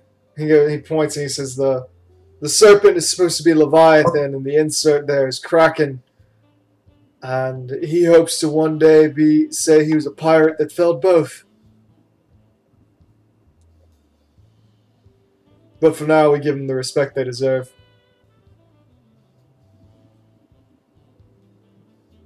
No, it's always good to respect the primals until they can rot down. Mm-hmm. Anyway, you wanted to stoke the fires? I heard you needed help with it. At that point, he hands you a fan. He says, if you start it and just make sure to keep some proper air on it and keep it under control, I'd be very appreciative. Rowan's hand sets ablaze as she puts it in to start the fire. He watches obviously fascinated. The fire starts and it crackles and starts to hit as the wood catches, and you see it start to smolder and smoke, and then it's just up and contained inside of this clay oven in the back of the ship.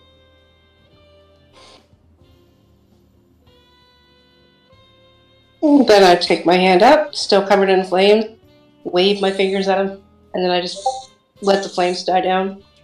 He just kind of goes, no, I've always wanted to do things like that. Sadly, got no aptitude for the magical arts. Not enough aether. Yeah, but it could be a blessing in disguise. I mean, what do instead? Yeah, my dad was a cook. My grandsire was a cook. His grandsire was a cook. So on and so forth. Yes, but food feeds the soul. And it's a hell of a lot safer. He goes, yeah, I do have some chicken soup.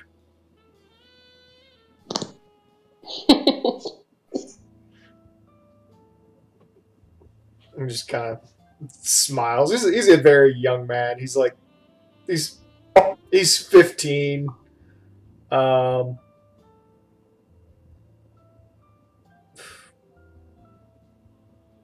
He's 15. His hair is hot pink.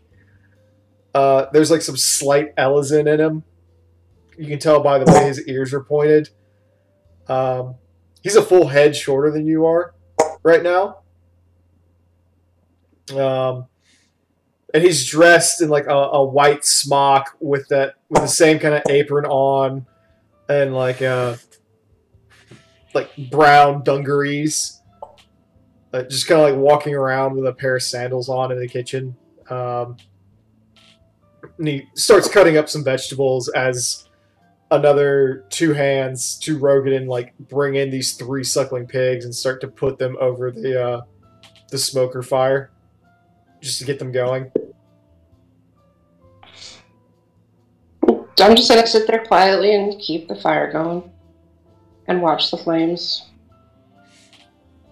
As you're watching the flames and you're doing this, I would like you to roll a perception.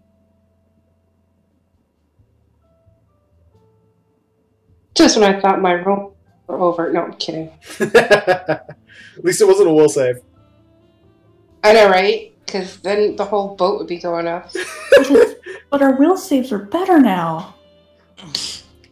As you're doing this, you start to realize why he asked you to do it, because you realize they could have started the fire without you. They could have controlled it without you. Santiago was trying to demonstrate that you already knew how to keep a fire down and under control. And it's basically just an exercise of watching, maintaining, and making sure it's helpful instead of harmful. It's also... I said I already knew that. I'm not dumb. I kind of figured, but you know.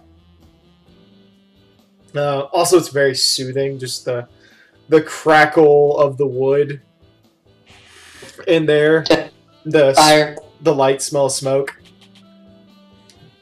Dancing of the flames. It's a little hard to see the flames, but yeah. Fire.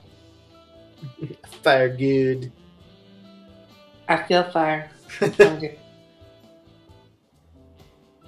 I set fire to the rain. I mean, it's pretty easy to control and maintain a cooking fire. Yep.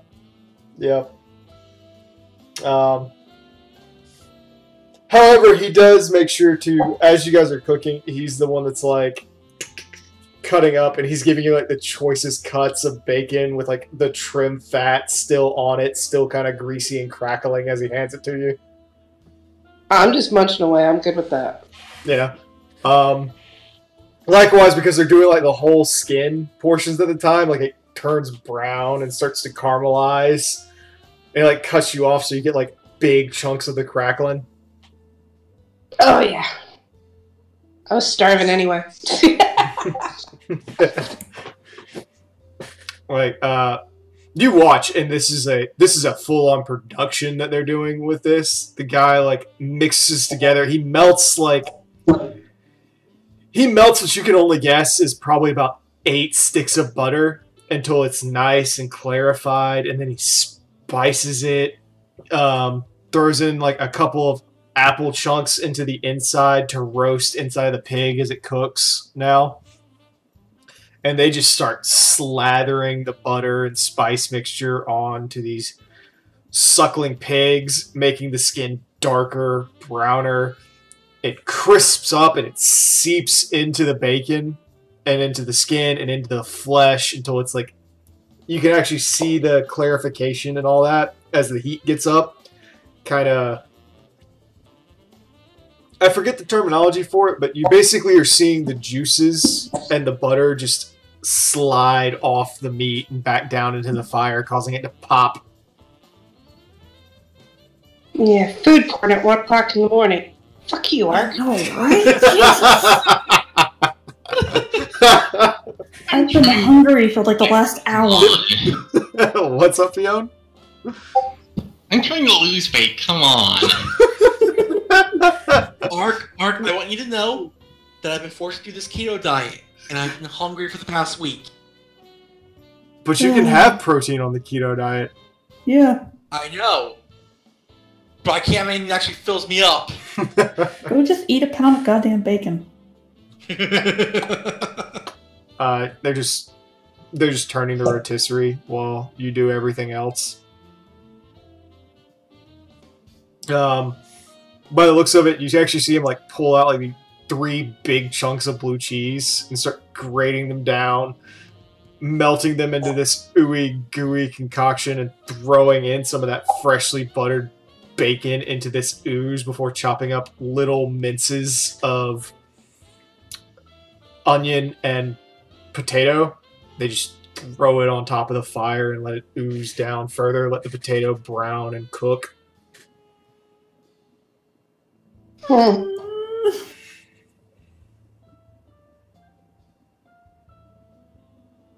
Sorry, No. Salad. Son of a bitch. What did you say?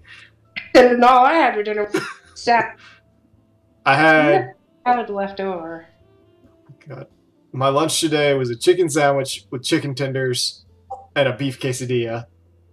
And then I went to somebody else's house and they brought in like Chipotle, like catered Chipotle, and I was like, yeah, geez. whatever. Yeah, I'm not really gonna get into like. I'm actually gonna cook the blue cheese dish next weekend. Nice. Yeah. Yeah. They go through. They go. Jelly sandwich for lunch. Yeah, they go through all this trouble to like. They start pulling out a salad. They make like a parsnip salad, cut up some tomatoes over it. For one section and they throw in like a more Mediterranean salad with the citrus.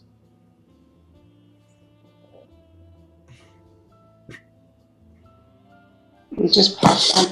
I just keep popping in my mouth pieces of bacon and pork. Mm-hmm.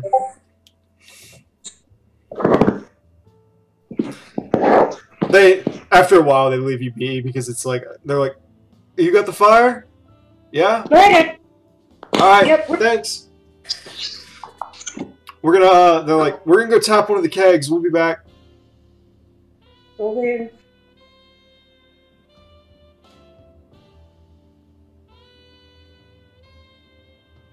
By this point, like Arcus found like a nice, dark, shady corner that's cool, and he just kind of like curls up. It's like,